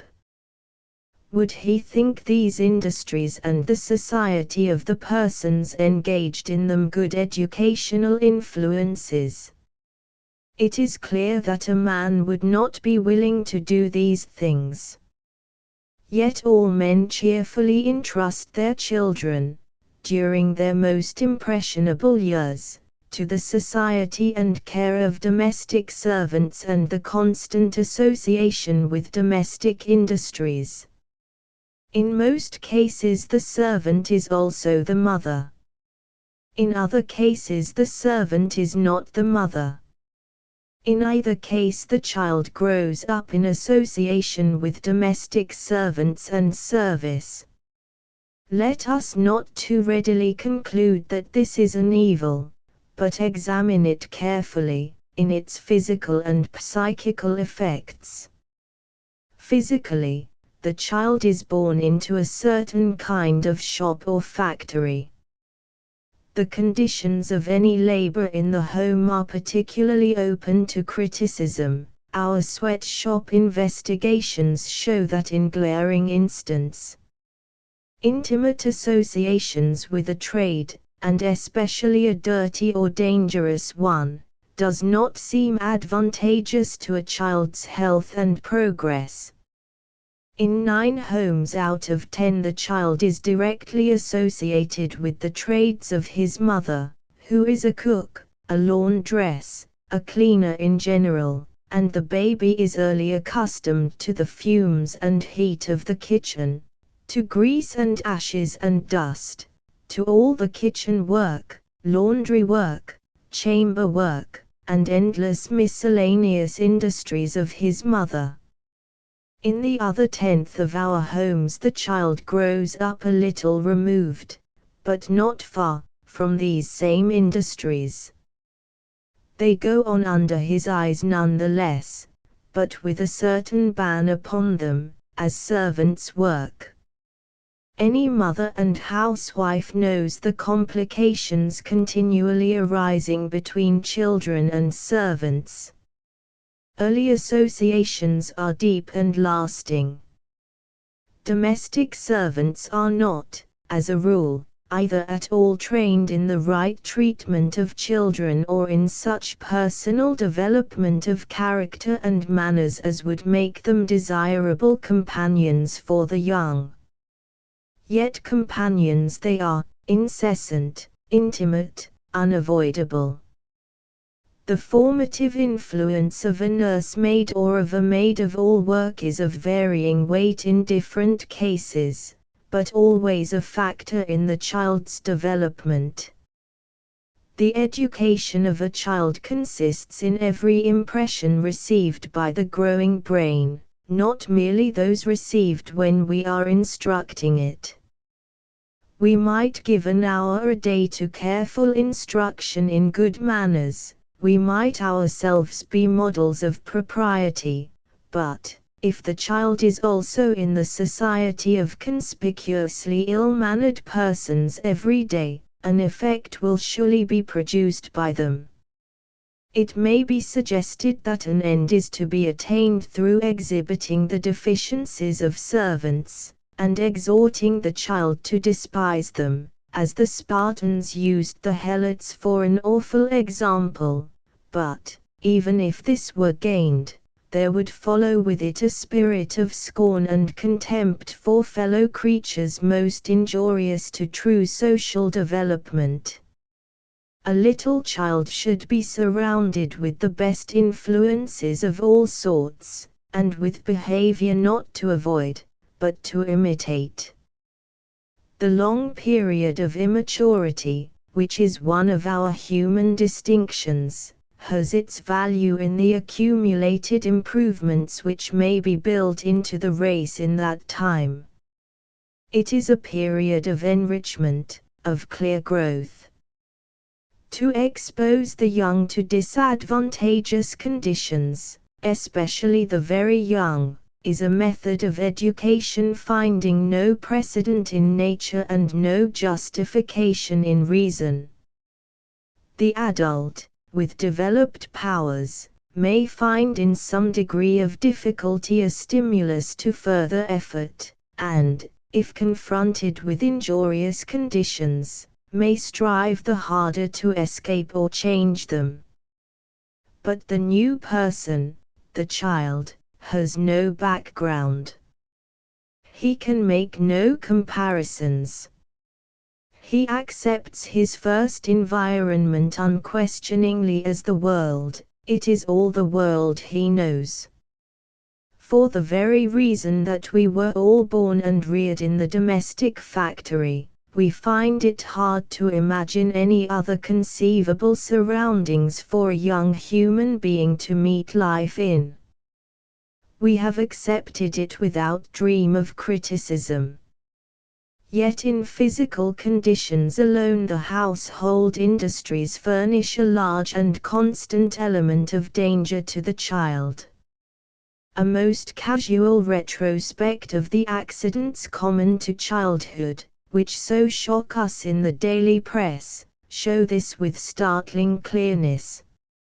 Children suffer from accidents by fire, by boiling water, by sharp instruments, by injurious substances taken into the stomach. The industry of cooking alone involves the free use of fire, a constant succession of hot products, many sharp instruments for cutting and stabbing, and various food elements healthful in combination, but often injurious when taken separately by one ignorant of their nature. The kitchen and the laundry are responsible for many horrible and sudden deaths among young children, and many more painful accidents. Given the essential ignorance and as essential experiments of childhood, and we may well wonder how it has so long seemed good to us to bring up our babies among such large chances of danger. If we reared them in stables, we should expect them to be kicked occasionally. If we placed them in sawmills, we should look for some deficit in fingers, and a child in a cook shop has his steady average risk of injury by fire, steel, or poison. In the laundry, the added chance of drowning. Apart from these main sources of danger, he finds in sweeping, dusting, and all the uncounted activities of household toil much that is detrimental to health and safety. To avoid these dangers, our first effort has been to train the child to a prompt and instant obedience, such as conditions of imminent danger and military rule alone can justify, and also to check his natural and most valuable tendency to investigate and experiment. The labors of the household must go on, economic laws are peremptory, and the servant, who is educating the baby so unconsciously, cannot stop work to explain or illustrate. On the contrary, the very presence of the child is inimical to the proper performance of these imperative industries, and the flushed and hurried servant cries, "Run away now. Mama's busy." Where is the child to run to? This is home. When is Mama not busy? To properly perform the household labor of an average family, which is of 5 persons in an average house, say of 6 rooms, takes 10 hours a day of swift, intelligent, skilled labor. During what part of this time can the household laborer give due attention to the child? Or is it sufficient education to watch a servant at work, and to help a little when one is old enough?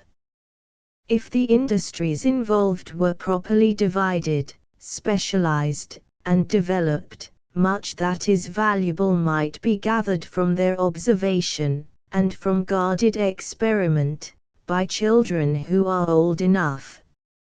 A child can receive valuable instruction in a woolen mill or a blacksmith shop, but it does not follow that these places are suitable as nurseries. The lack of any true educational value in the position is sufficiently shown by the ceaseless centuries of ignorance in these very trades. All women, for all time, reared in this intimate association with domestic service and domestic servants, have failed to work out any better grade of performance than that which still furnishes the staple of conversation among them. It is quite evident, from the results so painfully visible around us, that the education of our children by house servants develops neither general intelligence nor special proficiency. The intellectual progress of humanity has shown close connection with the extension of industry in larger lines, with a growing specialization, a wider distribution, and, of course, with the beautiful growth in special methods of education. But this kitchen education, though we have enjoyed its advantages for so long, does not seem to show good results. The educational value of the mother seems not to be in proportion to her occupation as a house servant, but the reverse. It would seem that our children grow in intelligence and good behavior rather in spite of the domestic industries than because of them. Any mother who is awake to the limitless possibilities of child culture, and who begins to work out some well-considered plan for its pursuance, knows the ceaseless interruptions of her efforts, and the peremptory monopolization of her time, by the demands of household labor. So far, with true womanly patience, a patience which ceased to be a virtue some years ago, she has accepted the condition as inevitable, and plodded on, consoling herself with a day-unto-day philosophy, and with doing the best she could, and many moralists consoled her, saying, "Blessed be drudgery." Drudgery has a certain value, no doubt. It develops certain characteristics, namely, those of a competent and contented drudge. The question raised here is merely whether this kind of work and the characteristics developed by it are suitable educational associations for young children. What are the qualities developed by house service? Let us suppose that we are all, fathers as well as mothers, occupied solely in household labor. The effect may be studied from one point of view in those countries where there are more men servants than with us, and where the profession is sometimes followed for generations. The typical character of a butler or footman, a parlour-maid, cook, or general servant, may be traced through all personal variation. Given any sort of person, and put him or her through a lifetime of domestic service, and certain characteristics appear, modified to a large degree by personality, but typical nonetheless. This palpable result of house service is familiar to us all, and not desired in ourselves or our children. Admitting all personal good qualities in the individual servant, that in his bearing which distinguishes it from the bearing we call soldierly or gentlemanly or even businesslike is the natural result of his form of labor, of personal domestic service. Where the purpose of action is to serve one individual or a very few individuals, and this not so much in ministering to general needs as in catering to personal tastes, those who thus labor are checked in development by the measure of the tastes they serve. That is the restrictive tendency, resisted according to personal power and ability, but always producing some result. A race of men who were one and all contented to be butlers and footmen would not give as noble a fatherhood as the world needs, and a race of women who are contented to be cooks and housemaids do not give as noble a motherhood as the world needs. Sharp exception will, no doubt, be taken to the use of the word servant to designate the 9 out of 10 women who do their own work. There is a difference, we freely admit. They do the same work in the same way, but they have different motives. They do it from a sense of duty, ofttimes, instead of a desire for wages, for they get no wages. They do it simply because they have to, sometimes, feeling it to be merely a disagreeable necessity. They do it from a more direct self-interest than the servant, as well as from a greater self-sacrifice. Few, very few women love it, and continue to do it a day beyond the time when their husbands can afford to hire another woman. Whatever the moral quality of intention and the value of one's frame of mind, the reactive effect of one's daily labor is inexorable. No matter how high and holy the purpose of the toiling housewife, no matter whether she glories in her task or hates it, her brain is daily modified by its kind of exercise as surely as her fingers are greased by the dishwater, cracked by the soap suds, and calloused by the broom. The amount of labor and care required to run a household comfortably is not small. It takes no mean intelligence to administer a home. So does it require intelligence, labor, and care to run a retail dry goods shop or a railroad train. The point to study is whether this particular species of labor and care is conducive to the best child culture. Can the average woman successfully manage the mingled industries of her household and the education of her children? It may be replied at once, with some triumph, yes, she does. To which we merely rejoin, does she? We know that the household industries are carried on in some fashion, and that children grow up amid them, such of them as do not die, and are, when grown, the kind of people we see about us. People did live and rear children in caves, in tents, in huts, in feudal castles. It is a question not of the bare possibility of maintaining the race, but of the relative advantages of methods of culture. Our rate of infant mortality is shamefully large, and due mainly to what physicians term preventable diseases. It is quite open to discussion whether those diseases are not often traceable to the insanitary conditions of household labor, and their continued prevalence to the limitations of the kitchen-bred intellects of 9/10 of our mothers. No human being, be she never so much a mother, can be in two places at once or do full justice to several varied functions with one distracted brain. That the mother comes so near it in many cases is a splendid tribute to the power of love. That she fails in such degree is no reproach to her, so long as she is unable to alter the industrial conditions under which her motherhood is restricted.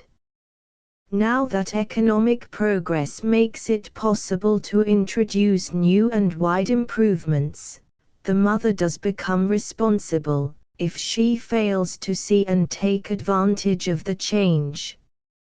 Our complex and ill-developed household labors tend to produce certain special mental capacities in those who perform them. The housewife must hold in mind the entire contents of the home, all its furnishing, decorations, utensils, and supplies. She must keep a running account of stock, and make good the incessant and irregular deficiencies of linen closet, wardrobe, cupboard, and pantry, as well as the wear and tear on the machinery and furnishings. This develops one order of brain, the administrative. The house servant must exhibit skill in several distinct trades, and a swift facility for disconnecting the mind and readjusting it as promptly. This develops another order of brain, the executive, the development seriously hindered in special perfection by the attendant facility for disconnection. Neither of these mental powers is that of the educator, especially the educator of babies. The capacity for subtle, long-continued, nicely balanced observation in lines of psychic development, the ever-present, delicate sympathy which knows the moment to suggest and the hour to refrain, these mental attributes belong neither to the administrative nor to the executive ability. We find in the maternal dealings with children, when conspicuously efficient, precisely what should be expected of the expert manager and skillful servant. The children are well managed and well served, but they are not well educated. When the mother, the housewife mother, the servant mother, begins to look into educational processes, she is appalled. It is easy to show her, if she has a clear and at all educated mind, what conditions would be best for babies, what kind of observation and treatment, but she knows full well that she cannot furnish these conditions. She has neither place, time, strength, skill, nor training for this delicate and careful method. Her work, her daily, hourly inexorable work, fills the place, consumes the time, exhausts the strength, does not develop the skill, and prevents the training of the educator. Many mothers do not even recognize the possibility of better methods, and strenuously resent the suggestion that they are not doing all that could be done. They resent even the kindergarten, many of them. The relatively slow progress of the kindergarten method is as good a proof as could be offered of the lack of educational perception among mothers. They are willing to serve their children endlessly, wait on them, wash, sweep, and cook for them. They are willing to manage their children carefully and conscientiously, and do not recognize the need of better educational treatment for babies. This attitude is a perfectly natural result of the reaction of the absorbing household industries on the mind of the mother. Her interest is eager and alert in all that concerns the material management of the family, from wallpaper and carpets to some new variety of hose supporter, down to the least detail of decoration on an embroidered muslin cap for the baby. In any matter of greater beauty or economy, or in some cases of sanitary improvement, the housewife mother's mind is open. In indefatigable zeal in direct service, no task too difficult, too long, too tedious, the servant mother's hand is ever ready. But the same devoted, loving, conscientious mother will fail appallingly to keep in touch with the mind growth of the baby, will often neglect and even seriously injure its development in what is, after all, the main field of human life. The young human being needs far more than to be fed and clothed and waited on, however lovingly, or even than to be taught in schools in a few set lines of study. We have made splendid progress in external things, in material forms and methods of production and distribution. We have traveled far and deep in scientific study, climbed high in art, and grown through grand religions. Our one great need, a need that grows daily greater in the vivid light of these swift-moving years, is for a better kind of people. The progress in human character does not keep pace with our external improvement. We are not trained in the right management of our own faculties, and come out of the home into the world well fed enough, well dressed enough, but with such unkempt, unbuttoned, dangling strings of neglected character as bespeaks the orphan soul. Ask any mother to describe her children's complexion, costume, and tastes in eating. She will do it glibly, profusely, and with feeling. Johnny would never touch meat till he was 10, Maud would eat nothing else, Jessie could never bear potatoes. Maud was very nearsighted. She had early taken her to an oculist.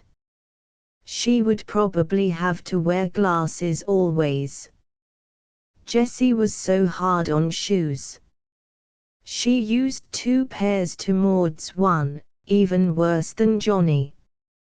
Now ask her to describe the distinctive mental characteristics of each, at what age they developed, and what measures she has taken from year to year to check Jessie's personal vanity, to increase Maud's courage, to develop patience in Johnny. Ask her what she has tried for croup, and she will discourse freely.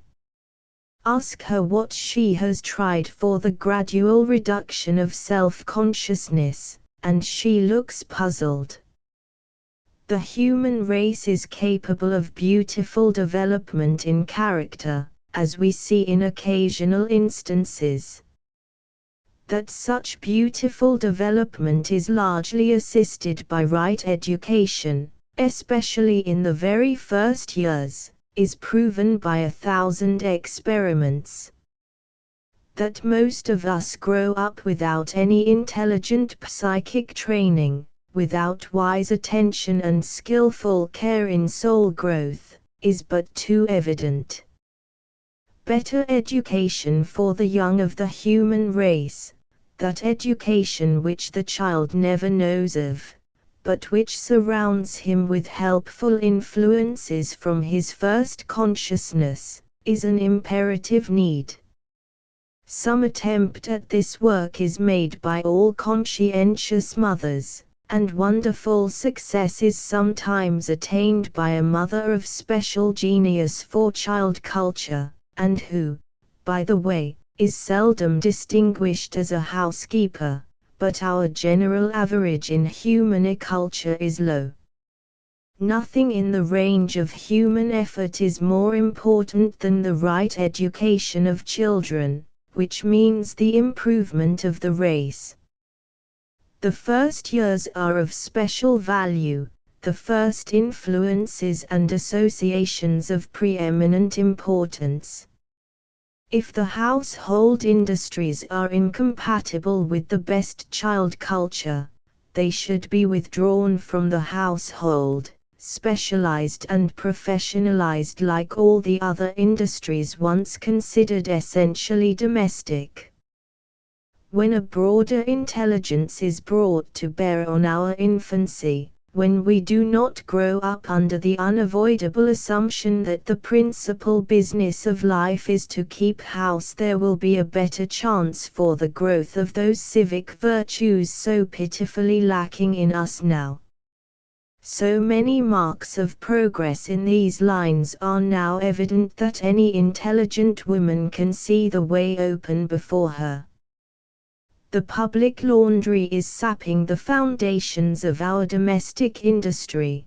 The Domestic Service Bureau is beginning to furnish skilled labor by the hour. The Prepared Food Association is solving another problem. The way out of these household difficulties is opening fast. It needs only a fuller recognition among women of the value of this change to bring it in with greater rapidity and success. For the sake of our children, let us free the home from its archaic industries. 14 Mothers, natural and unnatural.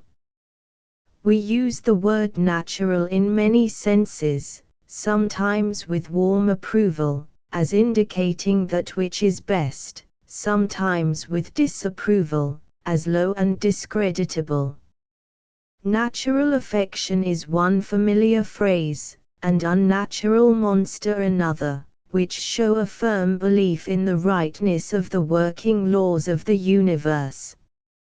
On the other hand, the whole story of human development lies in changing those conditions and habits which were once natural to the slow, laborious, hard-won advantages of civilization.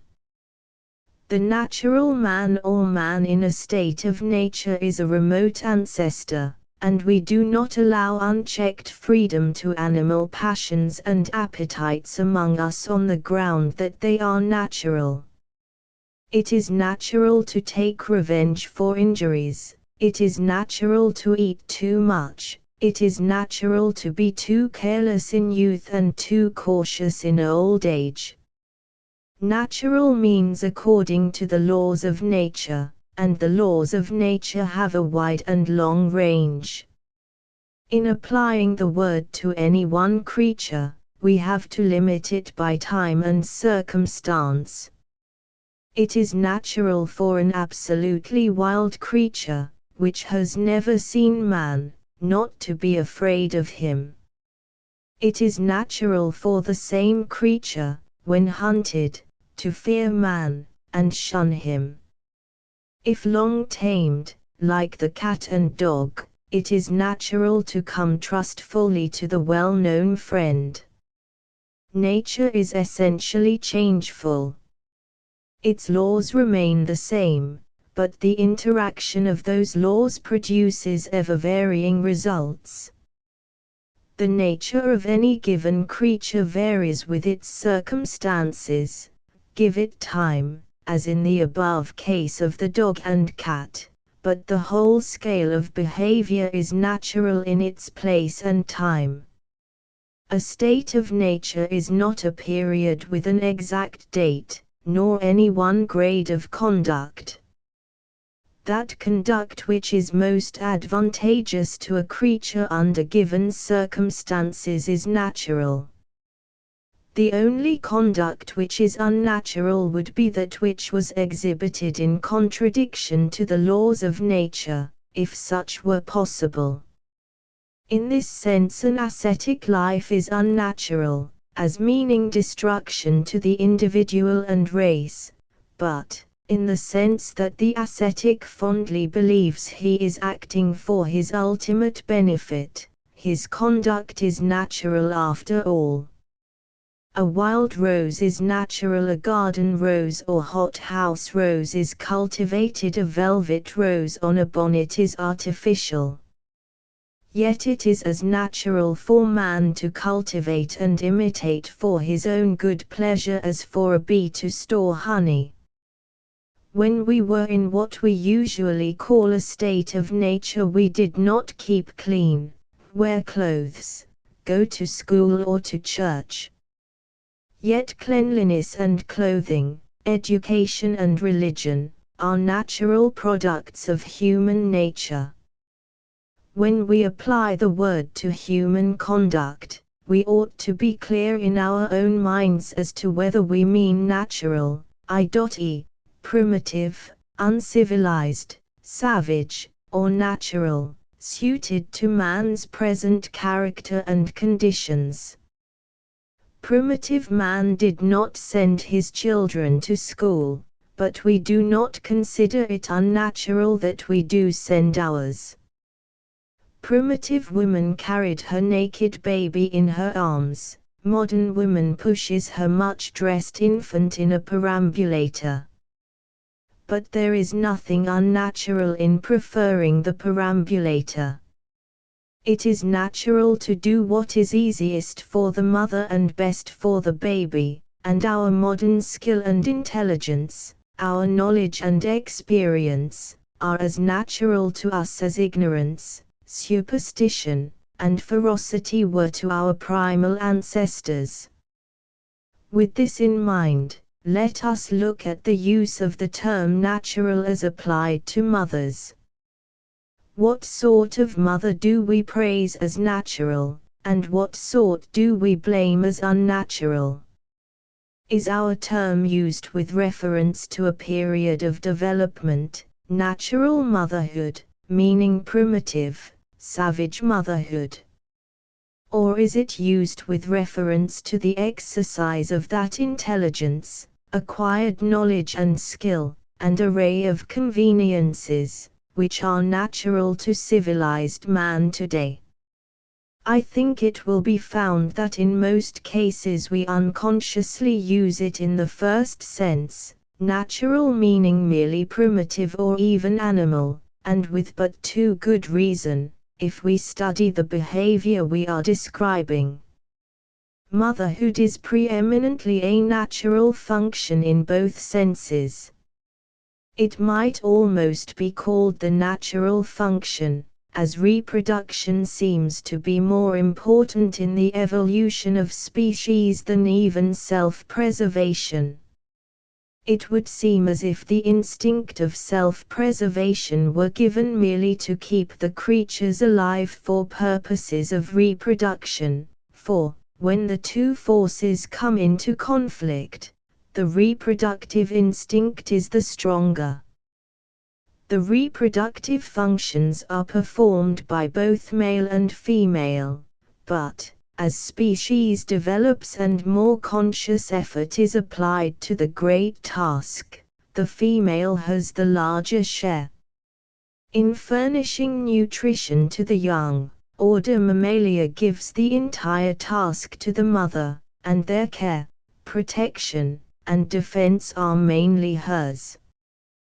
With the human species, in proportion to its development, the scales have turned the other way. With us the father furnishes food, shelter, and protection, save for the first period of suckling. In many cases the mother fails even to provide this assuredly natural contribution to the child's nourishment. This would be a good opportunity to call her unnatural, but, if she is sufficiently assiduous with the bottle or wet nurse, we do not. Beyond that period the human mother merely waits upon and watches her children in the shelter provided by the father, and administers to them such food, clothing, and other supplies as he furnishes. Her educational office, too, has largely passed from her, owing to the encroachments of the school and kindergarten. She still molds their morals and manners as far as she is able, and has command of their education during the earliest and most important years. Now is it natural for a mother to take no part in getting food for children? If ever there was a natural function pertaining to motherhood, that seems to be one.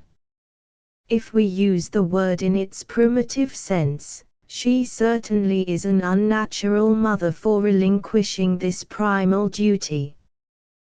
But, if we use it in the other sense, she is quite natural in accepting the conditions of civilized life as far as they are advantageous to the child. Is it natural for a mother to submit her children to the instruction of other extramaternal persons? Or to call the doctor when they are sick, engage the dentist to fill their teeth, and hire persons to help take care of them? These things are not primitive surely, but neither are they unnatural. The nature of motherhood is to provide what is best for the child, and the multiplied services and facilities of our socially developed lives are as natural to us as our smooth white skins, once naturally brown and shaggy. In all fair thinking, speaking, and writing, we should decide clearly upon our meaning, and see that it would be very unnatural for modern women to behave as was natural to primitive women.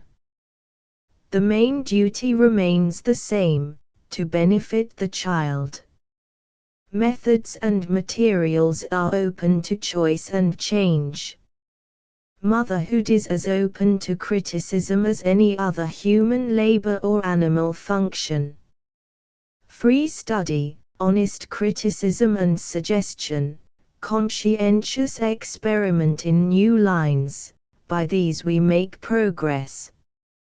Why not apply study, criticism, suggestion, and experiment to motherhood, and make some progress there? Progress in motherhood is a strange phrase to most of us. We would as soon speak of progress in digestion. That shows how we persist in confounding the physical functions of reproduction with the elaborate processes that follow, and yet we do not apply our scornful term of unnatural mother to the weak, unhealthy woman who cannot compete with a cow in this stage of motherhood. We should think fairly one way or the other. Success in the physical functions of maternity we shall do well to keep up to a level with the performance of the lower animals. The ensuing processes are the ones open to progress. No bottle is as good as the breast. You cannot improve on nature. But you can improve in methods of clothing, feeding in later years, house and school building, teaching, and every other distinctly human process. If the human mother does not compare favorably with other animals in the physical processes of reproduction, she is therein unnatural. If she does not keep up with the opportunities of her race and time in all the ensuing care of the child, she is therein unnatural. Such care and culture as was natural to give a cave baby would be unnatural today. Is not the average mother of today too prone to content herself with a very low-grade performance of a modern mother's duties, on the plea that her methods are natural, namely, primitive? The grade of care given by the mother of today is too often exactly that of the mother of many thousand years ago. We depend almost altogether on what is known as the maternal instinct, which is a natural instinct to be sure, just as it is a natural instinct for the male to fight. The right education of a child today requires more than instinct to produce the best results. Because we have not used the helpful influences of association, study, and experience in this most important labor of life, we keep our progress as a living species far below the level of our progress in material improvements. When anything is said of improving the human stock, we instantly think of the methods of breeders of cattle, and are at once convinced of the undesirability and impossibility of applying any such means to humanity. But there remain open to us two immense avenues of improvement, both free to mothers. One is the mother's modifying influence upon the race through selection, that duty of wise choice of a superior father for her children, which is natural enough to the lower animals, but which we agree to ignore in the bringing up of our young women. Careful and conscientious training to this end would have a great effect upon the race. This does not mean the self-conscious forcing of a young heart to marry a superior man without the blessed leading of true love, but such open knowledge of what constituted an inferior or positively injurious man as would lower the likelihood of nice girls loving the undesirables. The other and far more practical road of racial advance is in improving the environment of our young children, both materially and psychically, by the intelligent coordinate action of mothers. If we improve the individual as far as possible, It is better not to meddle too much with the subtle forces which lead to mating. These processes are not cerebral, and ought not to be made self-conscious. But educational processes are conscious, and should be studied. The natural mother gives no thought to her approaching duties during youth. The animals do not, the savages do not, and our charming young girls do not. Is it not time for us to show a generation of mothers sufficiently unnatural to give honest thought and study to the great duty which lies before them? Clear-headed, intelligent girls, as yet unhampered by the blind brute instinct of maternal passion, might be able to plan together for the good of the child, as they never would be able to plan separately for the good of their own individual children. A year or two of thorough study and practice in the arts and sciences of child culture would soon convince the girl as to whether she was adapted to be an educator of little children or merely a mother. I say merely a mother in this rather derogatory way, alluding to the process of bearing young and perhaps suckling them. This is an essential physical function, common to all the higher animals, and usually fulfilled by them much better than by us. The continuous and subtle processes of education which come after, and the wise care required for the physical health and comfort of the child, do not come naturally to every mother. It is here that the skill and training are needed. Maternity is one thing, and education another. It cannot be too strongly reiterated that maternal love does not necessarily include wisdom. It is natural for every mother to love her children, but it does not follow that she knows what is best for them. The animal mother does know by instinct, and we, content to take our pattern of motherhood from the beasts, have imagined that we needed nothing more. The individual animal has the necessary knowledge of its kind lodged in each specimen. One bear, lion, or sheep can teach its young all that any of them know, and care for them one as well as another.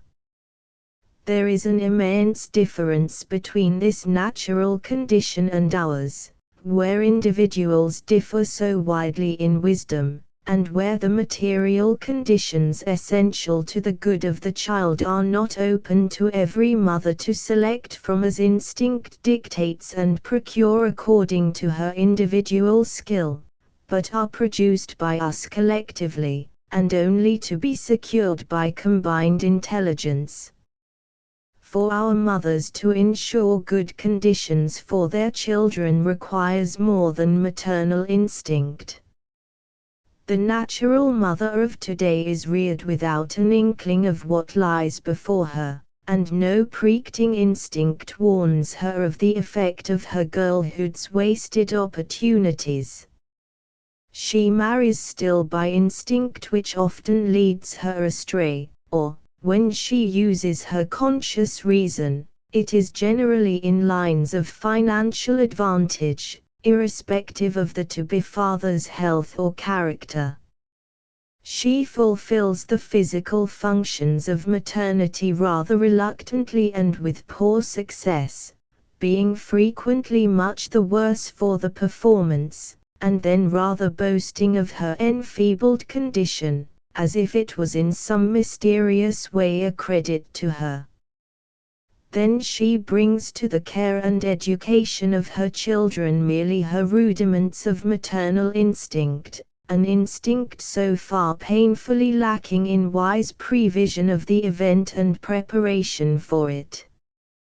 Where failing health or social duties or any other causes prevent her constant attendance on the child, the rich mother hires a low-class woman to take care of him, and, if the poor woman has too much work to be able to constantly attend upon the child, she gets along as she individually can without taking much care of him.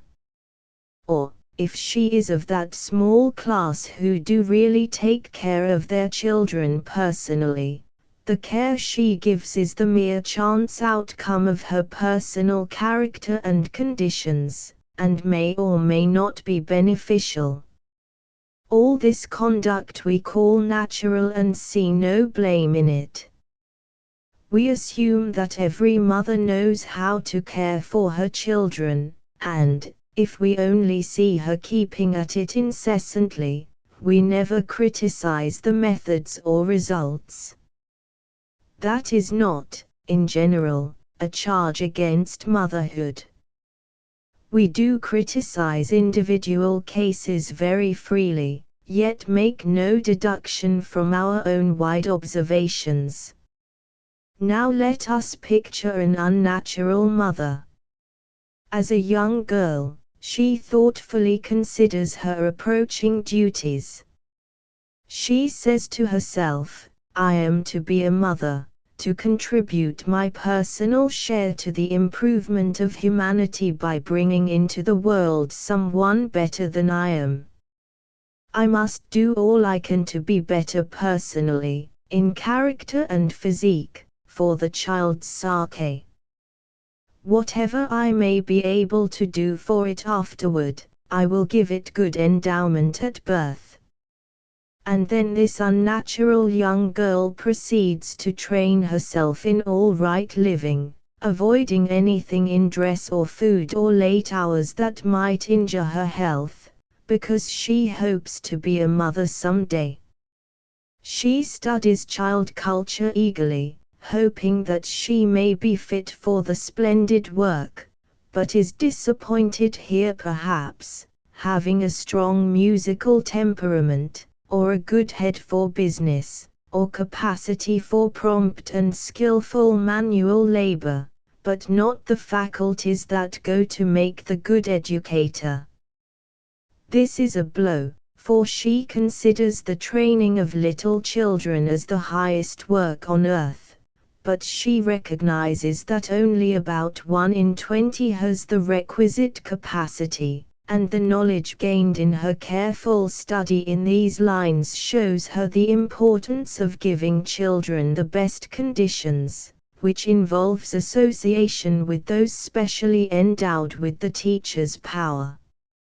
So she studies her own profession cheerfully, resolved to make good progress there, to be a mother her children can be proud of, and to be able to guarantee them all they need.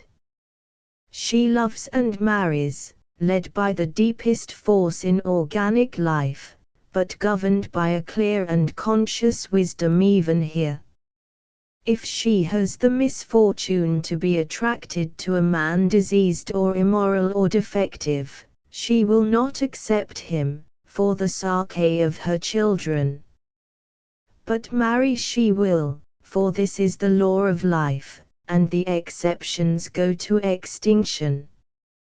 This fair woman, vigorous and beautiful, with her well-trained body, clear mind, and tender spirit of mother love waiting within her, would not go unloved. She marries. She bears healthy, beautiful children, and nourishes them at her proud and loving breast. She has provided beforehand for their care and training, knowing from the study and experience she has given the subject, and the reading she has kept up, what are now the best obtainable conditions. Her home has been chosen with a view to its proximity to the best baby garden and child home she knew, where some of the teachers were old friends of hers, and all were known by reputation. Having chosen a profession with a view to the physical limitations of motherhood, and prepared during her plentiful time of waiting such arrangement of hours and substitutes as shall enable her to meet the mother's duties properly, She takes a complete vacation for the months that need it, and then gradually resumes her work for part of the day, as her hours between nursing the child lengthen. She goes gladly to her work because she loves it, is well trained for it, and by doing it she serves her child. She comes more gladly to the child, the deep primal instinct coming out strongly, and at night the healthy little one sleeps near her in the quiet home. Between the hours of nursing, the baby sleeps peacefully or wakes happily, in the beautiful home that his mother, working with the other mothers, have made for their children, and is watched and cared for by the wise and tender women who have proved their fitness for this precious work. His mother is not worried about him.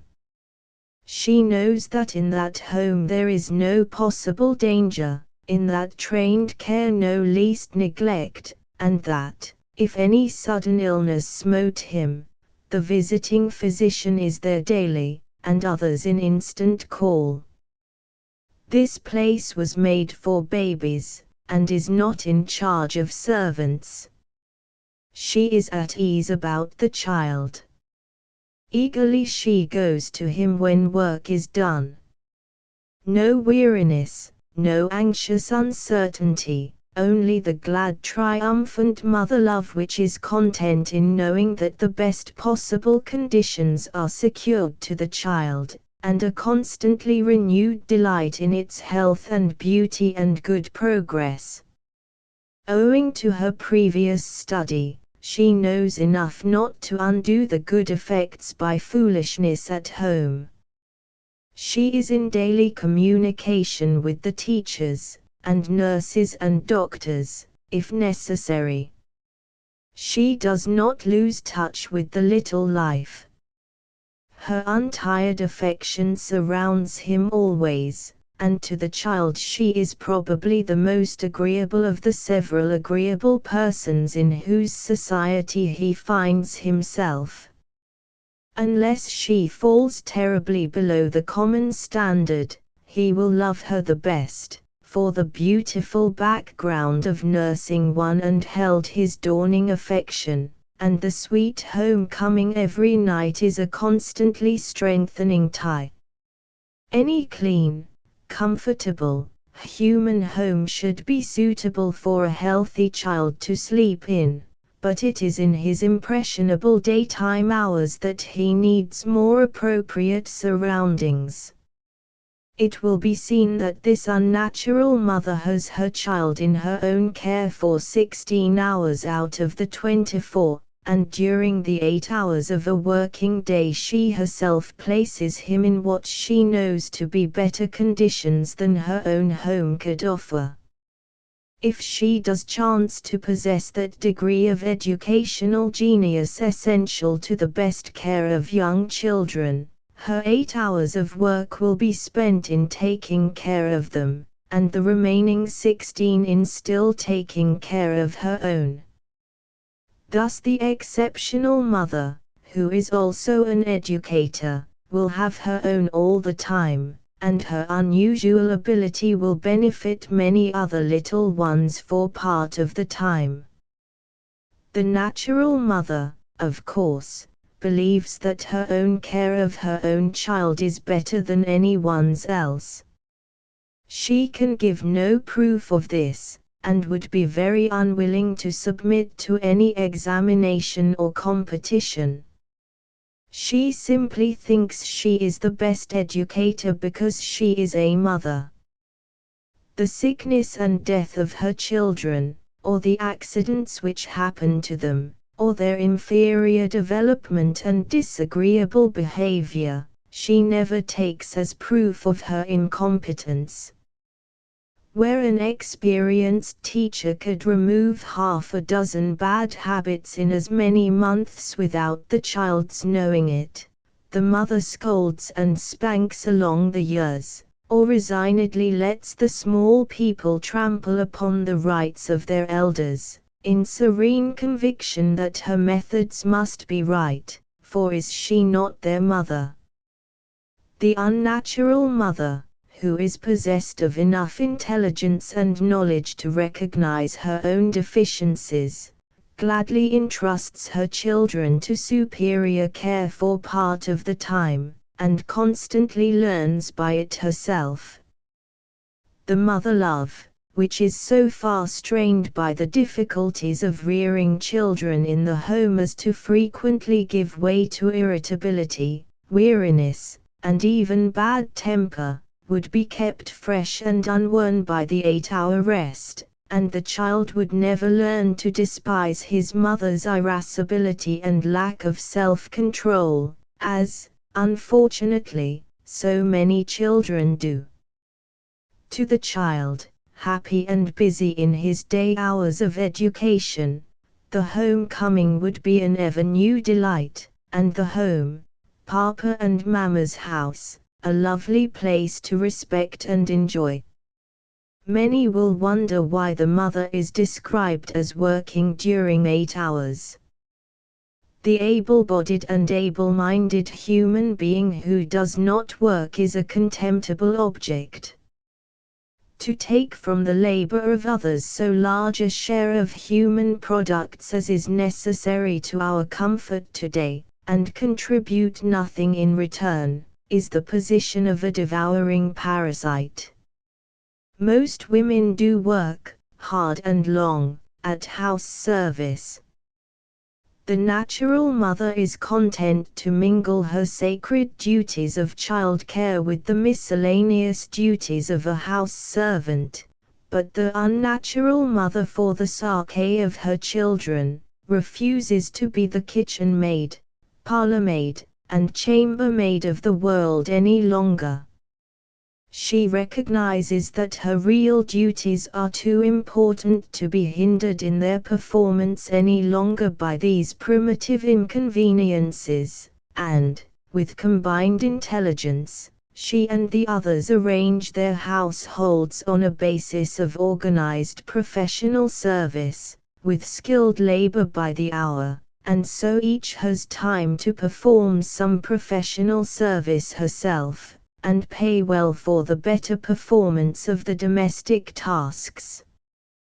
This subject is treated in a special volume on women and economics, but here it is sufficient to present the position of the mother, the unnatural mother, who would refuse to maintain any longer our grossly defective system of household service, either by herself or by a hired woman, on the ground that it was not conducive to the best development of her children.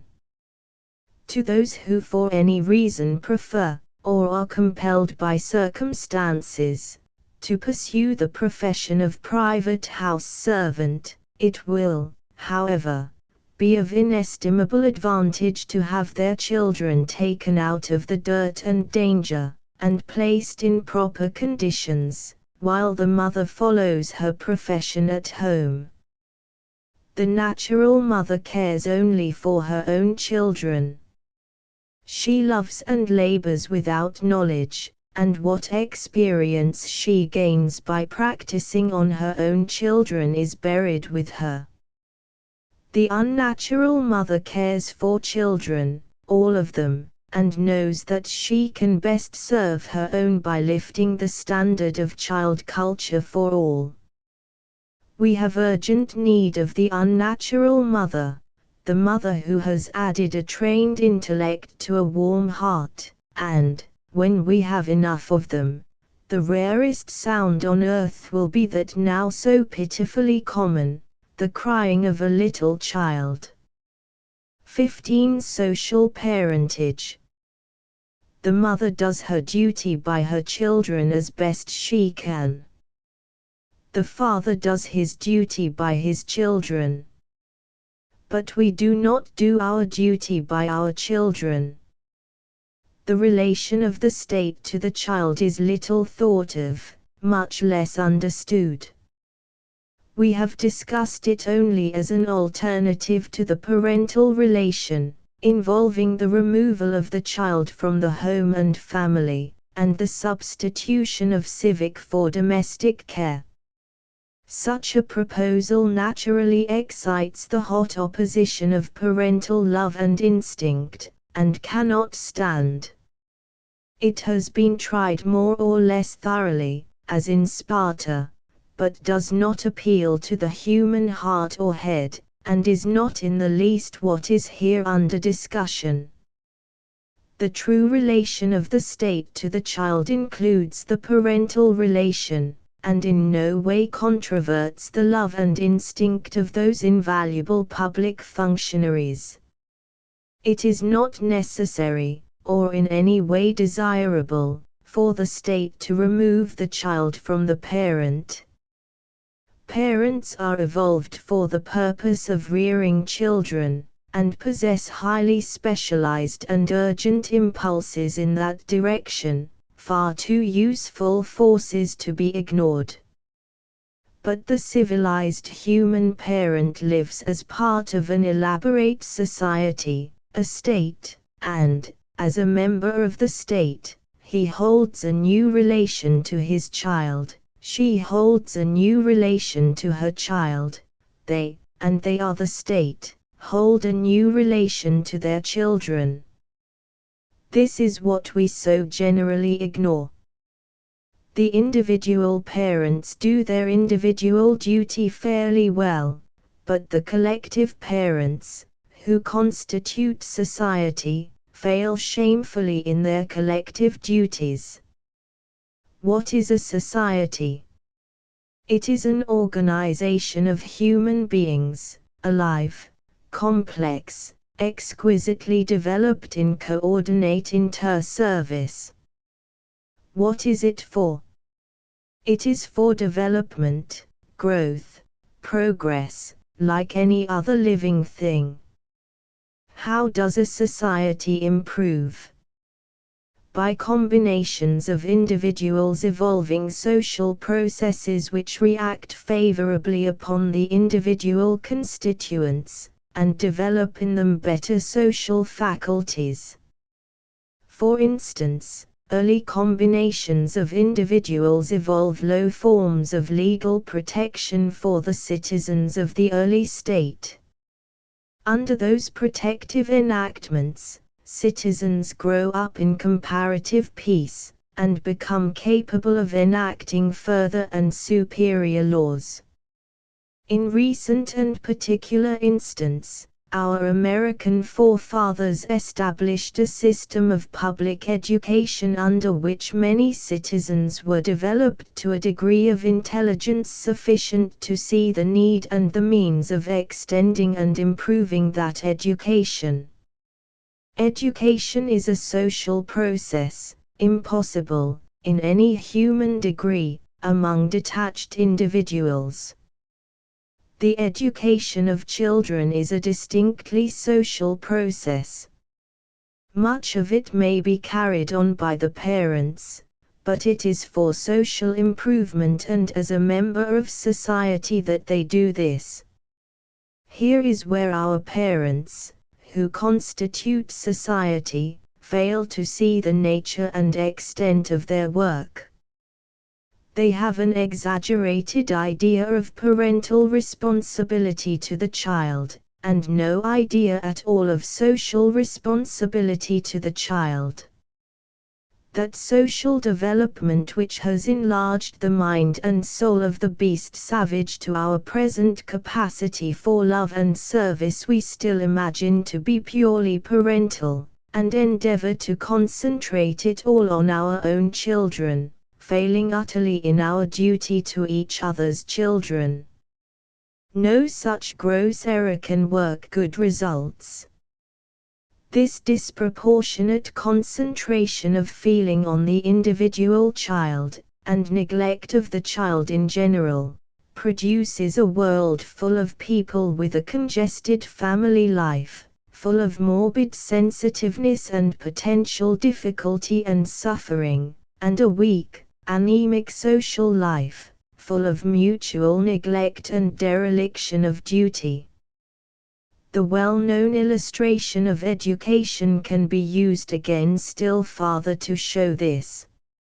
Suppose a small community, wherein the parents are all very anxious for the education of their own children and profoundly indifferent to the education of anybody's else children.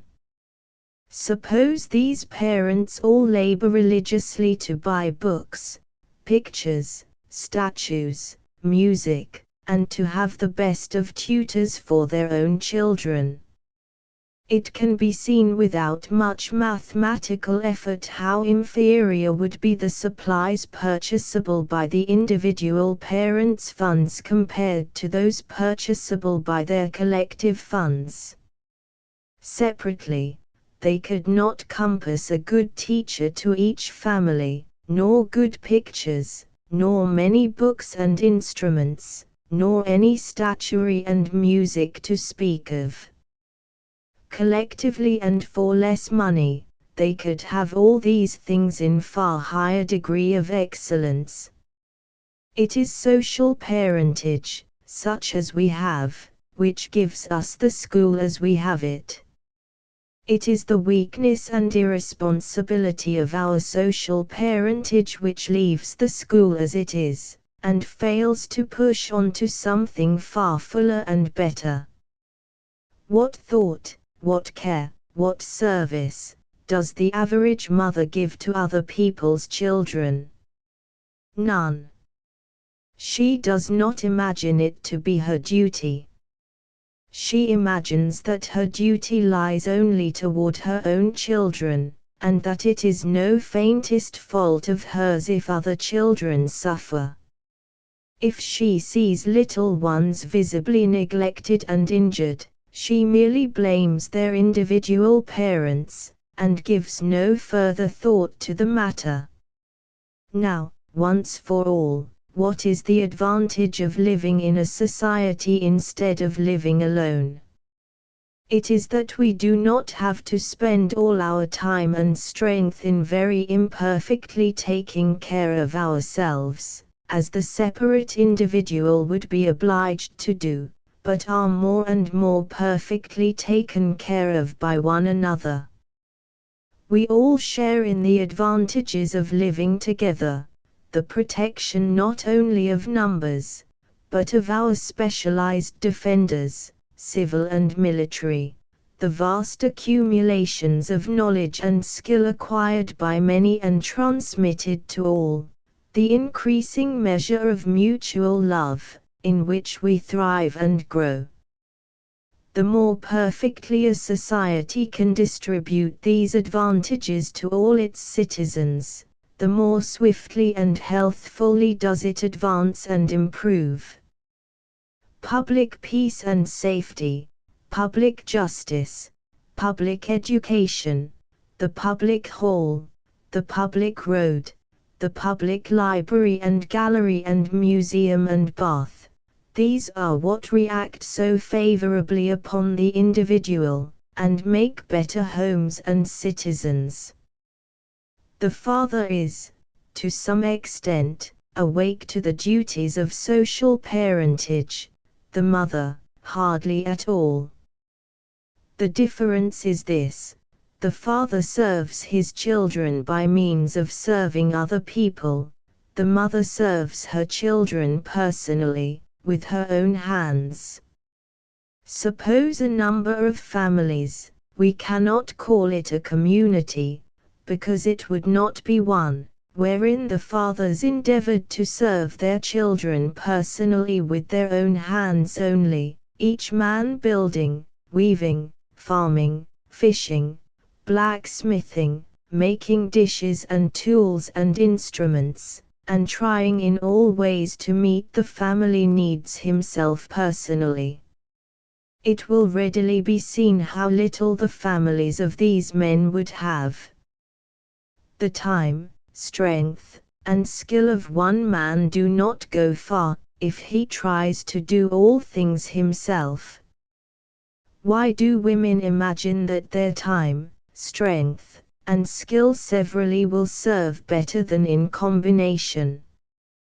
Why are they content to give their children only what they can do themselves alone, thus depriving them of the rich possibilities of civilized motherhood, combined, collective, mutually helpful?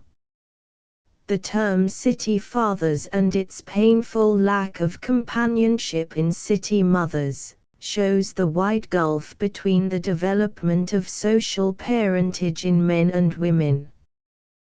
The accidents to little children from electric and cable cars are pitifully numerous. What mother has taken any steps to prevent these accidents?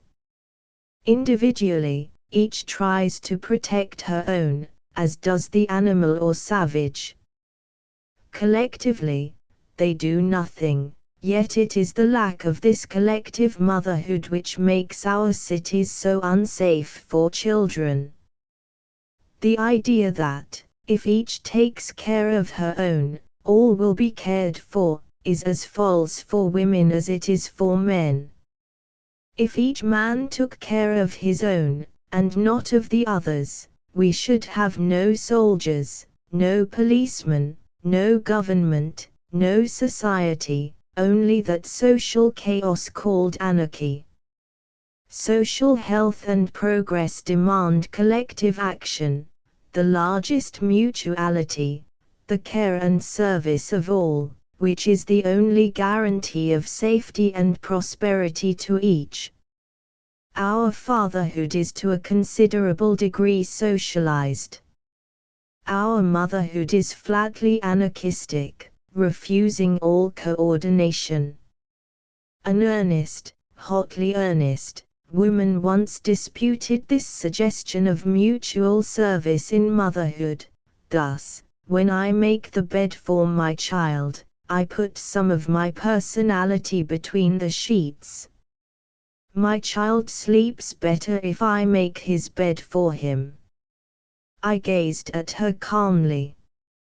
Does your child walk better if you make his shoes for him? I asked. It is a pretty sentiment that the mother's love in some mysterious way makes all she does for the child superior to what another could do. But apply the test of fact. Can she, with all her love, make as good a shoe as the shoemaker? As good a hairbrush, toothbrush, tumbler, teacup, pie plate, spoon, fork, or knife, as the professional manufacturers of these things? Does mother love teach her to be a good barber? Can she cut her darling's hair so as to make him happy? Can she make a good chair or table or book or window? How silly it is to imagine that this personality inserted between the sheets makes the bed more conducive to healthy sleep than any other clean, well-aired, well-made bed. Let the mother put the child to bed by all means, if she wishes. In the last sweet words and the good-night kiss is truly the place for personality. That is a mother's place, and not a tradesman's. But there is no more need for maternal personality between the sheets of a bed than between the leaves of a book or the bricks of a wall. In our narrow-mindedness we have assumed that to care for any other children would mean to neglect our own. As if the human heart, the mother heart, could love but 1 or 6, and not more. As a matter of fact, we neglect our own by not caring for others. That is, we fail to take those general measures for the protection and development of all children which would so greatly benefit our particular children. Only today, at last, we see in some few advanced communities the Mothers' Club and Congress, the Women's Civic Associations, and other forms of union for the improvement of social conditions, all helping to enlarge the application of mother love, and set that great force free to bring on the better day for children. These clubs and societies are jeered at by the majority of mothers, who proudly say that they are too busy taking care of their children to go to a mothers' congress and learn how. Imagine, again, a majority of men, each saying he was too busy teaching his children to go to a school meeting and plan for the education of them all. It is not a shifting of duty that is required, to cease to take care of one's own in order to take care of others instead. So ingrained are our primitive habits, so unable are we to conceive of anything but the one-woman method, that our only idea of change is a simple exchange of responsibility. It is not exchanging that is needed, but an enlarging, an embracing of the less in the greater. The mothers of the world are responsible for the children of the world, the mothers of a nation, for the children of a nation, the mothers of a city, for the children of a city. We may ignore and deny this claim, but it is there nonetheless, and, because we do not do our duty as social parents, a corrupt society injures our children continually. The diseases of other children infect ours. What have the mothers ever done to prevent these diseases? They nurse their own sick little ones religiously, and bury them with tears. But what do they do before or after to learn the cause and prevention of these family afflictions, to spread their information, and enforce measures to put a stop to them? The bad habits of other children affect ours, their ignorance, their ill manners, their sins. Our children suffer individually from bad social conditions, but cannot be saved individually. When the Philadelphia water supply is so foul as to poison young and old, mothers are responsible for not doing their share to make the city water fit for their families to drink. It is not a private filter on a private faucet that will do it, but public purity in the public works. In Boston in 1899, the Society of Collegiate Alumni exposed a disgracefully insanitary condition in the public schools: undisturbed filth in cellar and vault, unwashed floors, a slovenly neglect of the commonest sanitary decency worthy of an Oriental slum. Any mother in Boston would have been filled with shame to have such an exposure of her own private housekeeping. There is room for shame at this exposure of their public housekeeping, school housekeeping, city keeping. Like an ostrich with his head in the sand, the mother shuts herself up in the home and imagines that she is safe and hidden, acting as if the home was isolated in space. That the home is not isolated we are made painfully conscious through its material connections: gas pipes, water pipes, sewer pipes, and electric wires, all serving us well or ill according to their general management. Milk, food, clothing, and all supplies brought in bring health or disease according to their general management. The mere physical comfort of the home needs collective action, to say nothing of the psychic connection in which we all live, and where none is safe and clean till all are safe and clean. How far does the duty of the state extend, and how much should be left to individual responsibility? This is the working point to which this discussion tends. A more serious sociological question could hardly be propounded. Seeing that progress is the law of nature, that the human race is under pressure of every force, conscious and unconscious, to go on, to improve, to grow better, and that we, as social beings, move forward through social improvement. The main weight of care seems to rest on society rather than the individual. It is astonishing to see how far this has gone already. Whereas once the beast father and mother were the only ones to protect or serve the young, now society does far more for the child than the parents. The father does more than the mother, and that by means of his social relation. He provides for his child by being a carpenter, lawyer, mason, or other social functionary. In this social relation he is able to provide for it the comfort and safety of a modern society. Out of that relation he would be able to provide for it only with his bare hands alone, and less competent than the hardy savage. We need not be alarmed at some new overtures on the part of society, if we but look at what society is doing now. That we do not think of this is due to our tradition that we take care of ourselves. We do not. No civilized man takes care of himself. We take care of each other. But, granting this to some degree, we have heretofore supposed that the benefits of civilization belonged only to adults, for that matter only to adult males, and were to be distributed to children through the individual parent.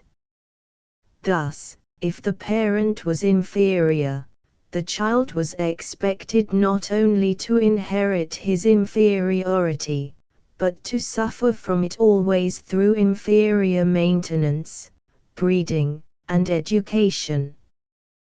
The gradual reaching out of society to protect and care for the child is one of the most interesting lines of historic development. The parent had power to kill a child. The state denied the right, and protected the child against the parent. The parent had power to sell the child. The state denied that. The parent might cast off and neglect the child. The state compels him to maintain it, if he can, and, if not, the state supports the child. The parent might teach the child, have it taught, or leave it untaught. Now the state orders that the child must be taught, either at home or at school, and furnishes the school free. So far the line of advance has been from absolute parental control to a steadily enlarging state control, from absolute parental support to more and more of state support. The question of more or less in present details may be debated indefinitely to no conclusion. The principle is what we should study. The condition of childhood in our human sense, the long period of immaturity, is a social condition. As we advance in social relation, becoming more and more highly specialized, the gulf between infancy and maturity increases. The young animal and the adult animal are far more alike than a Gladstone and his baby. It does not take very long to mature the group of faculties required for maintaining individual life. It does take long to mature the group of faculties required to maintain social life. To rear a man, i.e., an adult male of genus Homo, is no very difficult task. It is accomplished by Bushmen, Hottentots, Eskimo, every living kind of human creature. To rear a physician, an engineer, a chemist, this takes longer. Incidentally, This is one reason why a girl's majority is placed at 18, a boy's at 21. She is supposed to need only individual maturity, physical maturity. He is supposed to take more time to become a man because he is a member of society, and so has to learn more things. It is not a question of adolescence, of physiological change. The boy of 18 could be a father as well as the girl a mother, but he is not as well able to take his social position, to serve mankind in his craft, art, trade, or profession. Note here the early maturity and marriage of the less developed grades of society, filling those simpler social functions which require less specialization, and the proportionate postponement of this period in the more highly specialized. Our long period of immaturity is a social condition, and not an individual one. That we may reach the full growth needed in the advanced member of society, we must be minors longer than would be necessary if we were not members of society. The exceeding childishness of the civilized child is also a social condition. The nearer we are to the animals, the more capable and bright the very little ones. In the South it was common to set a little black child to take care of an older white one. The pickaninny matures much more rapidly. So, again, in our own lower social grades the little children of the poor are sharper, better able to care for themselves, than children of the same age in more developed classes. It is no proof of greater intelligence in the adult. It is retrogression, a mark of bad social conditions. Civilized society is responsible for civilized childhood, and should meet its responsibilities. The sweet confidence of a modern child, as compared to the alert suspicion of a baby savage, shows what ages of social safeguarding have done. In the beautiful union of our civilized growth, even so far, we have made possible the child, and it is for us still further to protect and develop this most exquisite social product, this greatest social hope and power. Society's relation to the child is impersonal. It is not limited by parenthood. The parental relation is lower, more limited. Parentally, we care only for our own; socially, we care for all. Parentally, we are animals; socially, we learn to love one another. We become, approximately, Christians. Christianity is a social condition. In our present degree of social progress, we produce by our specialized coordinate activities that safe and comfortable material environment, those comparatively developed virtues which we call civilization. But, in applying this common product to the advancement of the child, which is our best and quickest way to incorporate progress in the race itself, we allow the incapacity of the individual parent to limit the child's advantages. We deny to the child the conditions necessary to his best development, unless his particular father is able to provide them. Our theory here is that the father would not work so hard if the state provided for his child, some thinkers combating even the public school and public library on this ground. This is an outworn economic fallacy. The inferior father cannot work beyond a certain grade because he has not the capacity, and, if the child has only the advantages the inferior father can provide for him, he grows up to be another inferior father and low-grade worker. The most deadly result of this foolish neglect of the young citizen is seen in the ensuing action of the biological law. Reproduction is in inverse proportion to specialization. Because we leave the child to grow up unspecialized, untrained, save for the puny efforts of his single low-grade parent, therefore he, in turn, helps fill the world with very numerous and very inferior progeny. We are hampered by the rapid reproduction of the very lowest classes of society, weighted down by their defects and limitations, forced to wait, the most advanced of us, for the great rearguard of the population. We must wait because a society is alive, and includes all its members. It cannot outstrip its own inferior parts, however neglected and behindhand they may be. And their numbers resultant from their low condition, complicate the problem hopelessly. That is, hopelessly on this old fallacious notion that the child can have no help from all the strong, rich world, save what his father and mother can filter through their personal limitations. We are beginning to change this by our efforts at free public education. We shall change it more and more as we grow consciously awake to our true social responsibility to the child. We cannot afford to have one citizen grow up below the standards of common comfort, health, and general education.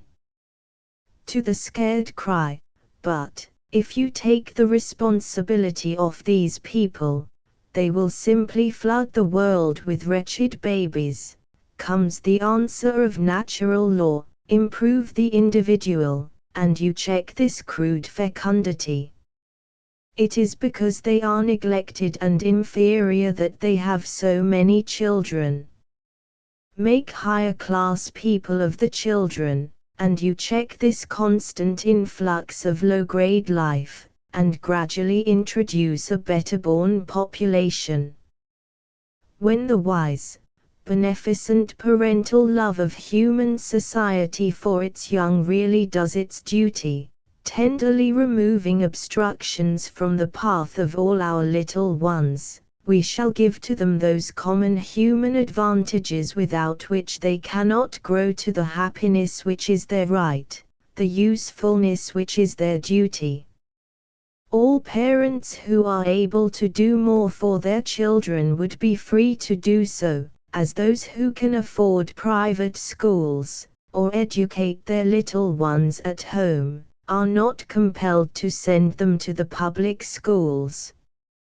As now society provides the school for the young citizen, on the ground of public advantage, without regard to the inability of the parent, so we must learn to provide a far richer and more complete education, and all else that the parent falls short in, because it is necessary for the good of society, and because we love our children.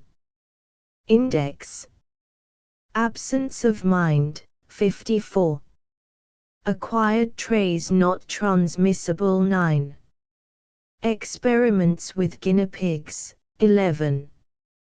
Action, bodily, directed by mental processes, 57. Adult, our houses built only for the 121. Age, the presumption of 156. Not necessarily superiority, 159. Aged persons, cause of the respect and care for, 160. Ambition of youth, a force to lift mankind, the 23. American Revolution, the mentioned 35. Animal mother, the authority of the 42. Animals, obedience in 29. Arbitrary punishment, effect on the moral sense of 84. Authority of the animal mother, the 42. Effective, coming between the mind and action of the child, 60. Babies confided to the care of lower races, 134. Baby, impressions of a 49. Considered as a plaything, 175. Our disrespectful treatment of the 171. Often neglected mind growth of the 250. Baby garden, a public, 124. Example of the advantages of a 139.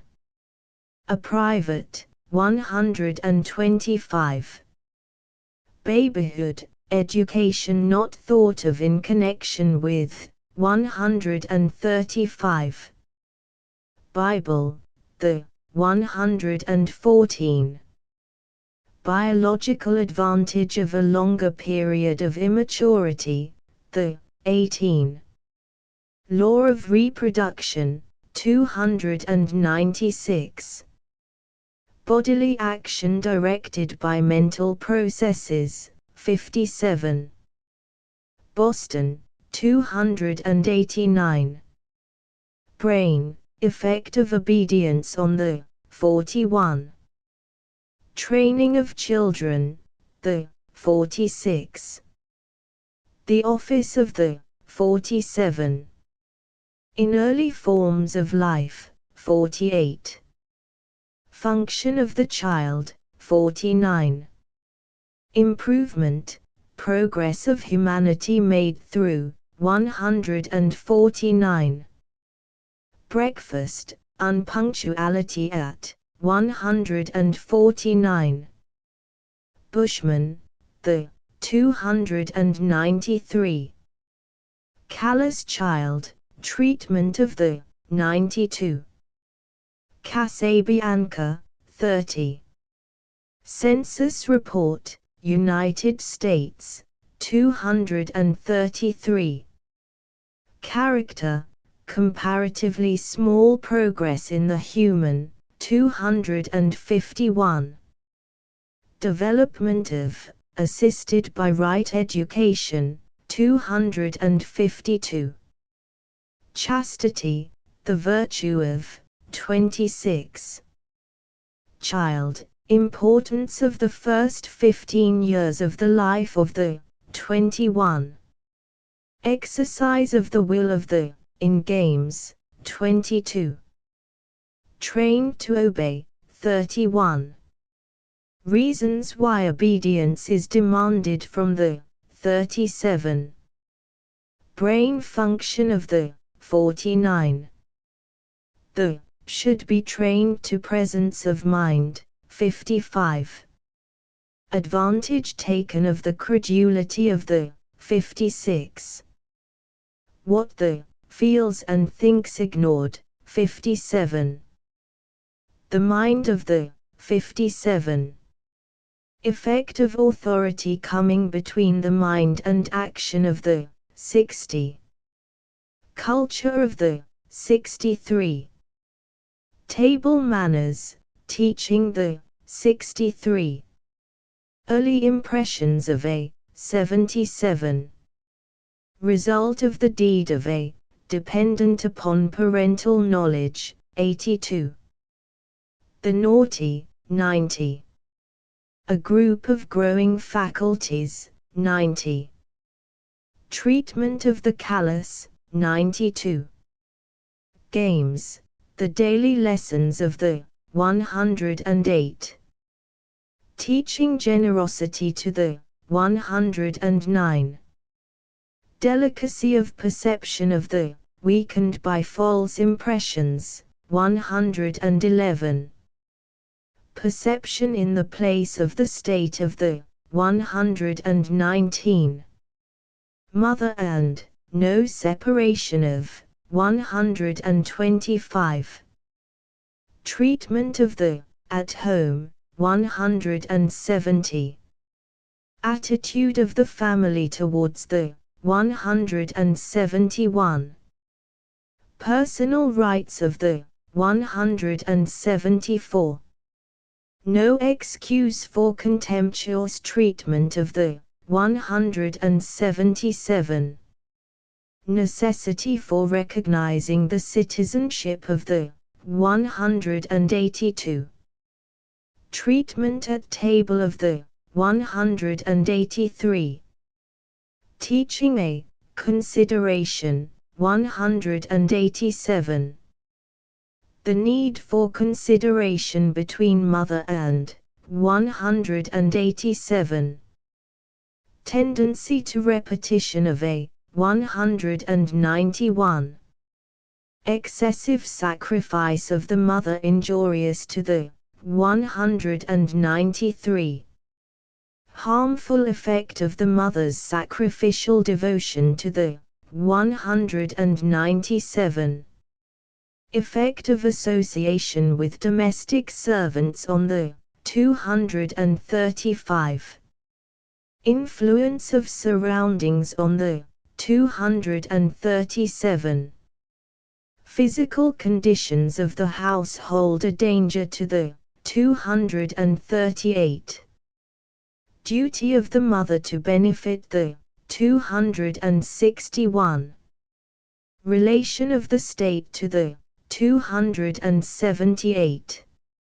Social responsibility of parents to the 280.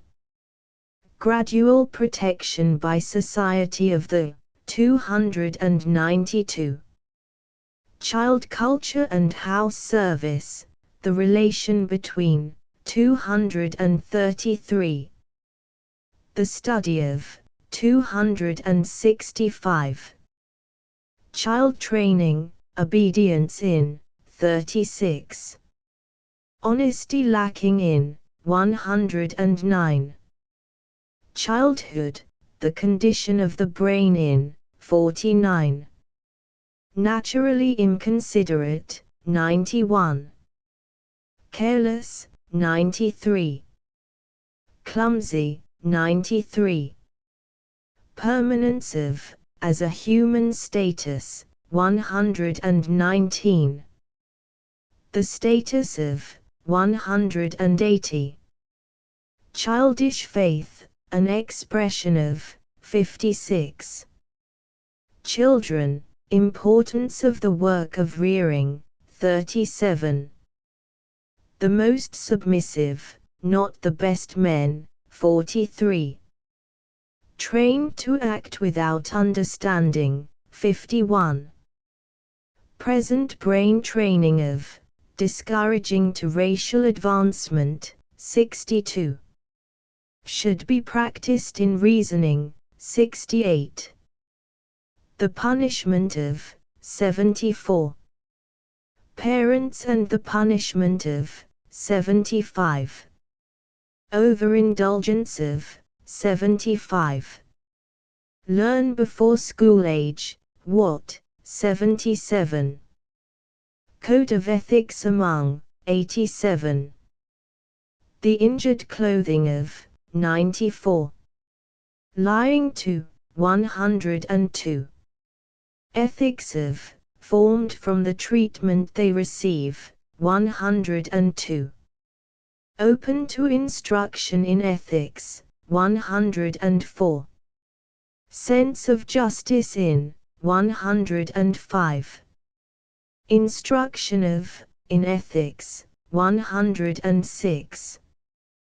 The teaching of ethics to 115. A permanent class 118. Houses not built for 120. Playgrounds for beginning to appear 120. In institutions 124. Mortality of, in institutions, 126. Expert care for, 127.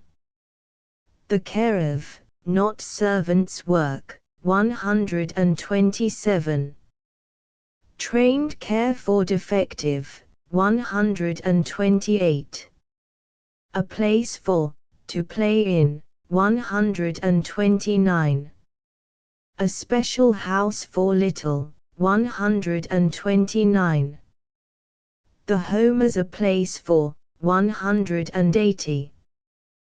The private nurse not the proper person to have the care of, 132. The mischievousness of, 137. Orderly development of the faculties of, 146. Traveling parties of, 150. The demands of parents on their, 162. Errors of little, not grounds for humor, 172. Impertinence of, 175. Mother's lack of respect for her, 178. The confidence of, not regarded, 179. Behavior of women to, 179. Grown people and, 179. Discourtesy to, 181. The balance of human rights should be understood by, 188. The questions of, 191. Our love for our, 192. Benefit of mothers observing other people's, 204. Method of observation of, 206. The effect of the education of, by house servants, 240. Improved environment of, a road to racial improvement, 264. Maternal instinct not sufficient to ensure good conditions for, 267. The duty of the state to, 290. Chinese, the, 12. Christianity a social condition, 295. Citizenship of the child, necessity for recognizing the, 182. Civic duties, ignoring of, by women, 154. Class, children are permanent, 118.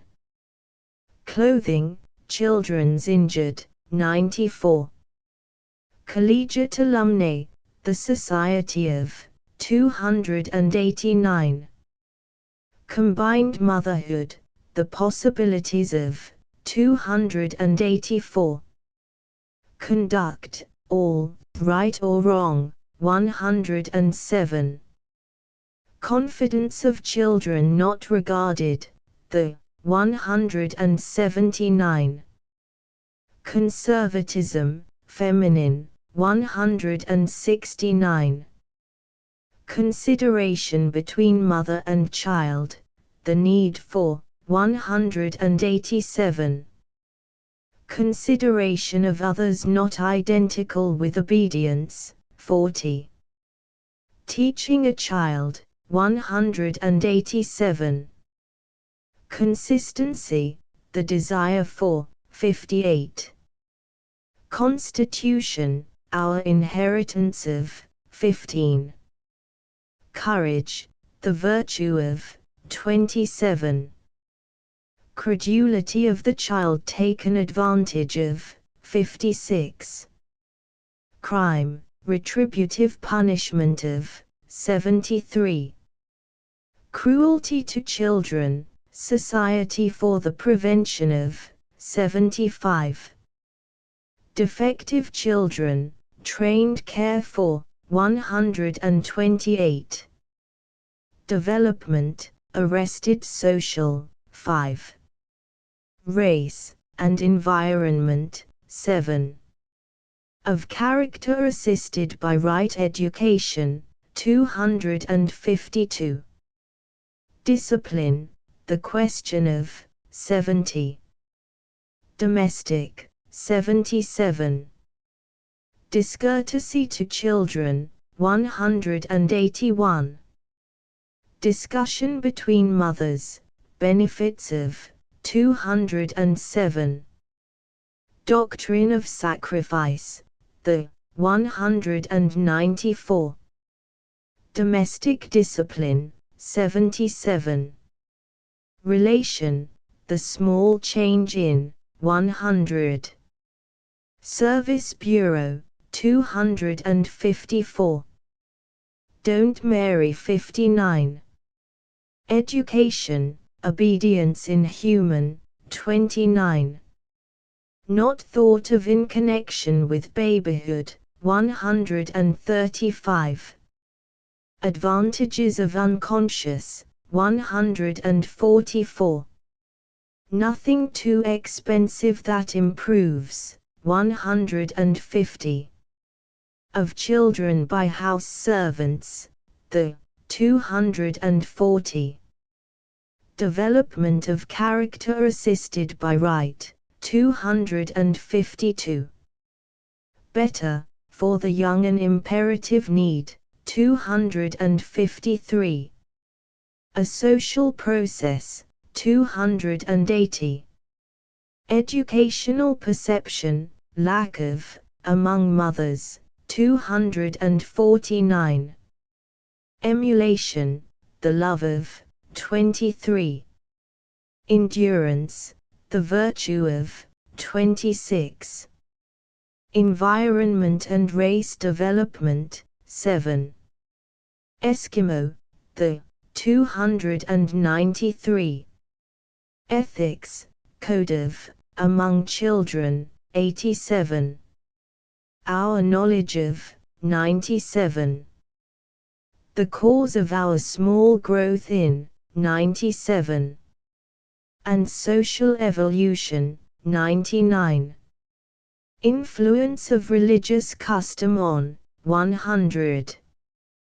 Children cannot learn, from the treatment they receive, 102. A child open to instruction in, 104.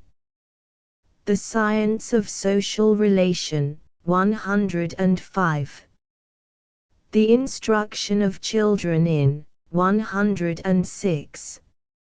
Sense of, shown in games, the, 108. Self-control, one of the first essentials in the practice of, 107. Values, long association of, with religious textbooks, 114.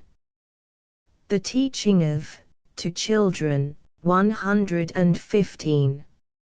Necessity for the study of practical, 114. Necessity for mothers to be grounded in, 116. Example better than precept, 51. Experience, 167. Faith, a childish expression of, 56. Father, the, awake to the duties of social parentage, 283. The choice of a, 264. Family, attitude towards the little child of the, 171. Life, primitive mental habits fostered in, 169. Feminine conservatism, 169. Foolishness of youth due to our training, 21. French Revolution, the, 53.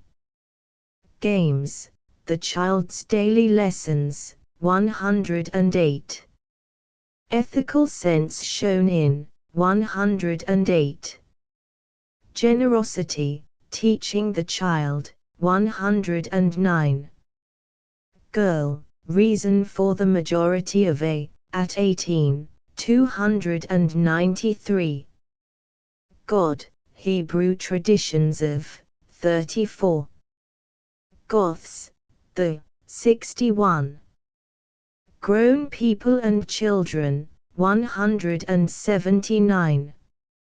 Habit and tradition, the home the stronghold of 35.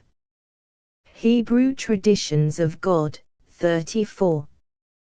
Home, the stronghold of habit and tradition 35. As a place for children 130. Homes, the mother the domestic servant in the majority of 233. Honesty lacking in child training 110. Horse training 71. Hottentots, the 293. Household, physical conditions of the a danger to the child 238. Labor, mental capacities developed by 247. Employment of skilled labor for 276. Houses not built for children 120. Built for the adult only 121. House service and child culture, the relation between 233. Qualities developed by 243. Housework, few women like 245. Human behavior, the whole scale of is natural 256. Character, comparatively small progress in the 251. Conduct, the word natural applied to 257. Creature, mental workings of the 50.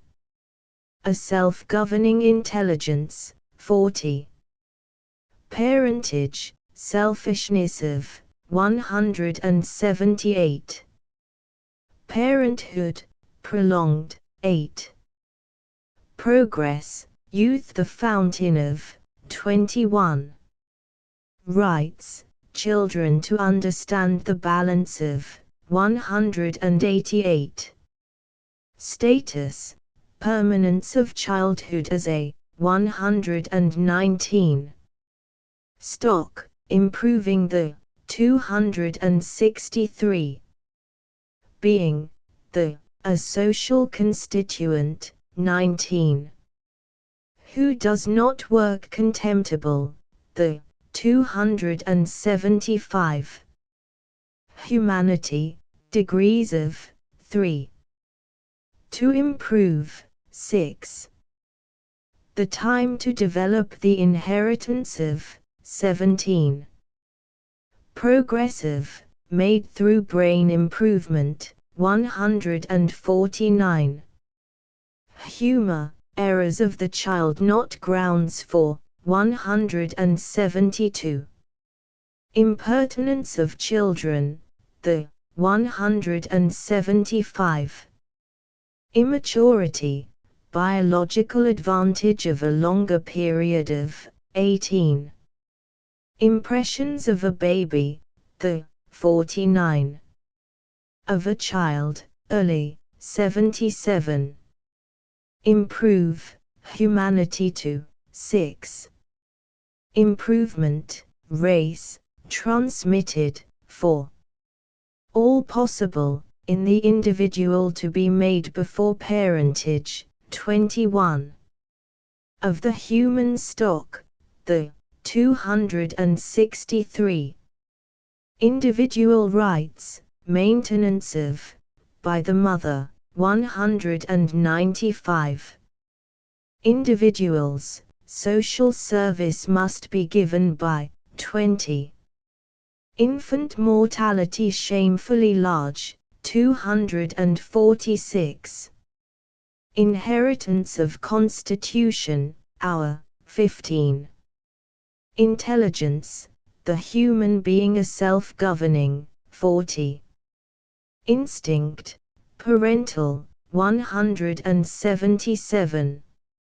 Our dependence on the maternal, 263. Maternal, not sufficient to ensure good conditions to children, 267. Institutions, children in, 124.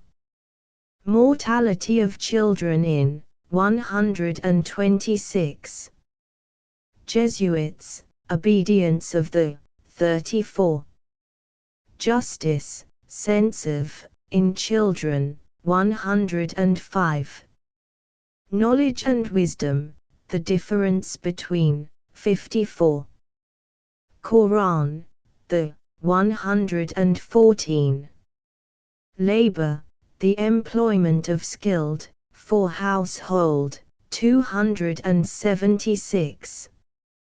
Household, mental capacities developed by, 247.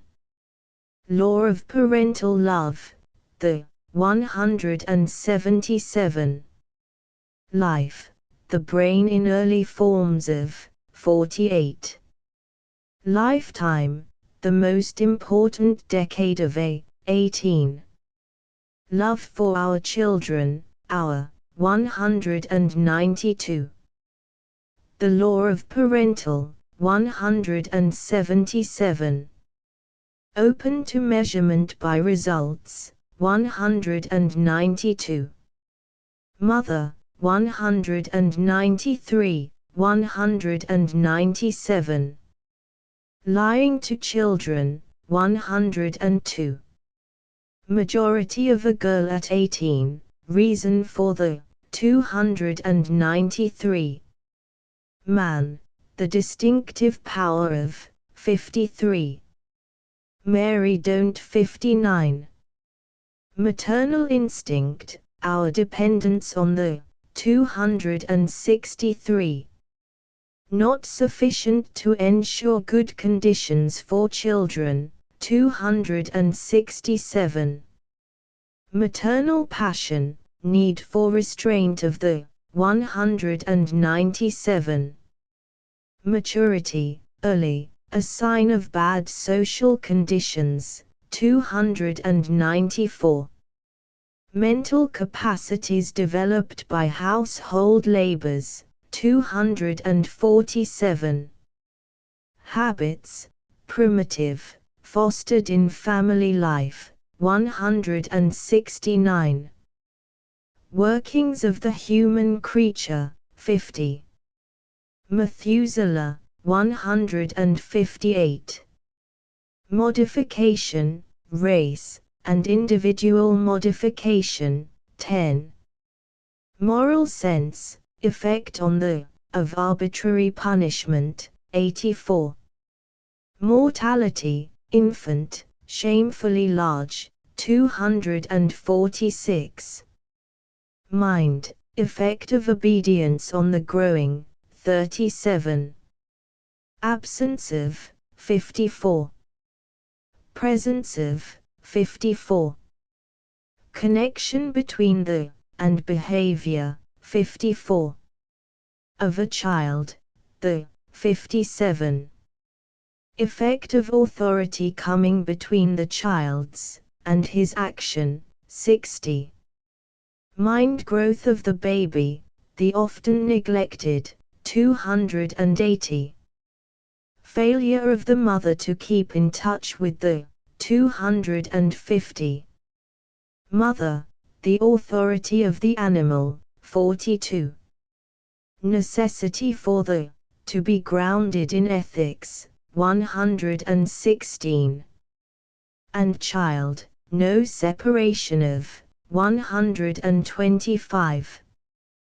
The not trained as an educator, 135. And child, the need for consideration between, 187. Excessive sacrifice of the, injurious to the child, 193. Maintenance of individual rights by the, 195. The domestic servant in the majority of homes, the, 233. The natural, 258. Duty of the, to benefit the child, 261. The unnatural, 265. Mother's lack of respect for her little children, 179. Sacrificial devotion to the child, harmful effective, the, 197. Personality, the place for a, 286. Mothers, the need for union among, 201. Benefits of discussion between, 207. Benefit of, observing other people's children, 204. Lack of educational perception among, 249. The term natural as applied to, 258. Necessity for enlarging the responsibility of, 287. Public duty of, 288. Mothers' Congress, the, 76. Mother love, 193, 197.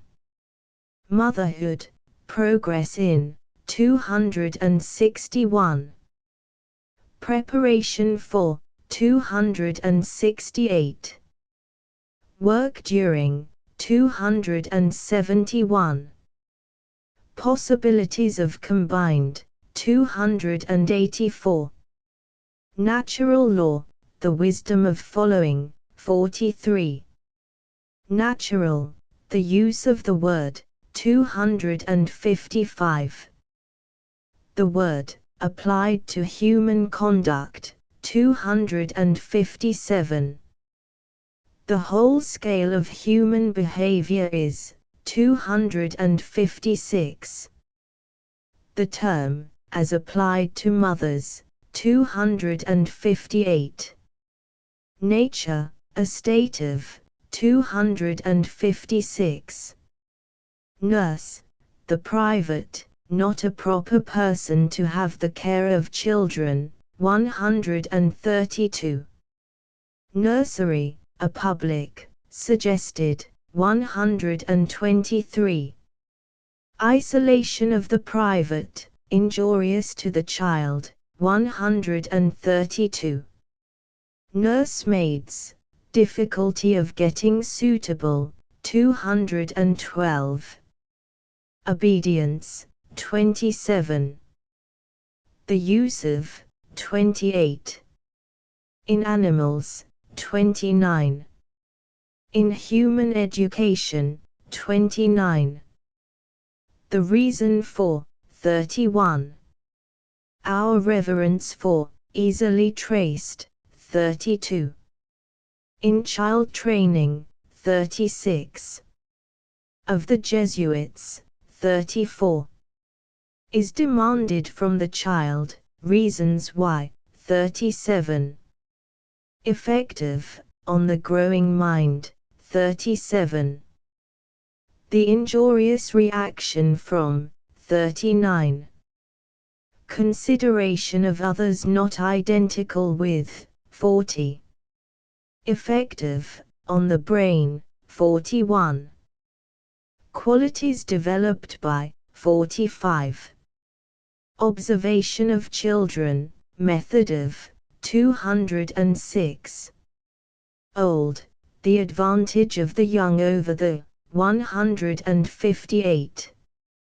Overindulgence of children, the 75. Parent, continued life of the 6. Parentage, traits acquired before, transmissible, 14. All possible improvement in the individual should be made before, 21. Not a profession, 165. Selfishness of human, 178. Parental knowledge, result of the child's deed made dependent upon, 82.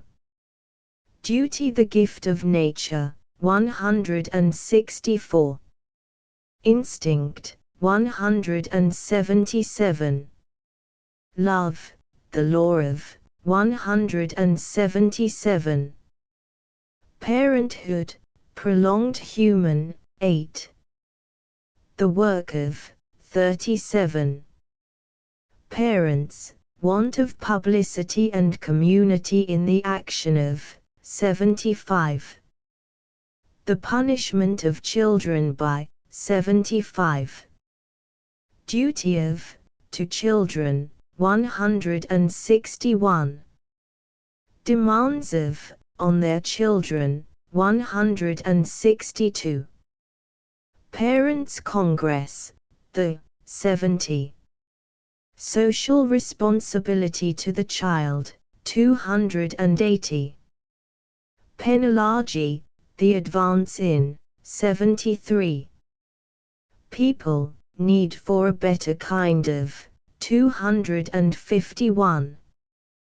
Perception, delicacy of a child's, weakened by false impressions, 111.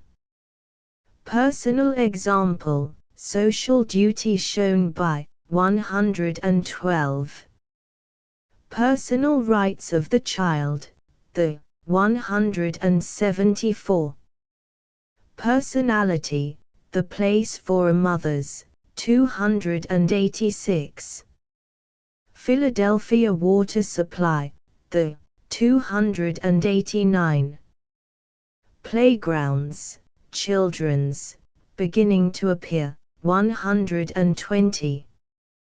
Plaything, a baby considered a, 175. Precept, example better than, 51. Prepared Food Association, the 254. Presence of mind, 54. The child trained to constant, 55. Printing press, main value of the, 5. Profession, parentage not a, 165. Progress born into the race, 7. Protestant Reformation, the 35. Public nursery, a, suggested, 123.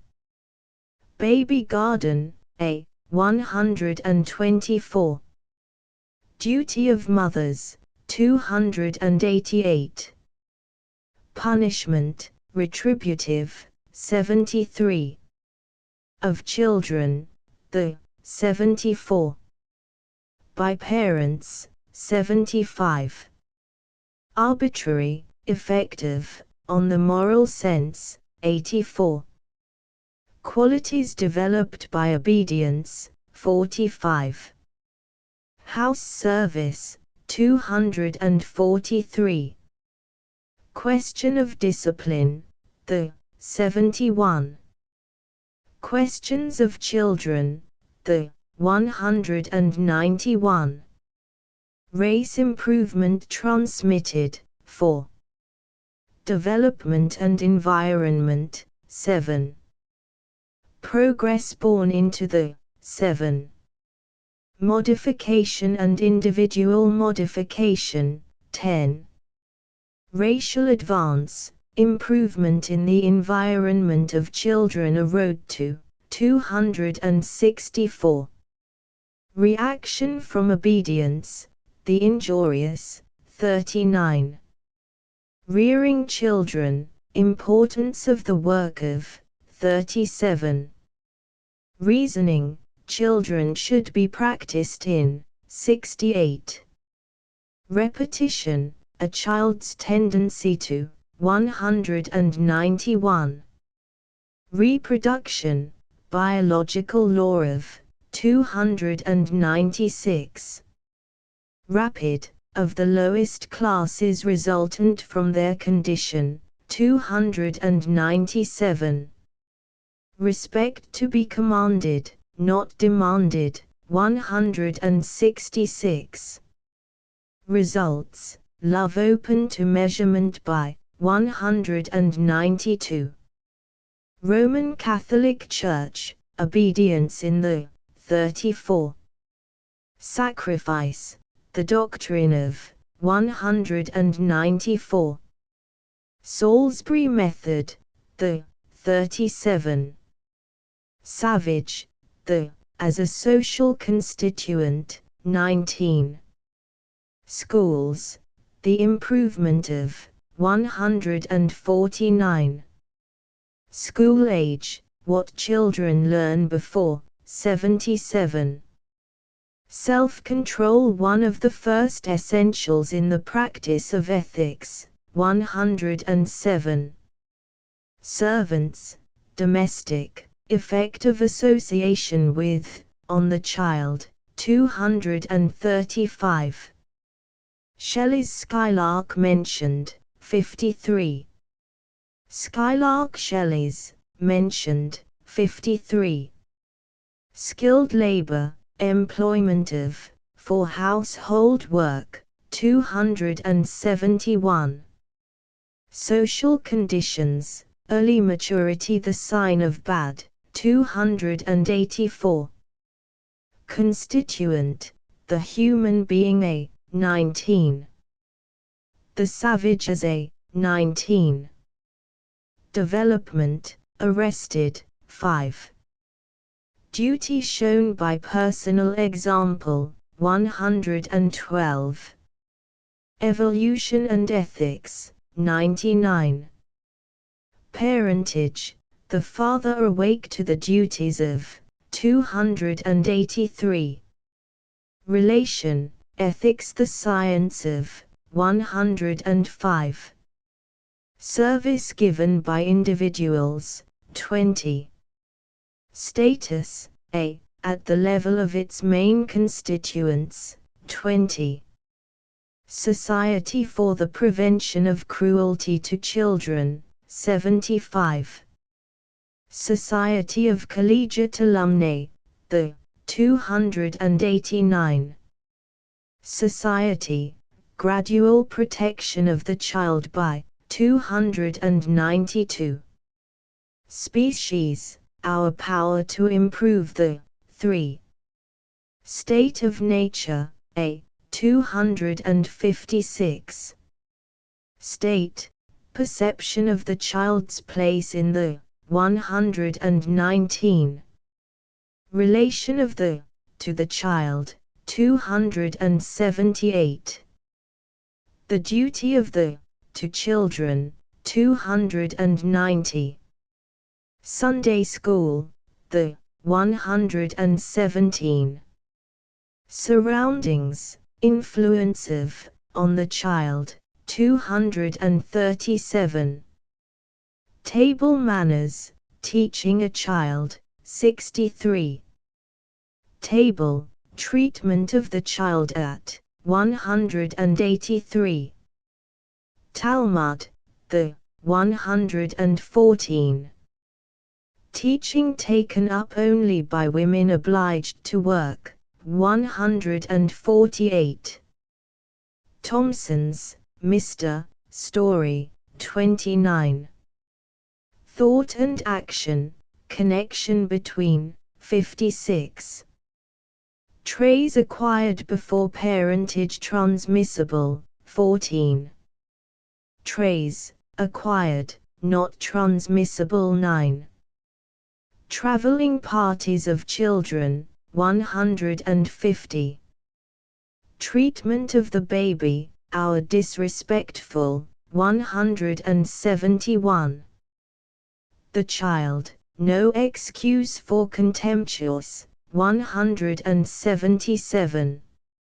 Unconscious education, advantages of, 144. United States Census Report, the 233. Union among mothers, the need of, 201.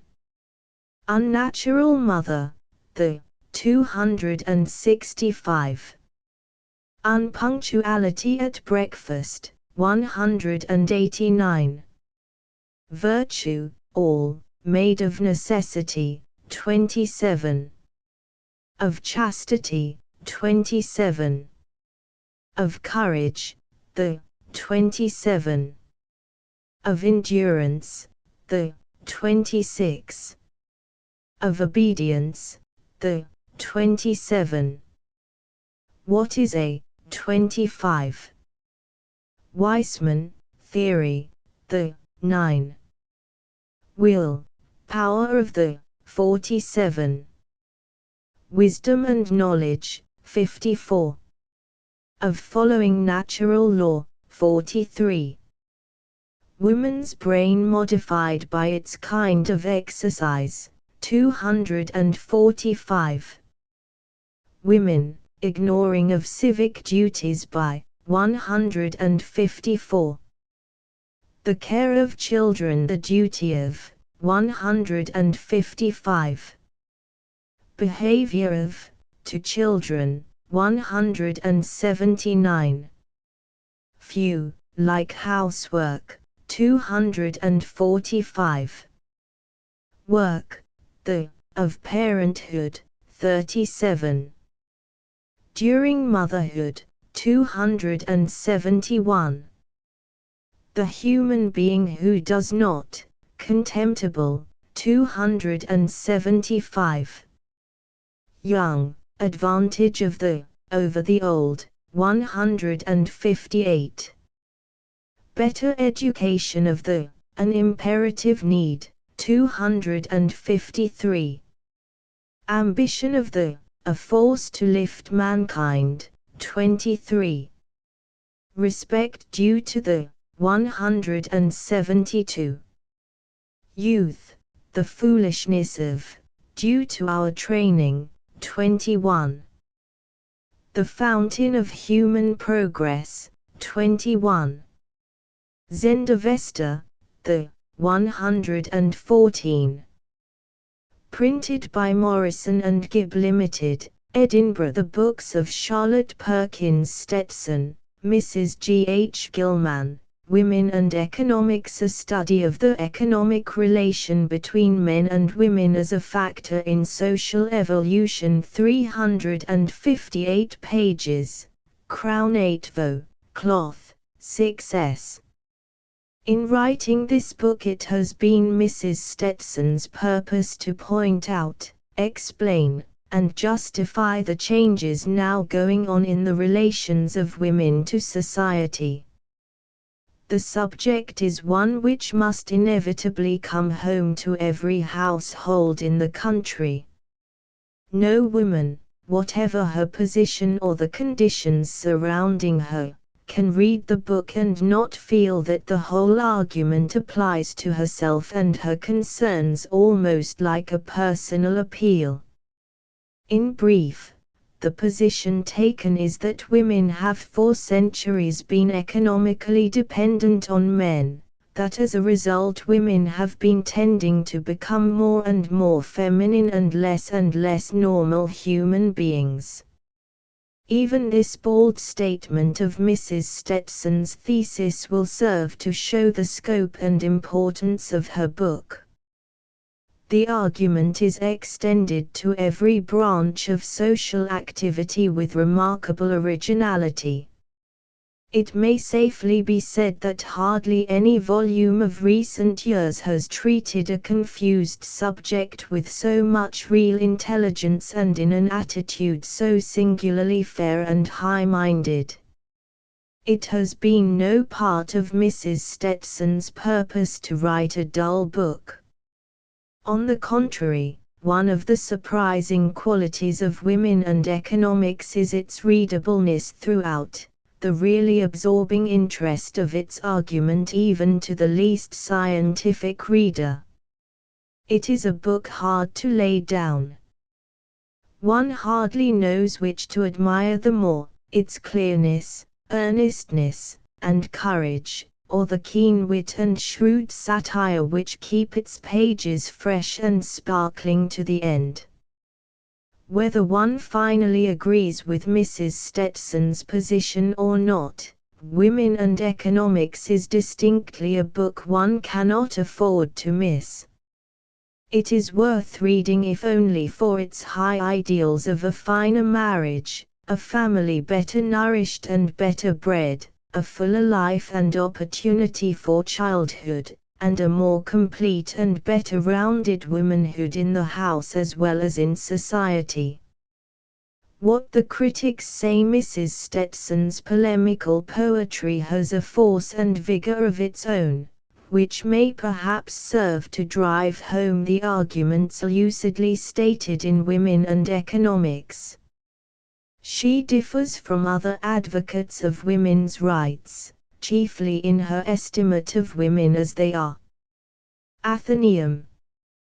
There have been heard now and again whispers of feminine discontent, hints that the relations of the sexes are on a not entirely satisfactory footing, and suggestions that marriage from a woman's point of view comes near being a failure. In her book Mrs. Stetson goes to the very root of the matter, and turns hints, as it were, into italics. World. The charm of the book lies in its evident sincerity, its eloquent appeals to the higher side of human nature, and its wholesale optimism. These qualities will make the book a power for good among those who have hitherto given little thought to the position of women in society, and the fearless exposure of many social evils will stimulate such readers to serious thought. Fabian News. When we pass to the book of the lady whose inspiration is derived from the expansive temperament of the great Republic of the West, we recognize at once how much more hopeful one can be when one is not a citizen of a played-out European nation. Mrs. Stetson's intention is to show that what she calls the excessive sex development of women is responsible for some of the worst evils under which we suffer. With a great deal of what she says on this matter it is impossible not to agree. Saturday Review. Women and Economics is a book to be read and a book to be thought about, whether you may agree with it or not. If all the literature of the feminist movement had been half so cogent, so accurately based on fact, so sincere, and withal so pure and modest as this, the feminist movement of today would have been a great deal farther advanced than it is. Hearth and Home. Here is a book that, whether we look on its teaching as wholesome or dangerous, we are bound to acknowledge to be of exceptional ability. It is the book of a woman of a clear and of a trained intellect, and of great courage. As such it demands attention and very likely will get it, of the hostile kind, from many quarters. Bookman. Today it will meet with opposition and dispute, more or less great as we appreciate more or less truly the conditions of human progress. 10 years hence, perhaps 5 years hence, it will be accepted eagerly. 20 years hence it will be a mere milestone of history. These are the stages through which books must pass which contain true analyses of transient societies. But the literary historian who somewhere towards the latter half of the 20th century looks up Mrs. Stetson's volume, will find amid phrases grown old-fashioned, and arguments long since admitted, a sparkle of wit, a lucidity of statement and an admirable spirit of justice and allowance, likely even in those improved days to be still rare among controversialists. Academy. There is one thing at all events that may be predicated of this book. It is admirably devised for the purpose of making a dust. There are some who will read Mrs. Stetson's book with anger or will turn from it with repulsion. I cannot put myself in their place. To me it seems that the courageous and clear-headed American woman speaks as a rule the language of reason and sense. I read her with pleasure and gratitude. It is an honest and stimulating book. Perfect in temper, noble in intention, and therefore it is to be cordially welcomed. Sunday Mrs. Stetson is such a specimen of the modern woman as it does one good to encounter. She is strong and clear, as free from noise as from flippancy. Women and Economics is a book to read. Echo. Mrs. Stetson's contribution to the woman question is a notable one, but it is notable chiefly because of its logical conclusions, its constructive ability, its art of putting things in an arranging way. Humanitarian. In this Our World Revised and Enlarged edition 16 mo, cloth, ornamental, gilt top, with a photogravure frontispiece from a recent photograph, 5s. This new edition, following the little pamphlet volumes issued on the Pacific coast, should give her book a popularity as wide as the country. Certainly the vigor, the verve, the deep moral earnestness, and the delightful humor and extraordinary talent for satire which she displays in these poems, have hardly been surpassed. The volume is divided into 3 parts. The first, entitled The World, ranges in subject from similar cases and an obstacle, to name only 2 of those satirical pieces by which Mrs. Stetson has hitherto been best known, to lyrics of nature remarkable for their tender sympathy and loving observation. While the third part, called The March, deals with the forward movement of human brotherhood which has always been so dear to Mrs. Stetson's heart.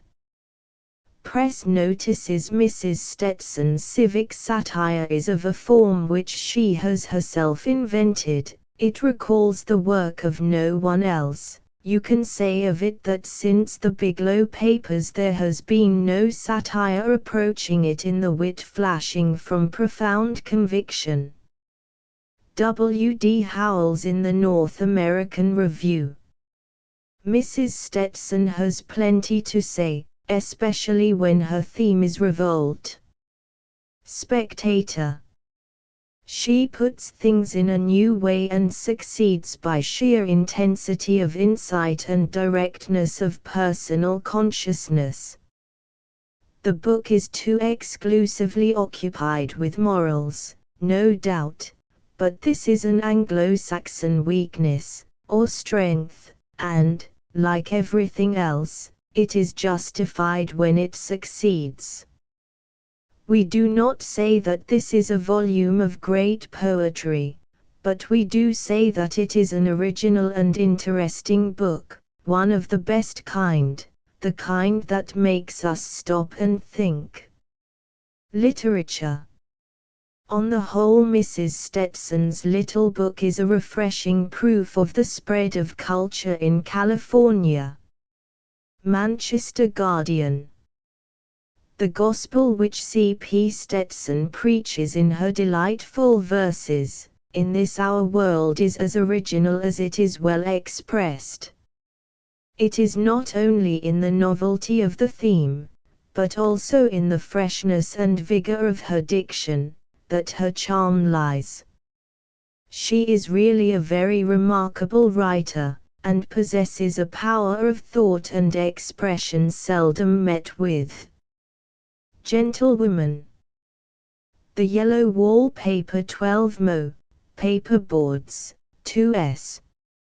Mrs. Charlotte Perkins Stetson's The Yellow Wallpaper is a conceit fantastical and gruesome enough to have emanated from the brain of Edgar Poe. It is written with remarkable vividness, as if the writer had experienced something very like the misery which she describes. There is nothing extravagant or unreal in the narration. Wallpapers, yellow and other colored, have had often a pernicious influence on people of defective nervous poise, and quite unbalanced them.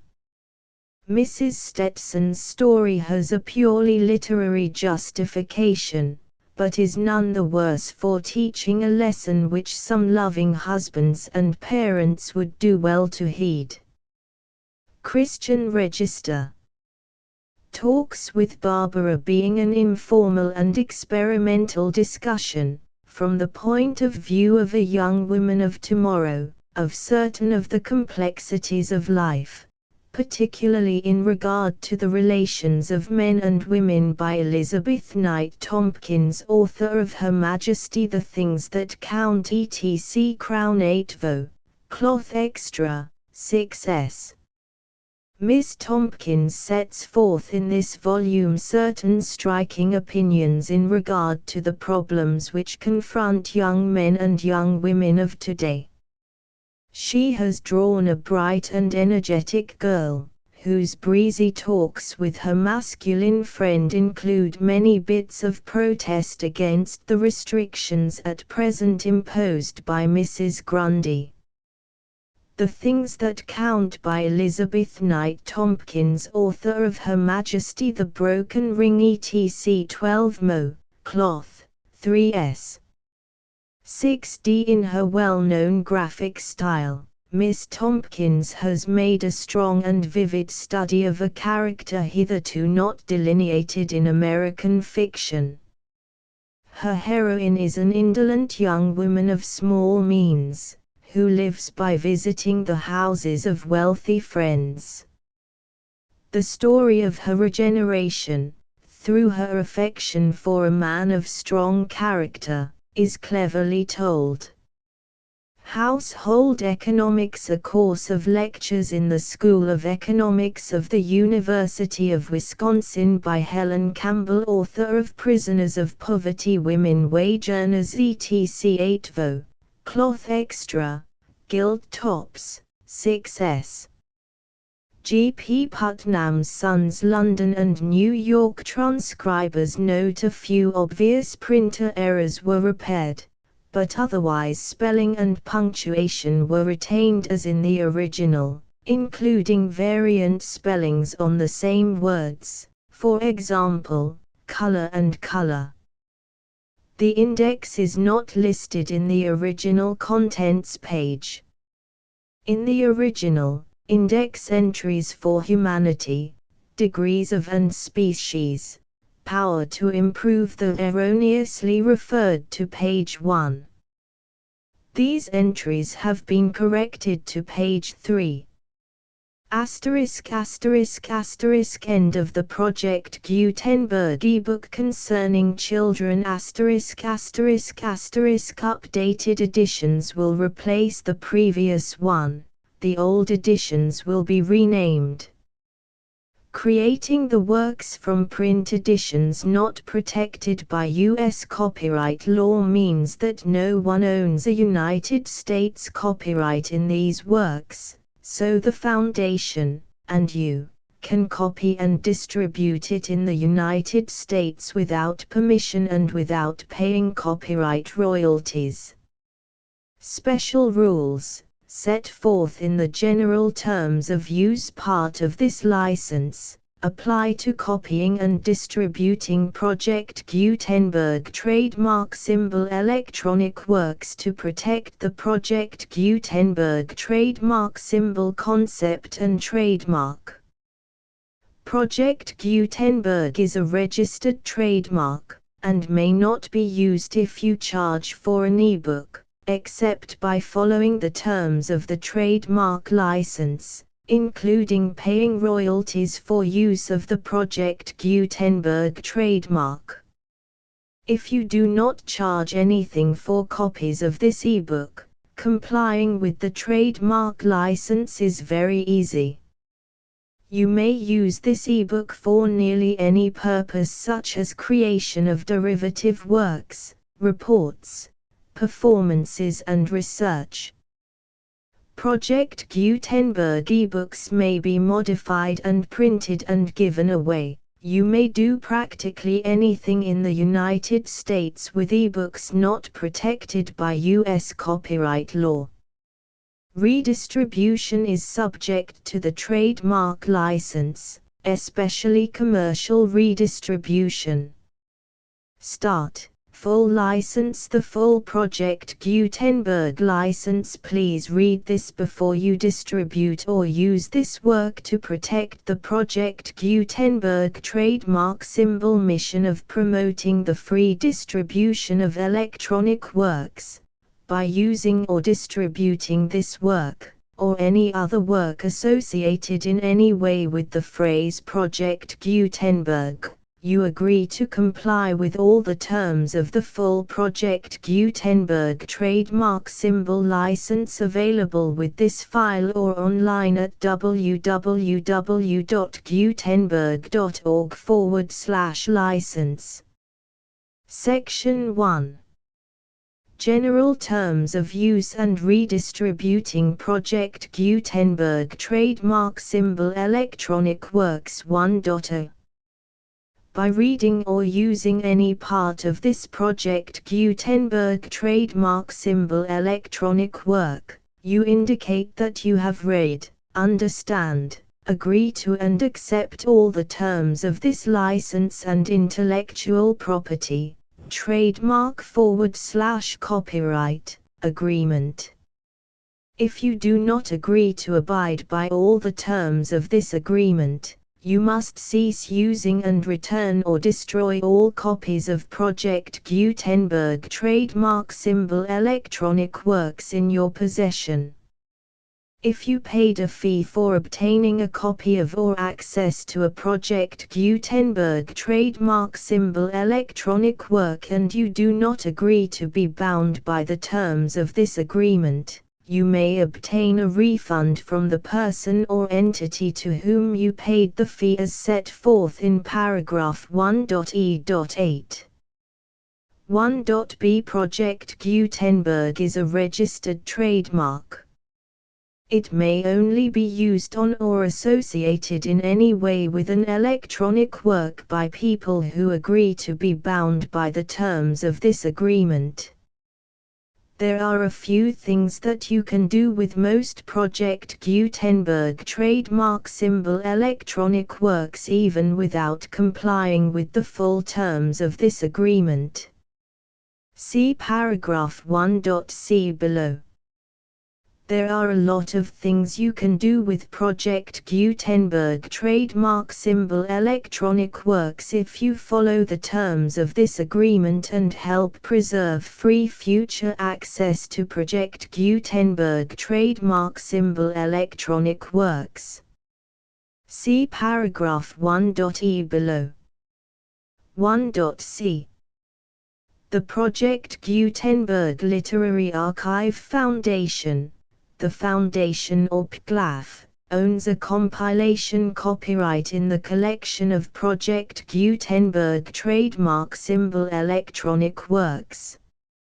Nearly all the individual works in the collection are in the public domain in the United States. If an individual work is unprotected by copyright law in the United States and you are located in the United States, We do not claim a right to prevent you from copying, distributing, performing, displaying or creating derivative works based on the work as long as all references to Project Gutenberg are removed.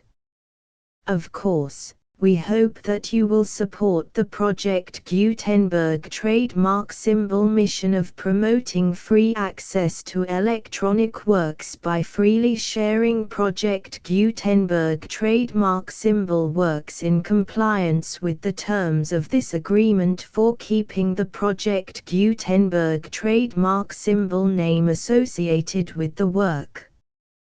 You can easily comply with the terms of this agreement by keeping this work in the same format with its attached full Project Gutenberg trademark symbol license when you share it without charge with others. 1.d. The copyright laws of the place where you are located also govern what you can do with this work. Copyright laws in most countries are in a constant state of change. If you are outside the United States, check the laws of your country in addition to the terms of this agreement before downloading, copying, displaying, performing, distributing or creating derivative works based on this work or any other Project Gutenberg trademark symbol work. The Foundation makes no representations concerning the copyright status of any work in any country other than the United States. 1.e. Unless you have removed all references to Project Gutenberg, 1.e.1.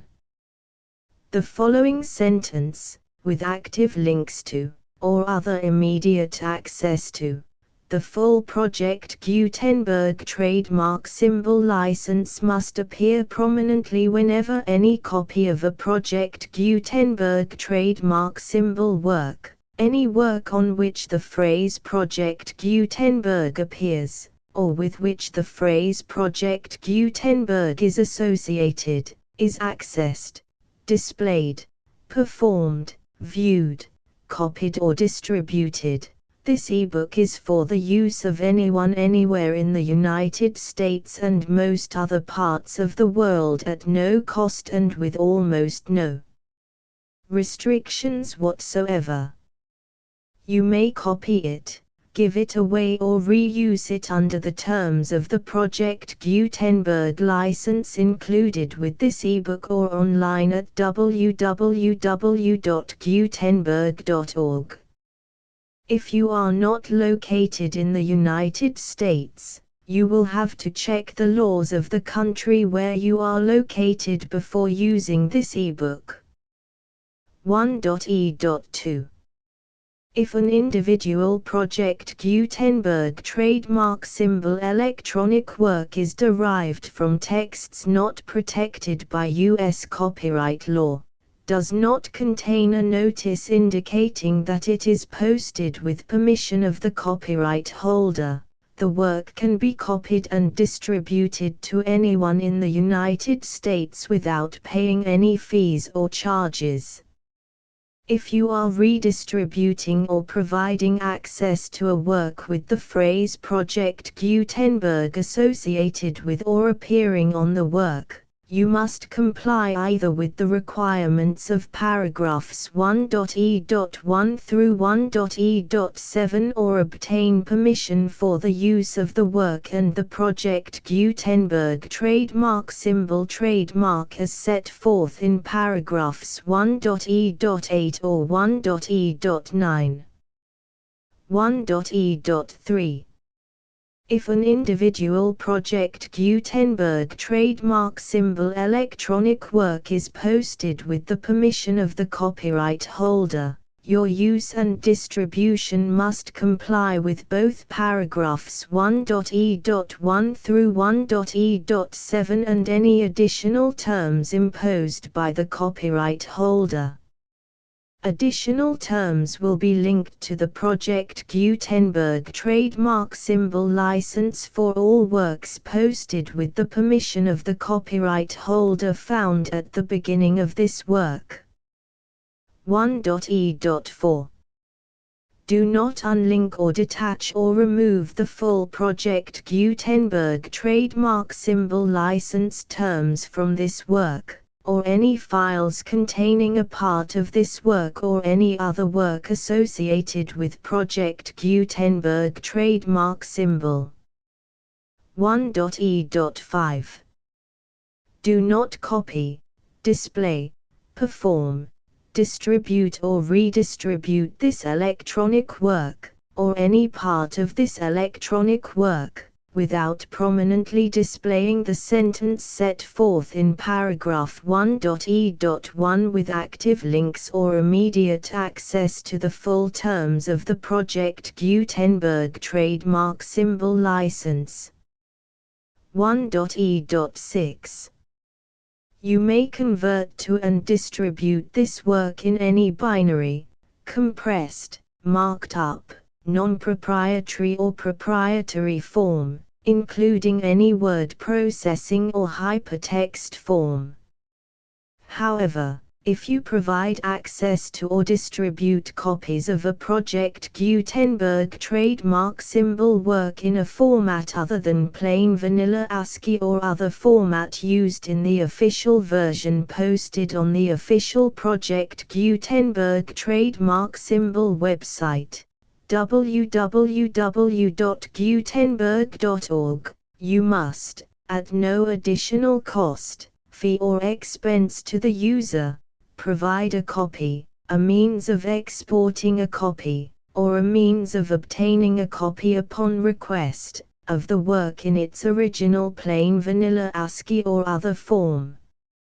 Any alternate format must include the full Project Gutenberg trademark symbol license as specified in paragraph 1.e.1.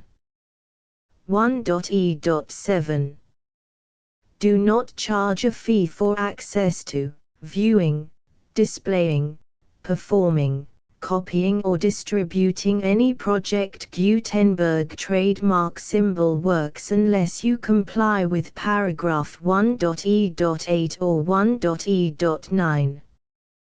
1.e.8 You may charge a reasonable fee for copies of or providing access to or distributing Project Gutenberg trademark symbol electronic works provided that you pay a royalty fee of 20% of the gross profits you derive from the use of Project Gutenberg trademark symbol works calculated using the method you already use to calculate your applicable taxes. The fee is owed to the owner of the Project Gutenberg trademark symbol trademark, but he has agreed to donate royalties under this paragraph to the Project Gutenberg Literary Archive Foundation. Royalty payments must be paid within 60 days following each date on which you prepare, or are legally required to prepare, your periodic tax returns. Royalty payments should be clearly marked as such and sent to the Project Gutenberg Literary Archive Foundation at the address specified in Section 4, Information about donations to the Project Gutenberg Literary Archive Foundation. You provide a full refund of any money paid by a user who notifies you in writing, or by email, within 30 days of receipt that he does not agree to the terms of the full Project Gutenberg trademark symbol license.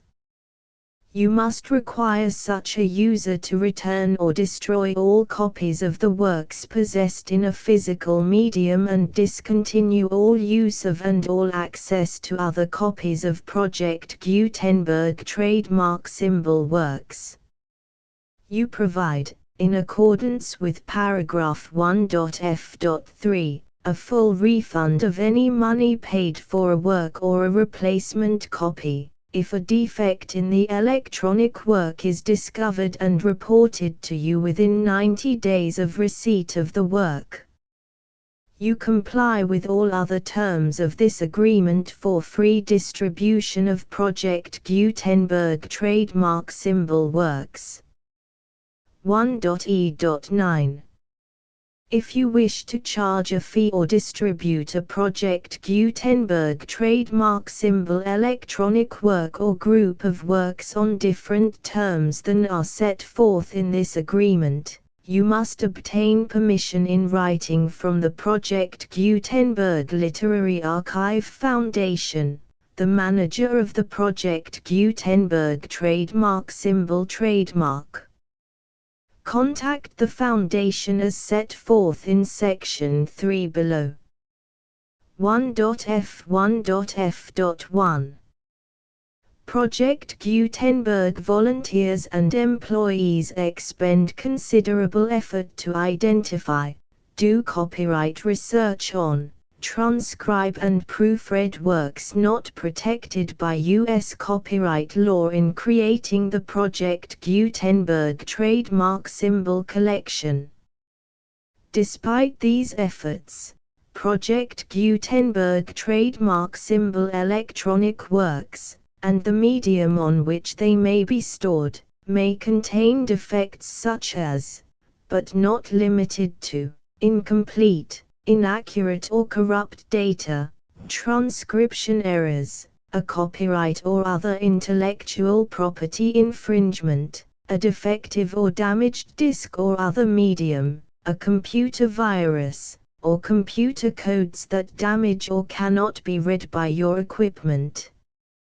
1.f.2 Limited warranty, disclaimer of damages, except for the right of replacement or refund described in paragraph 1.f.3, the Project Gutenberg Literary Archive Foundation, the owner of the Project Gutenberg trademark symbol trademark, and any other party distributing a Project Gutenberg trademark symbol electronic work under this agreement, disclaim all liability to you for damages, costs and expenses, including legal fees.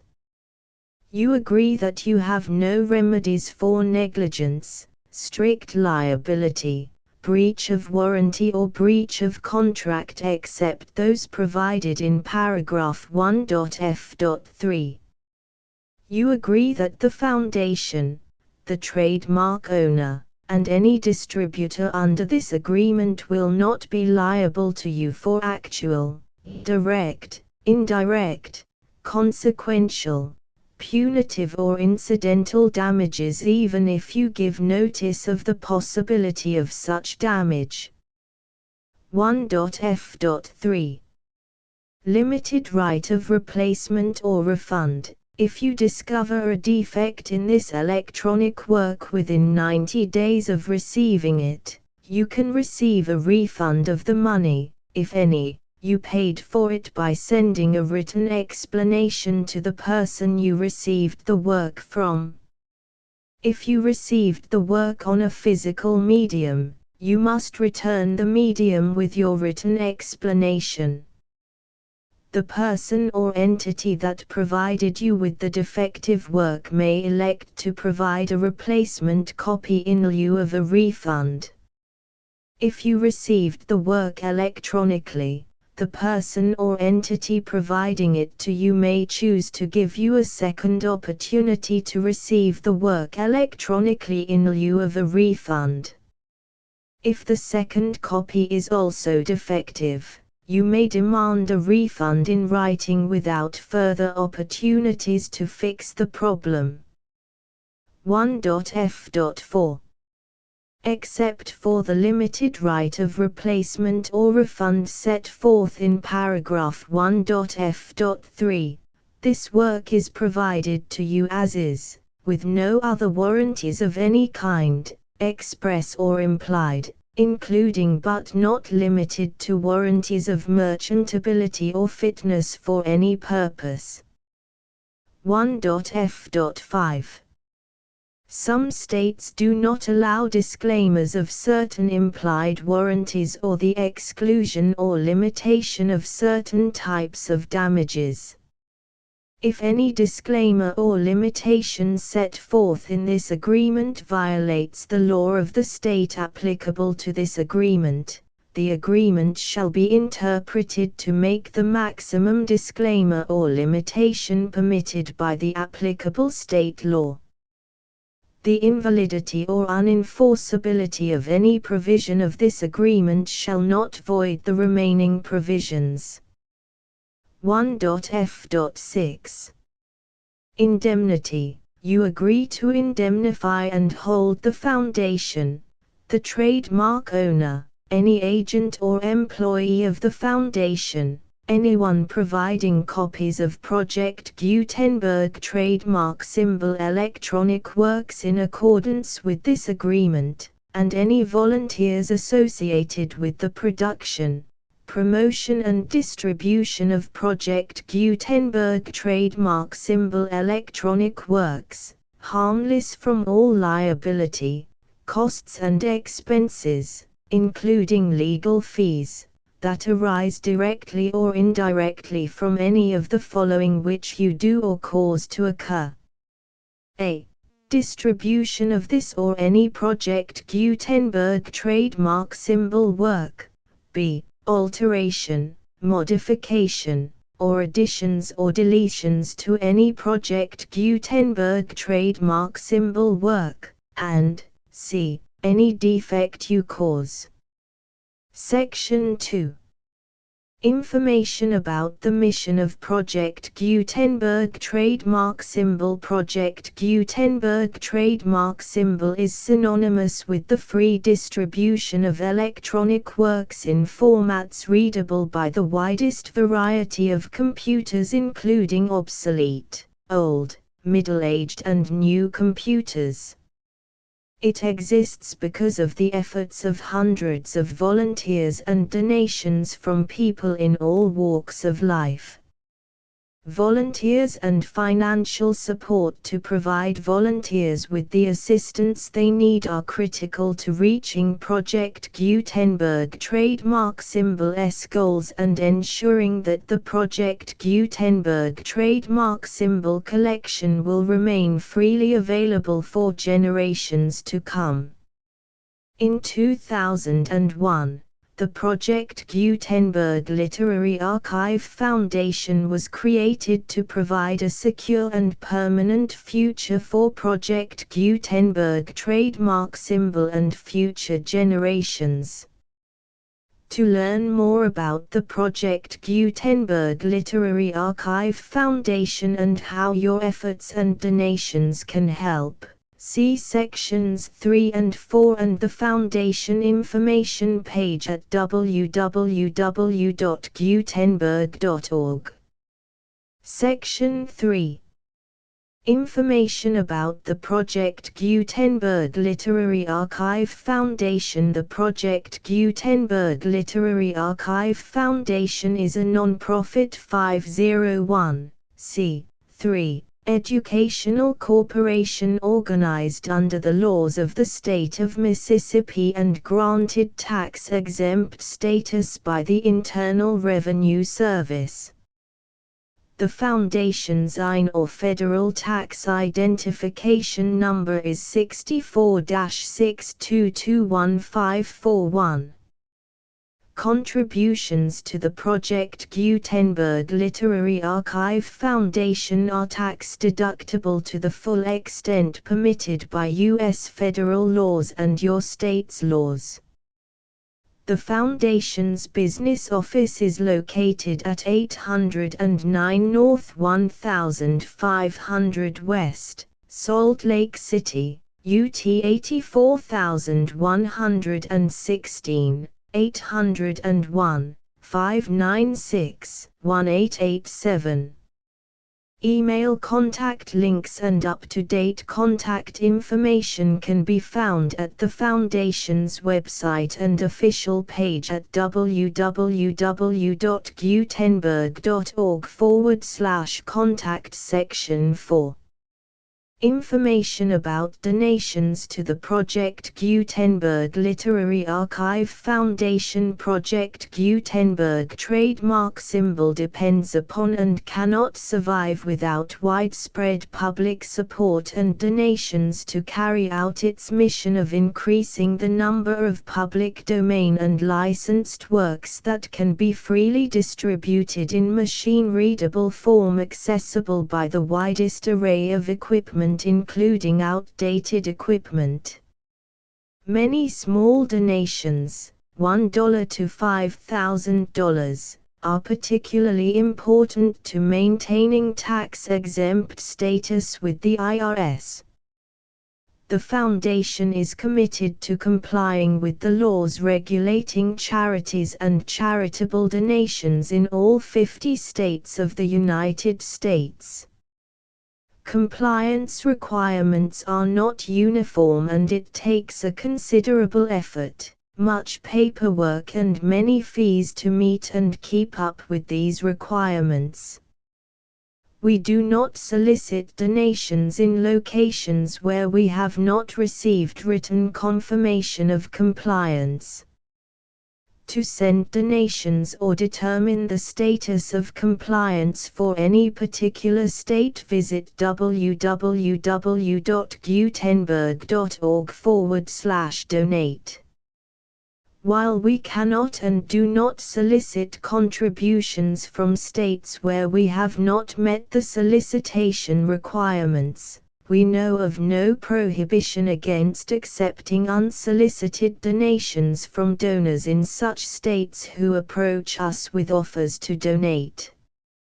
International donations are gratefully accepted, but we cannot make any statements concerning tax treatment of donations received from outside the United States. U.S. laws alone swamp our small staff. Please check the Project Gutenberg web pages for current donation methods and addresses. Donations are accepted in a number of other ways including checks, online payments and credit card donations. To donate, please visit www.gutenberg.org/donate. Section 5. General information about Project Gutenberg trademark symbol electronic works. Professor Michael S. Hart was the originator of the Project Gutenberg trademark symbol concept of a library of electronic works that could be freely shared with anyone. For 40 years, he produced and distributed Project Gutenberg trademark symbol ebooks with only a loose network of volunteer support. Project Gutenberg trademark symbol ebooks are often created from several printed editions, all of which are confirmed as not protected by copyright in the U.S. unless a copyright notice is included. Thus, we do not necessarily keep ebooks in compliance with any particular paper edition. Most people start at our website, which has the main PG search facility, www.gutenberg.org.